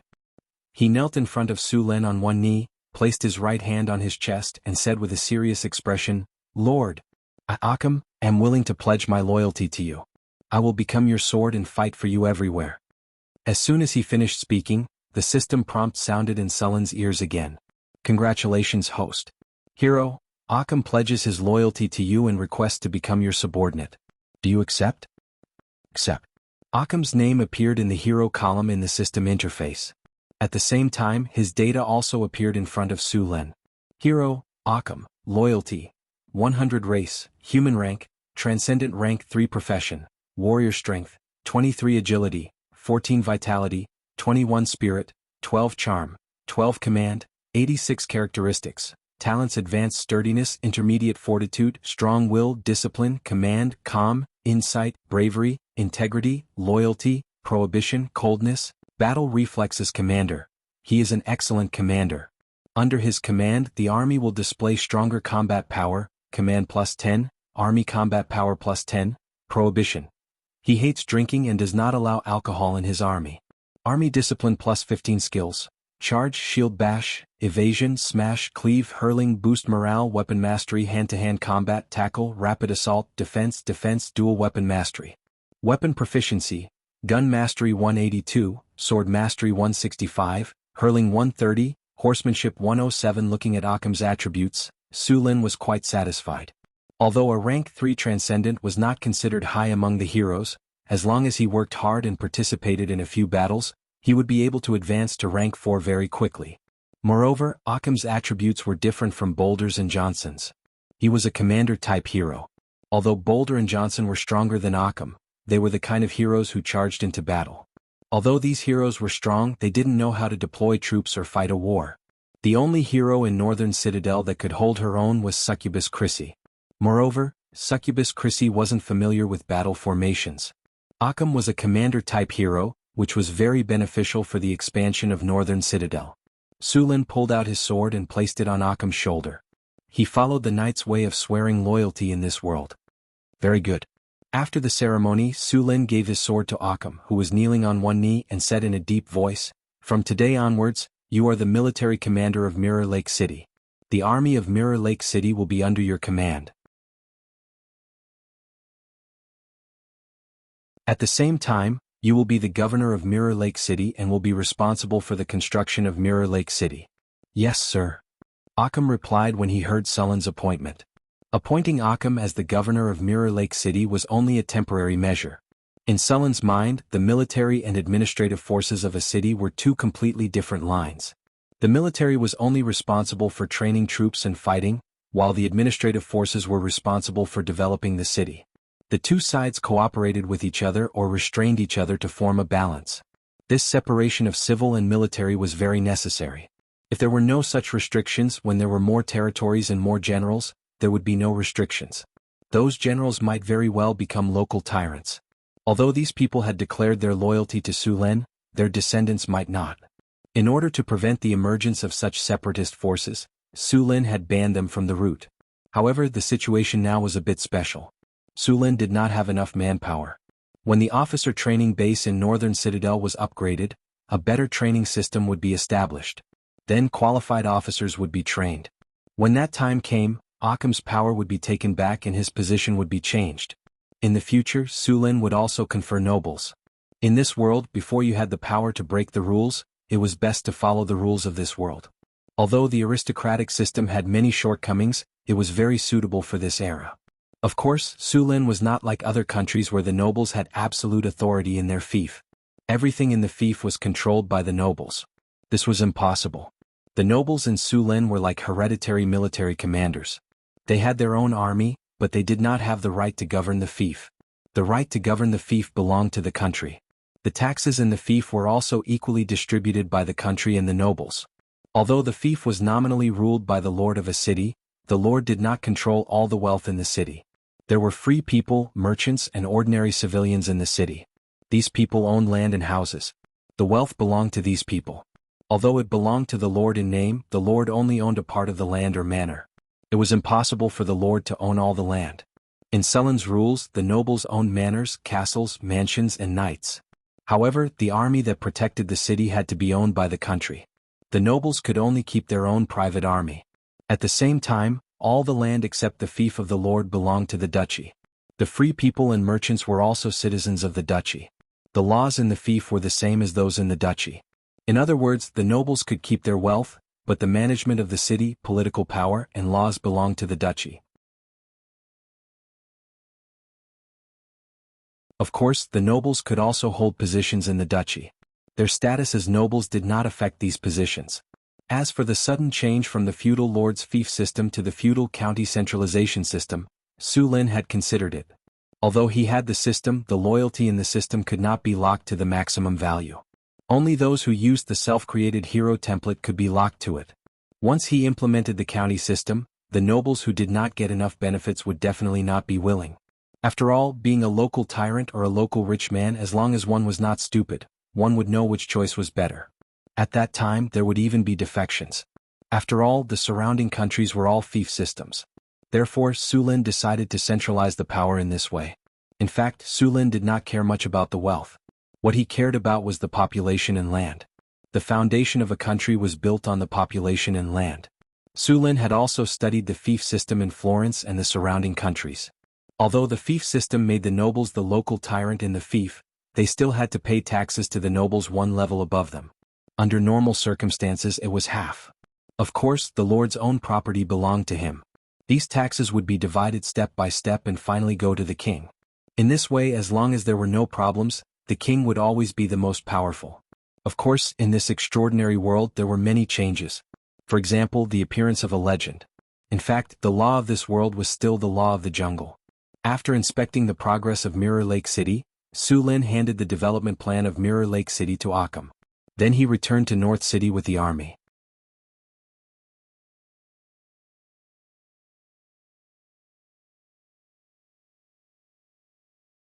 Chapter 280. On the way back to northern town, Sulin went to Centaur City. Centaur City was very big. 70% of the population were centaurs while the remaining 30% were humans. Compared to Mirror Lake City, Centaur City was much simpler. There were more livestock pens here. Centaurs were good at breeding, but they weren't good at farming. Outside of Centaur City, there was a large grassland. Aside from cattle and sheep, it was also where North Town's military horses were produced. North Town had 6,000 to 7,000 soldiers, but they had more than 20,000 war horses. Currently, all the soldiers in Northern Town were mounted infantry. Some of the soldiers could even fight on horseback. For example, some of the half-elves could already easily shoot from horseback. Compared to humans, the half-elves were a bit weaker. After all, the half-elves were born with high agility. Moreover, there were druids among the half-elves so they could communicate with animals more easily. The centaurs used to be a nomadic tribe, but now they were semi-nomadic. With Centaur City, the centaur herders would return to Centaur City every once in a while to buy all kinds of supplies. In the past, the centaur tribe would have a large number of livestock freeze to death during winter. Moreover, there was no food during winter, so many livestock would starve and lose their fat. Every winter was very difficult for the centaurs. Now that Centaur City was here, these problems were no longer a problem for them. Centaur City blocked out the wind and snow in the northern town. Honeycomb coal was now widely used in northern town. The Lord's castle, Sulin, had also extravagantly installed floor heating. Center City was the same. All the livestock pens were equipped with coal stoves and chimneys. It was very safe for the livestock to spend the winter here. They didn't have to worry about orcs or gnolls robbing them, nor did they have to worry about the livestock freezing to death. In the past, the northern town city was researching silage. Sulin didn't raise livestock in his past life, but he had heard of silage before. However, he didn't know much about it. He only knew the name and some of the steps, but he didn't know how to make it. Therefore, he could only let the druids research according to the little information that Sulin had provided. These druids had already made some progress, but they still needed to use some nature spells to make silage. This wasn't a problem for the druids, but it would be hard to spread it. After all, there weren't many people who knew nature spells, so not many spellcasters would do this. In addition to silage, Northern Town City also provided large amounts of grain. In Centaur City there were veterinarians, merchants, and even people who were good at farming. There were also tax officials. All livestock transactions were limited to Centaur City, which made it easier to collect taxes. Northern Town City now had another job, and that was to collect wool. Not long ago, the half-elves in Northern Town City researched wool weaving technology. Now, Northern Town City could weave wool, silk, linen, cotton, and several other kinds of cloth. However, besides linen, the production of the other kinds of cloth wasn't high. The centaurs' annual income from raising livestock was very good, so the centaurs' lives were much better than before. After all, in the centaur tribe, only the centaur chieftain could enjoy a good life. The other centaurs were no different from the orcs. Salt, clothes, weapons, tea, pottery, wine, and sugar were all things that the centaurs couldn't produce. Now that they had joined the northern battlefront city, these things could be easily bought with a bit of money. Although the centaurs still had a lot of power, it would be very difficult to make them betray the northern battlefront city. The centaurs at the bottom of the hierarchy didn't want to go back to their previous lives. It was easy to go from frugality to extravagance, but it was hard to go from extravagance to frugality. This wasn't just a saying. In the past, no one had enjoyed a city that sheltered them from the wind and rain. They had delicious food, warm clothes, and their own property. This was simply impossible in the past. Now that the centaurs were asked to give up on this life and go back to their previous life, the centaurs at the bottom wouldn't agree. This was also done deliberately by Sulin. His method was completely open. Even if the centaur chieftain knew about it, they couldn't blame him or stop him. Using this method, Sulin firmly tied the centaur tribe to Northern Town City. Sulin didn't have the intention to completely annex the centaur tribe. He just wanted the centaurs to become a vassal of Northern Town City. Looking at the current results, it was quite good. Mission was still supportive of the centaur tribe's change. Before this, the centaur tribe liked to rob. They had 4 legs and could run very fast. Their arrows were very accurate and they were very powerful. This made the centaurs the most famous robbers in the wilderness. At that time, the centaurs didn't want to trade at all. Later on, they had a conflict with the beastmen tribes. Under the pressure of the beastmen tribes, the centaurs began to trade on a small scale. In fact, if it weren't for the fact that they traded with the humans and received all kinds of supplies, the centaurs would have already declined in the conflict with the beastmen tribes. Of course, the centaurs suffered heavy casualties because they were too careless. When Sulin arrived at Centaur City, the city was in the middle of a cattle and sheep trade. The centaur tribe's cattle and sheep were currently monopolized by Northern Town City. Of course, when the number of cattle and sheep was increased, it would gradually be open to other caravans. This time there weren't many cattle and sheep to be traded. It wasn't the season for cattle and sheep to be sold. "Welcome, Lord." The little mare Mission led many centaurs to greet him and gave him a warm hug. "How are you living here?" Sulin asked after he broke away from the 2 towering balls. "We are living very well. Just last week, the tribe welcomed a few new lives." The little mare Mission said happily. "Thank you again for your help." Sulin waved his hand and said, "No need to thank me. After all, the centaurs are now part of Northern Town City. As the Lord of Northern Town City, I have the obligation to make the lives of my people better." "You are the best, Lord." Led by Mission, Sulin arrived at the largest house in Centaur City. The centaur tribe did not have a chief yet. A group of centaurs sat on linen and straw mats. In the middle of the room was a huge bonfire. Several chefs were roasting lambs. Drops of fat dripped from the roasted lambs, creating clusters of flames. While the chefs were roasting the lambs, they were constantly brushing sauce on them. This method was improved by Frodo. After all, the centaurs would only dip their meat in salt before eating it. Sulin and Mission sat in the main seats. In addition to a dozen centaurs, there were also some humans. These humans were tax collectors and merchants sent by Northern Town City. Although the banquet was very simple, the atmosphere was very good. These centaurs were very satisfied with their current life. The purpose of Su Luin's inspection was to see the life of the centaurs. On the other hand, he was ready to officially appoint the governor of the Centaur City. Centaur City was different from Mirror Lake City. The residents here were mainly centaurs. It was impossible to appoint a centaur to be the governor. This would make the centaurs panic, so the best candidate was Mission. However, other than the governor, more than half of the officials in the hall were humans. Especially the tax collector, the market manager, the warehouse manager, and even the city defense officer needed both humans and centaurs. The Centaur City had a group of soldiers stationed here. There weren't many people, only 100. These people were usually responsible for maintaining the security of the territory. With these people, the Centaur City wouldn't be completely controlled by the centaurs. The centaur tribe was now under the elder system. Under Sullen's request, the centaurs began to learn the humans' language. Under these circumstances, the centaurs in the North City gradually began to break away from their primitive tribal state and slowly entered the age of civilization. Perhaps in a few hundred years, the scholars who studied the history of the centaurs would call this the Centaurs' Age of Enlightenment. Sulin stayed in Centaur City for a day before leaving with his team and returning to the North City. The construction of the North City was still progressing steadily. As soon as they approached the North City, a cry came from the sky. Sulin looked up and saw a group of Cryopteris with a wingspan of 3 meters quickly flying over. These Cryopteris had been raised for half a year and were now past their infancy stage. Cryopteris needed 3 years to reach adulthood. Only then could they start training. He was looking forward to these Cryopteris Knights. In the last battle with the orcs, he saw the power of the Orc Wyvern Knights. If those wyverns hadn't met Alex, the 3,000 harpies would have suffered heavy casualties. The harpies could bully an army without air power, but once they met the Hippogriff Knights, Wyvern Knights, or Griffin Knights, they would suffer heavy losses. The biggest one in the sky was Sullen's Ice Quetzalcoatlus. After seeing Sulin, the Ice Quetzalcoatlus directly dived towards Sulin. The little guy flapped its wings and wanted to land on Sullen's shoulder, but it seemed to have forgotten its size. In the end, it could only land on the ground beside him. Unlike other Cryopteris, the Ice Quetzalcoatlus had a thin layer of dragon scales on its body. Although its defense was not as strong as a real dragon, it was still much stronger than an ordinary Quetzalcoatlus.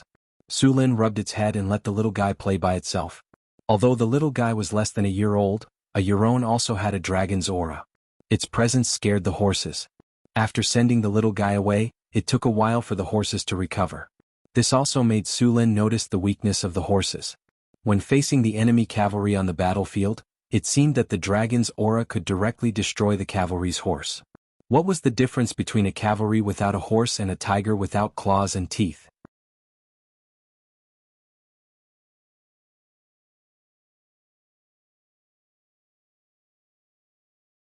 Chapter 281.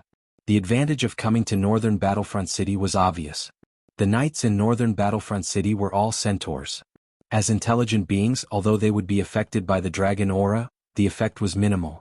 Of course, the warhorses in Northern Battlefront City would be affected as well.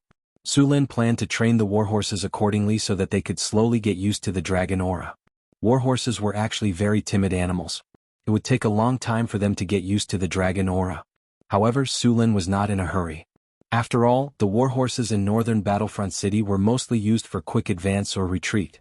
After returning to Northern Battlefront City, Sulin immediately received news from Aten. Sulin had asked them to collect information about the Minotaurs. They had completed their mission. There are more than 300 Minotaurs in the tribe? Sulin looked at the Drow scout in surprise. Yes, sir. After careful investigation, we finally confirmed their exact number. There are about 350 of them, the Drow said respectfully. Sulin nodded. A tribe of 350 people. Are there any Minotaurs in it? Minotaurs were the name of the Minotaurs after they advanced into the legendary level. They were powerful and evil creatures. They liked to build mazes and lure their enemies into them to kill them one by one. Minotaurs were powerful and immune to mazes. Wizards' mazes were ineffective against them. They were good at using giant axes as weapons. They were cunning and evil. They were one of the monsters that adventurers did not want to encounter the most. Minotaurs were powerful and had mazes that could make people dizzy. They were very difficult to deal with. Most importantly, the rewards were very low. Unlike dragons, the minotaurs did not like to collect treasures. Therefore, killing these monsters was often a loss. We didn't find any minotaurs. Seems like we're in luck. This minotaur's tribe did not give birth to such powerful creatures. Sulin held his chin with one hand and leaned back in his chair. Sir, this is the map of the minotaur's territory. We've investigated it. There are no powerful creatures nearby. After understanding the minotaur's strength, Sulin began to prepare to wipe out the minotaurs. After all, not only did the minotaurs occupy the obsidian mine, but they also captured his people. If he did not rescue them, the Grey Dwarves' loyalty would decrease. Following Sulin's orders, the war machine of northern Battlefront City began to move.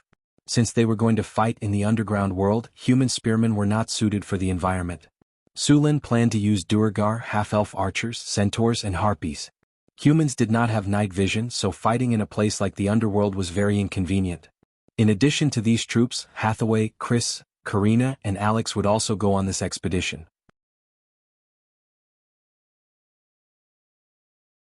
Without the help of spellcasters, the Taurens would suffer a lot of casualties. Adult Minotaurs could reach the level of knights.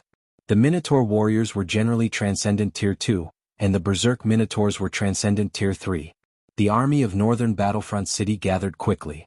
There were 200 centaurs, 400 dwarven defenders, 300 half-elf archers, 100 barbarian warriors, and 3,000 harpies forming a huge team. Sulin led the army into the underground world through the connecting tunnel. This was not their first time in the underground world, so they quickly adapted to the environment. Under the lead of the Drow scouts, the army of northern Battlefront City advanced through the tunnels toward the Minotaur's tribe. The Minotaur's tribe was northwest of the dwarf city of Orlando. They had to pass through 5 tunnels and 3 underground caverns. The underground world's terrain was complicated, so the army moved slowly. Many of the tunnels were limited in width, so only 5 people could walk side by side. The army of northern Battlefront City was stretched into a long line. The movement of thousands of people was not small, so it naturally alerted many underground creatures. As soon as they entered the tunnel, a group of hook horrors fell from the sky. However, they could never imagine how powerful the enemy they were facing this time was. The 2-meter-tall hook horrors were shot to death in the air before they could even attack. The half-elf longbow's power could easily penetrate the armor of the dwarves at close range, so these hook horrors could block it. Moreover, the soldiers Sulin brought this time all had night vision, so those hook horrors in the dark tunnels had already been discovered by Sulin. Other than the hook horrors, there was also a group of lion-scorpion beasts living in the underground caverns. When these lion-scorpion beasts noticed the army, they immediately hid. The lion-scorpion beasts were very intelligent, so they naturally knew how to avoid danger. Sulin recorded the positions of these lion-scorpion beasts. He was prepared to see if he could tame these lion-scorpion beasts in the future. The lion-scorpion beasts were also flying mounts. Although they couldn't compare to the pterosaur, they were not any worse than the hippogriff knights and griffin knights. However, taming the lion-scorpion beasts was very difficult. Moreover, these beasts' tails could move, so the knights were worried that the lion-scorpion beasts would use their stingers to attack.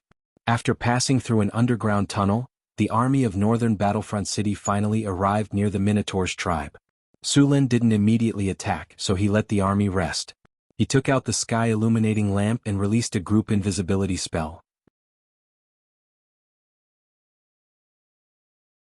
A gray energy barrier enveloped the army of northern Battlefront City, and in the next second, the army of northern Battlefront City disappeared without a trace. All the soldiers began to rest. Traveling for a long time was very tiring, not to mention in a place like the underground world. The army didn't light a fire and they were very close to the Minotaur's tribe. If they lit a fire to cook, it would attract the attention of the Minotaurs. The army had brought rations with them. These rations were made by Sulin from his previous world. He used dried meat, flour, potatoes, salt, sugar, vegetable oil and diced vegetables to make stir-fried noodles before processing them into biscuits. It can be soaked in water or eaten directly. These rations had a rough texture and the taste was not bad. Of course, according to Frodo, this was a complete waste of food, but for the army this kind of food was very convenient. The biscuits made from stir-fried noodles were very convenient to eat. There were vegetables, salt and diced meat inside. Not only could it fill one's stomach, it could also provide vitamins. Of course, only northern Battlefront City would spend so much effort on rations. The rations of other countries in this world were a mess. Black bread was the norm, and sometimes they didn't even have this kind of black bread mixed with wood shavings and stones. Of course, the treatment of the elite army was very good. Northern Battlefront City's rations were not cheap, and only Su Lin was rich enough to add diced meat, sugar, and vegetable oil. The cost of a single serving of rations was 2 gold nars. The army set up camp in the invisibility barrier and quietly ate the rations. After eating the rations, the army quickly took the time to rest. After the army set up camp, the drows all left to investigate the surroundings. There was no difference between day and night in the underworld. The creatures here slept according to their unique method of timing. The drows used magic pillars. Every day the magic pillars would slowly light up from the lowest point, which meant the beginning of the day. When all the pillars lit up, it meant the end of the day, and then the magic pillars would begin to extinguish from the bottom to the top. The dwarves used mechanical timing, and at the same time, they also had magic pillars similar to the drows. Su Lin didn't know the Torrens timing tool, but he knew that it was now daytime. Su Lin, who had night vision, was not affected by the darkness of the underworld. He took out a monocular made of transparent crystal. Su Lin stood there and clearly saw the situation in the Tauren camp in the distance. These Torrens had just finished a hunt and were enjoying their food. Although they were far away, Su Lin could still see that their prey was an underground salamander. The underground salamander was also a little overlord in the underworld, but now it had become food for the Torrens. An underground salamander was about 5 meters long. If you removed the tail that occupied half of its body would be 2 or 3 meters long. This kind of underground creature had a fierce temperament. Even the manticore didn't like to provoke them, but the drows would domesticate these underground salamanders as mounts. The strongest drows were the petrifying lizard knights, but they were rare. Generally, a petrifying lizard knight would lead a small team of underground salamander knights to form a patrol team. The underground salamanders were slightly smaller than the petrifying lizards, but they didn't have the petrifying light of the petrifying lizards. Seeing the Torrens barbecuing food, Su Lin didn't continue to pay attention. When he returned to the tent, Su Lin, Hathaway, Chris, and the others also began to enjoy the food. Time passed by and soon it was night in the underworld. At this time, many animals began to come out to look for food. The camp in the northern city was still silent. A few wildebeests quickly disappeared after approaching. The Tauren tribe in the distance also quieted down. Only the tall totem pillars were still shining. Su Lin waited until midnight before he began to move. 3,000 harpies flew into the sky, and Hathaway cast 2 spells to remove sound and smell. Then the group of harpies began to approach the Tauren tribe. Su Lin led the dwarves in formation and began to quietly approach the camp. The half-elf archers behind him were ready. Soon the harpies arrived above the Tauren tribe. They were very familiar with this kind of air attack. With a command, a large number of Molotov cocktails fell from the sky, and the Tauren tribe became a sea of fire in the blink of an eye.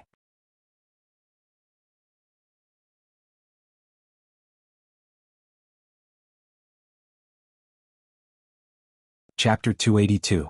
Roar. A tyrannical roar echoed, followed by even more roars. With the light of the Molotov cocktails, Su Lin was able to clearly see the situation of the Tauren camp. The Molotov cocktails weren't as effective as Su Lin had imagined. Although they had ignited quite a few houses, the casualties of the Tauren were limited. Moreover, when the Molotov cocktails ignited the camp, a burst of ice energy suddenly appeared. A storm. A whirlwind made of ice and snow suddenly appeared, quickly suppressing the burning flames and extinguishing many of them. Su Lin frowned. The flames of the Molotov cocktails were a lot stronger than ordinary flames, but the materials that Su Lin had made were still quite different from real Molotov cocktails. Kerosene couldn't compare to gasoline, and charcoal couldn't compare to aluminum powder or rubber. Whether it was burning or sticking, it was much worse.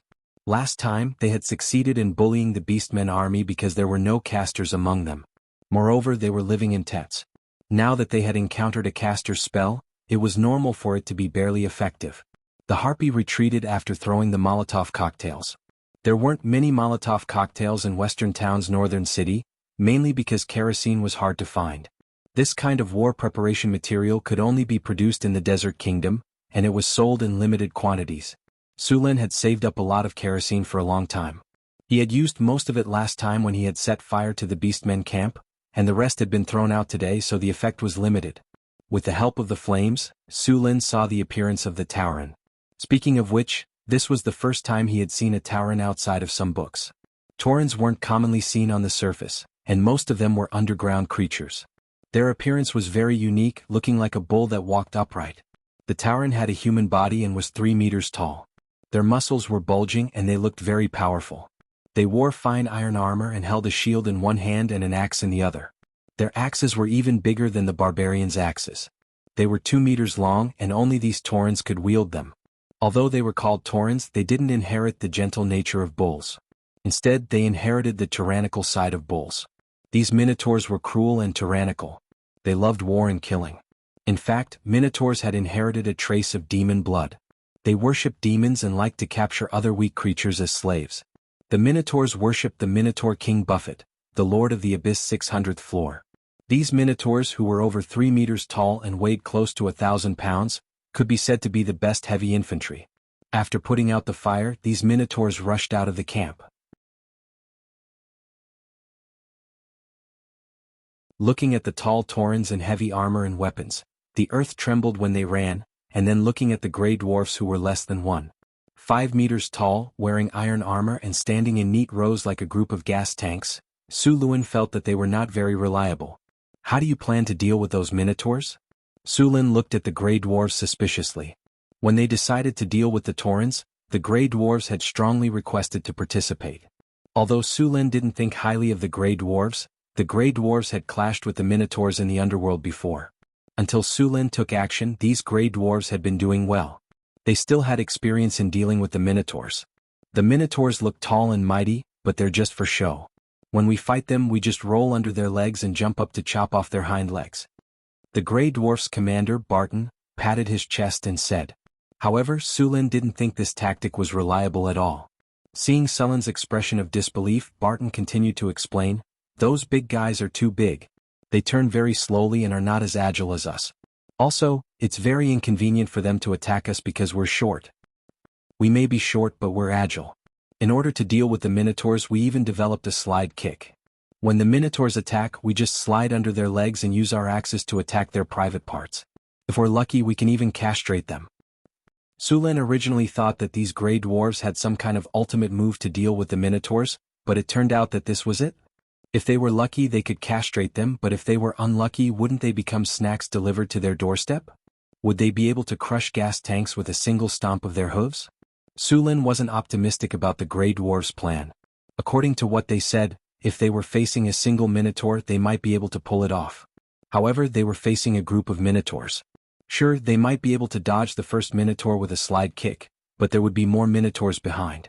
The minotaur's hooves alone could trample the gray dwarves to death. After figuring out the gray dwarves' plan, Su Lin didn't have much hope for them. If he let them go, they would definitely suffer heavy losses. Su Lin still needed these gray dwarves to help him mine and forge equipment. How could he bear to see them die? If they were all dead, who would forge equipment for him? "Where are the ballistae? Prepare to load them," Su Lin ordered. "All gray dwarves, fall back and get into formation. My lord, please believe in our strength. We dwarves will completely crush these idiots," Barton quickly said when he saw Su Lin's stance, strongly urging them to fight. However, Su Lin didn't think much of it and forbade them from acting on their own.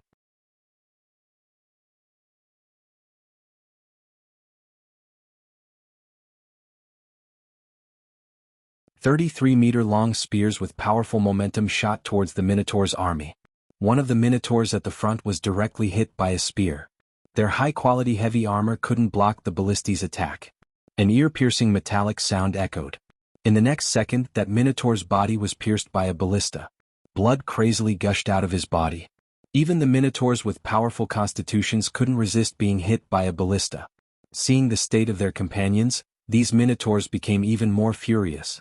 Their chests were fiercely heaving up and down as they kept breathing out white mist from their nostrils. The hot breath they exhaled condensed into steam in the air. Their muscles bulged and their veins bulged like earthworms. Their eyes were bloodshot. The ballistae kept firing, but the quality of the Minotaur's shields was clearly very good. After piercing through the shields, the ballistae lost their penetrative power. The centaurs on the side stamped their hooves a few times and prepared to charge. Charm. At this time, Chrissy took the initiative to make a move. A pink light flashed from Chrissy's body and then swept across the minotaurs. Immediately after, many of the minotaurs who were charging suddenly stopped. Their originally bloodshot eyes became blank. But after a mere breath, these minotaurs suddenly swung their axes and attacked the other minotaurs around them. The minotaurs who were attacked reacted quickly and raised their weapons to counterattack. In an instant, the charging minotaurs' army became chaotic. Seeing this situation, Su Lin naturally wouldn't let go of this opportunity. He directly led the barbarians and centaurs to charge. The distance of 300 meters only took a few breaths. Su Lin led the barbarians and centaurs to fiercely crash into the chaotic minotaurs.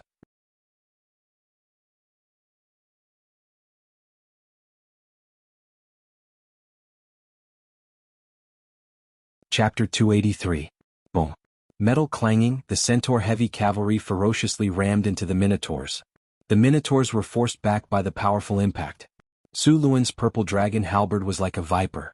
With a flash of cold light, a large amount of blood spurted from the neck of the minotaurs. The 3-meter-tall minotaurs were about to swing their giant axes. Their bodies swayed and the light in their eyes dimmed. Their huge bodies fell down like a mountain of gold. The minotaurs opened their mouths and spat out a string of red bubbles. Large amounts of blood stained the ground red. Their bodies twitched for a bit before they stopped breathing. Although the barbarians weren't as tall as the minotaurs, their attacks were much fiercer. Their giant axes cut through the air and viciously slashed at the minotaur's armor. Even the well-forged armor couldn't withstand the barbarians' strength. A terrifying gash was torn open and hot blood gushed out. The minotaurs suffered heavy losses under the combined attack of the northern battlefront city soldiers and the minotaurs controlled by crazy seduction. Just as Su Lin was about to continue and kill the minotaurs, a pink light flashed again. The minotaurs that were fighting suddenly stopped. Everyone stop. Move back 3 meters. Crazy's voice came from midair. All the Taurans immediately stopped attacking and moved back 3 meters according to Crazy's instructions. Seeing this, Su Lin was so shocked that he couldn't close his mouth. He knew Crazy's charm was powerful, and even women couldn't resist it. However, he didn't expect it to be this powerful. 200 to 300 minotaurs were controlled by her charm in a row. Normal charm didn't have such a powerful effect. The reason why Crazy's charm was so powerful was because of the charm nature of her self-created hero template. Her charm, which was a self-created hero template, could directly make the enemy change sides. Coupled with the charm of a succubus, its power was even more terrifying. One had to know that even barbarians with strong will would most likely be controlled by Crazy's charm. Chris, you controlled all of them? Although Su Lin had seen it, he still found it hard to believe. Of course, these calves are now my subordinates, Chris said proudly. How did you do it? Su Lin looked at his little succubus in surprise. Crazy snorted proudly. She gently flapped her wings and landed on the ground. Minotaurs exist in the abyss as well. They have the bloodline of demons. These creatures have a natural worship for demons. If they drink demon blood and evolve into minotaurs, it will be difficult to deal with them. But right now, ordinary minotaurs have a hard time resisting the effects of charm. Of course, the prerequisite is that the caster is a demon, Chris said proudly as she flapped her demonic wings a few times. Looking at the brave minotaurs standing there obediently, the people of North Town City felt a strong sense of disharmony. For them, who had just prepared for a fierce battle, it was like a dream. At the same time, it made them feel uncomfortable as if they had punched cotton with all their might. Although the two sides were on opposing sides, seeing these powerful minotaurs being controlled so easily, even their life and death, made the surrounding troops look at Crazy with awe. Especially the barbarians who had experienced it once. When they saw Crazy's gaze, they were like mice who saw a cat. They kept quiet out of fear. Ahem, alright, everyone stop standing there. Some of you go and release the captured dwarves. Others, go and clean up the battlefield. Su Lin coughed and started to do his job. Chris, you want those minotaurs to put down their weapons. Okay. Chris nodded. She then saw the minotaurs put down their weapons one by one. The minotaurs didn't suffer heavy casualties. In the previous battle and the damage from the ballistae, about 30 minotaurs had died. Some of the injured ones were saved by Sullen's spells. Next, Su Lin led people to clean up the collection in the minotaurs' camp. The minotaurs were the most powerful tribe in the surrounding area, and they were a race that liked to rob and plunder. They had a very rich collection. Su Lin found a lot of high-quality gems and some precious metals. The minotaurs didn't care much about gold and silver. They mostly just robbed for the sake of looting, not for the sake of looting. The members of the chaotic evil faction didn't care about other things, so the probability of strange things appearing was the highest. Su Lin wasn't surprised by anything they did. In addition to these things, there was also a lot of iron ore. The Minotaurs knew how to smelt iron and forge equipment. These things were left behind by them when they were forging equipment. There should be a lot of ore veins around this camp. The imprisoned Grey Dwarves were also rescued. These Grey Dwarves seemed to be good people. In addition to the Grey Dwarves, there were many other underworld races imprisoned in the Minotaurs' camp. The Minotaurs liked to enslave slaves. Basically, all the underworld races liked to do this. In addition to the Grey Dwarves, there were also bugbears and earth goblins. As for the weak ones, they were directly killed by the Minotaurs. The Minotaurs didn't care about the weak ones at all. Now, these slaves and the Minotaurs had all become the spoils of war of the northern town city. Su Lin asked the others to clean up the battlefield. He then asked the Grey Dwarves to explore the ore veins and organize people to mine the obsidian. The wizard tower required a lot of obsidian, and the previous stockpile was almost used up. Looking at the towering camp, Su Lin found that the location was pretty good.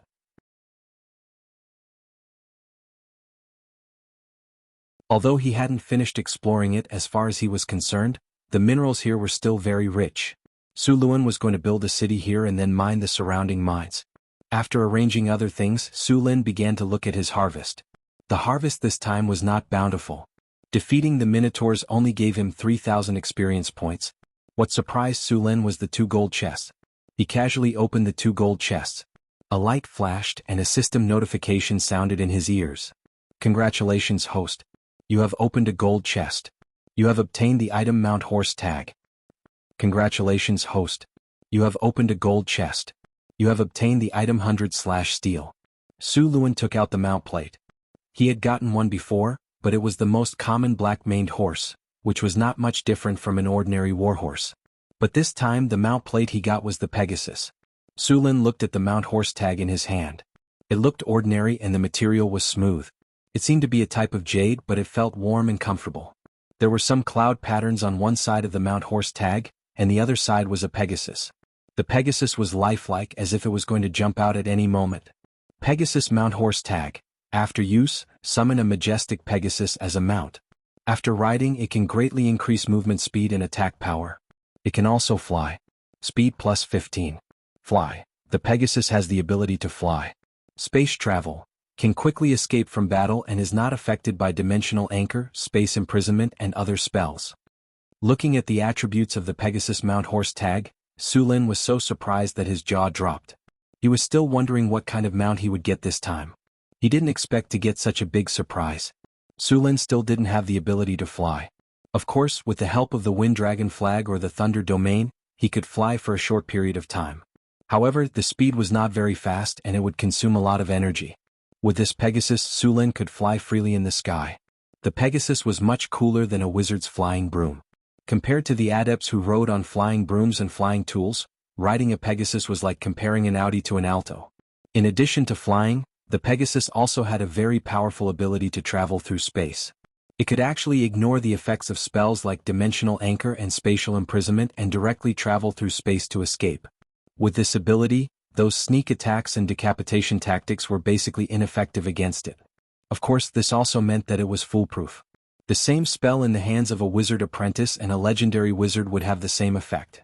Whether or not one could escape depended on the strength of both sides. Of course, with the Pegasus ability, normal legendary wizards could basically ignore it.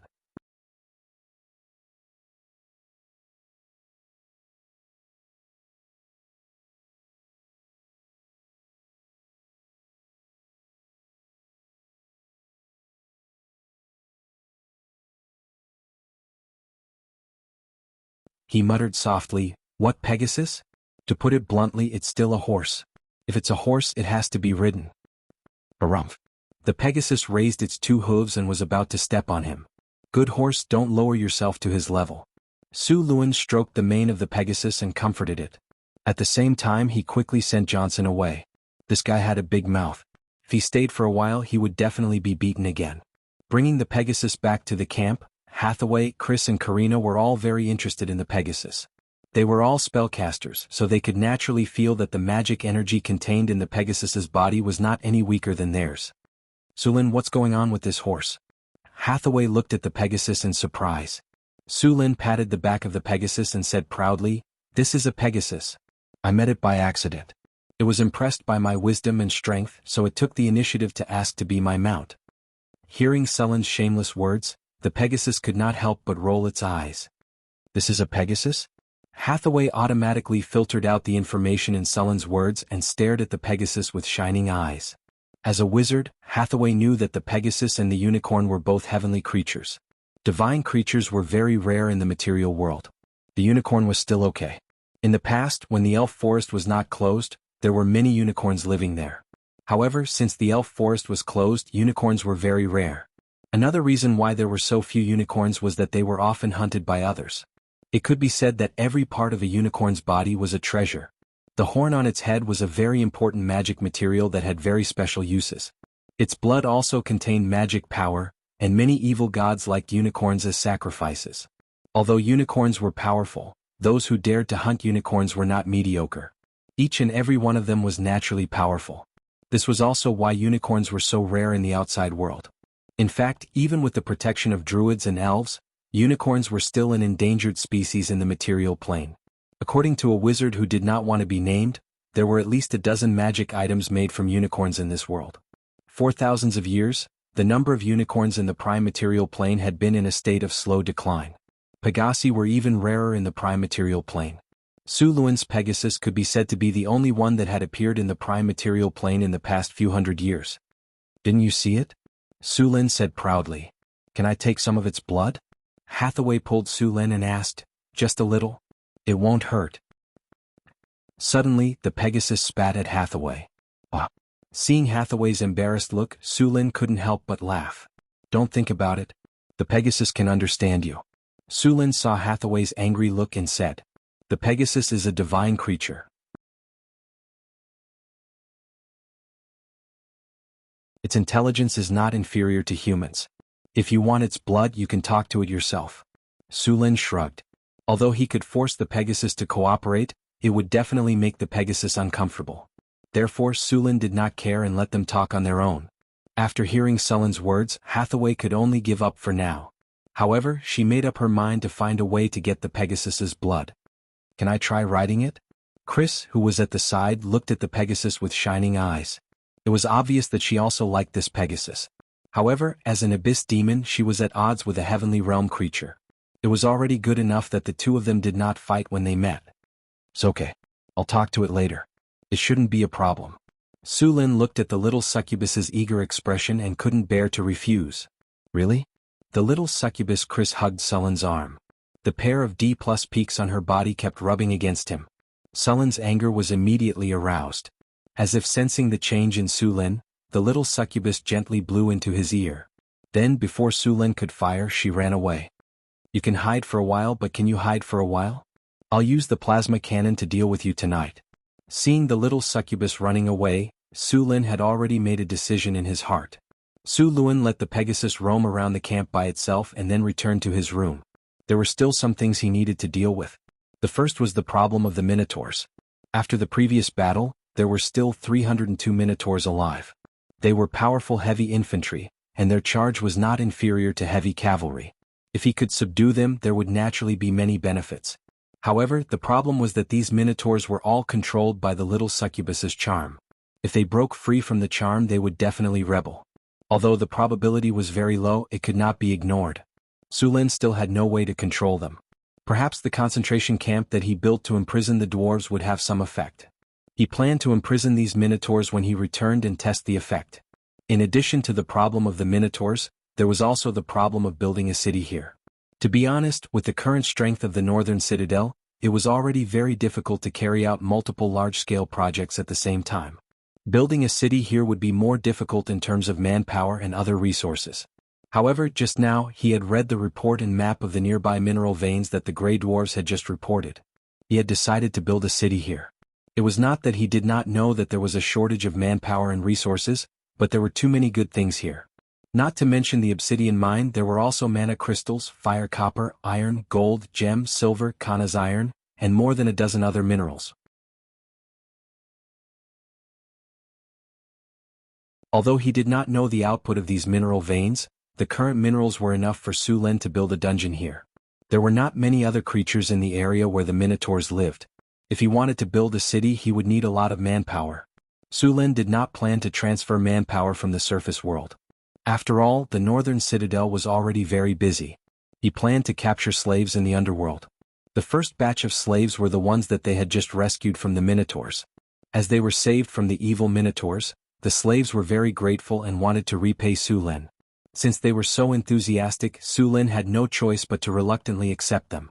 Therefore, these people became the new city's first batch of slaves.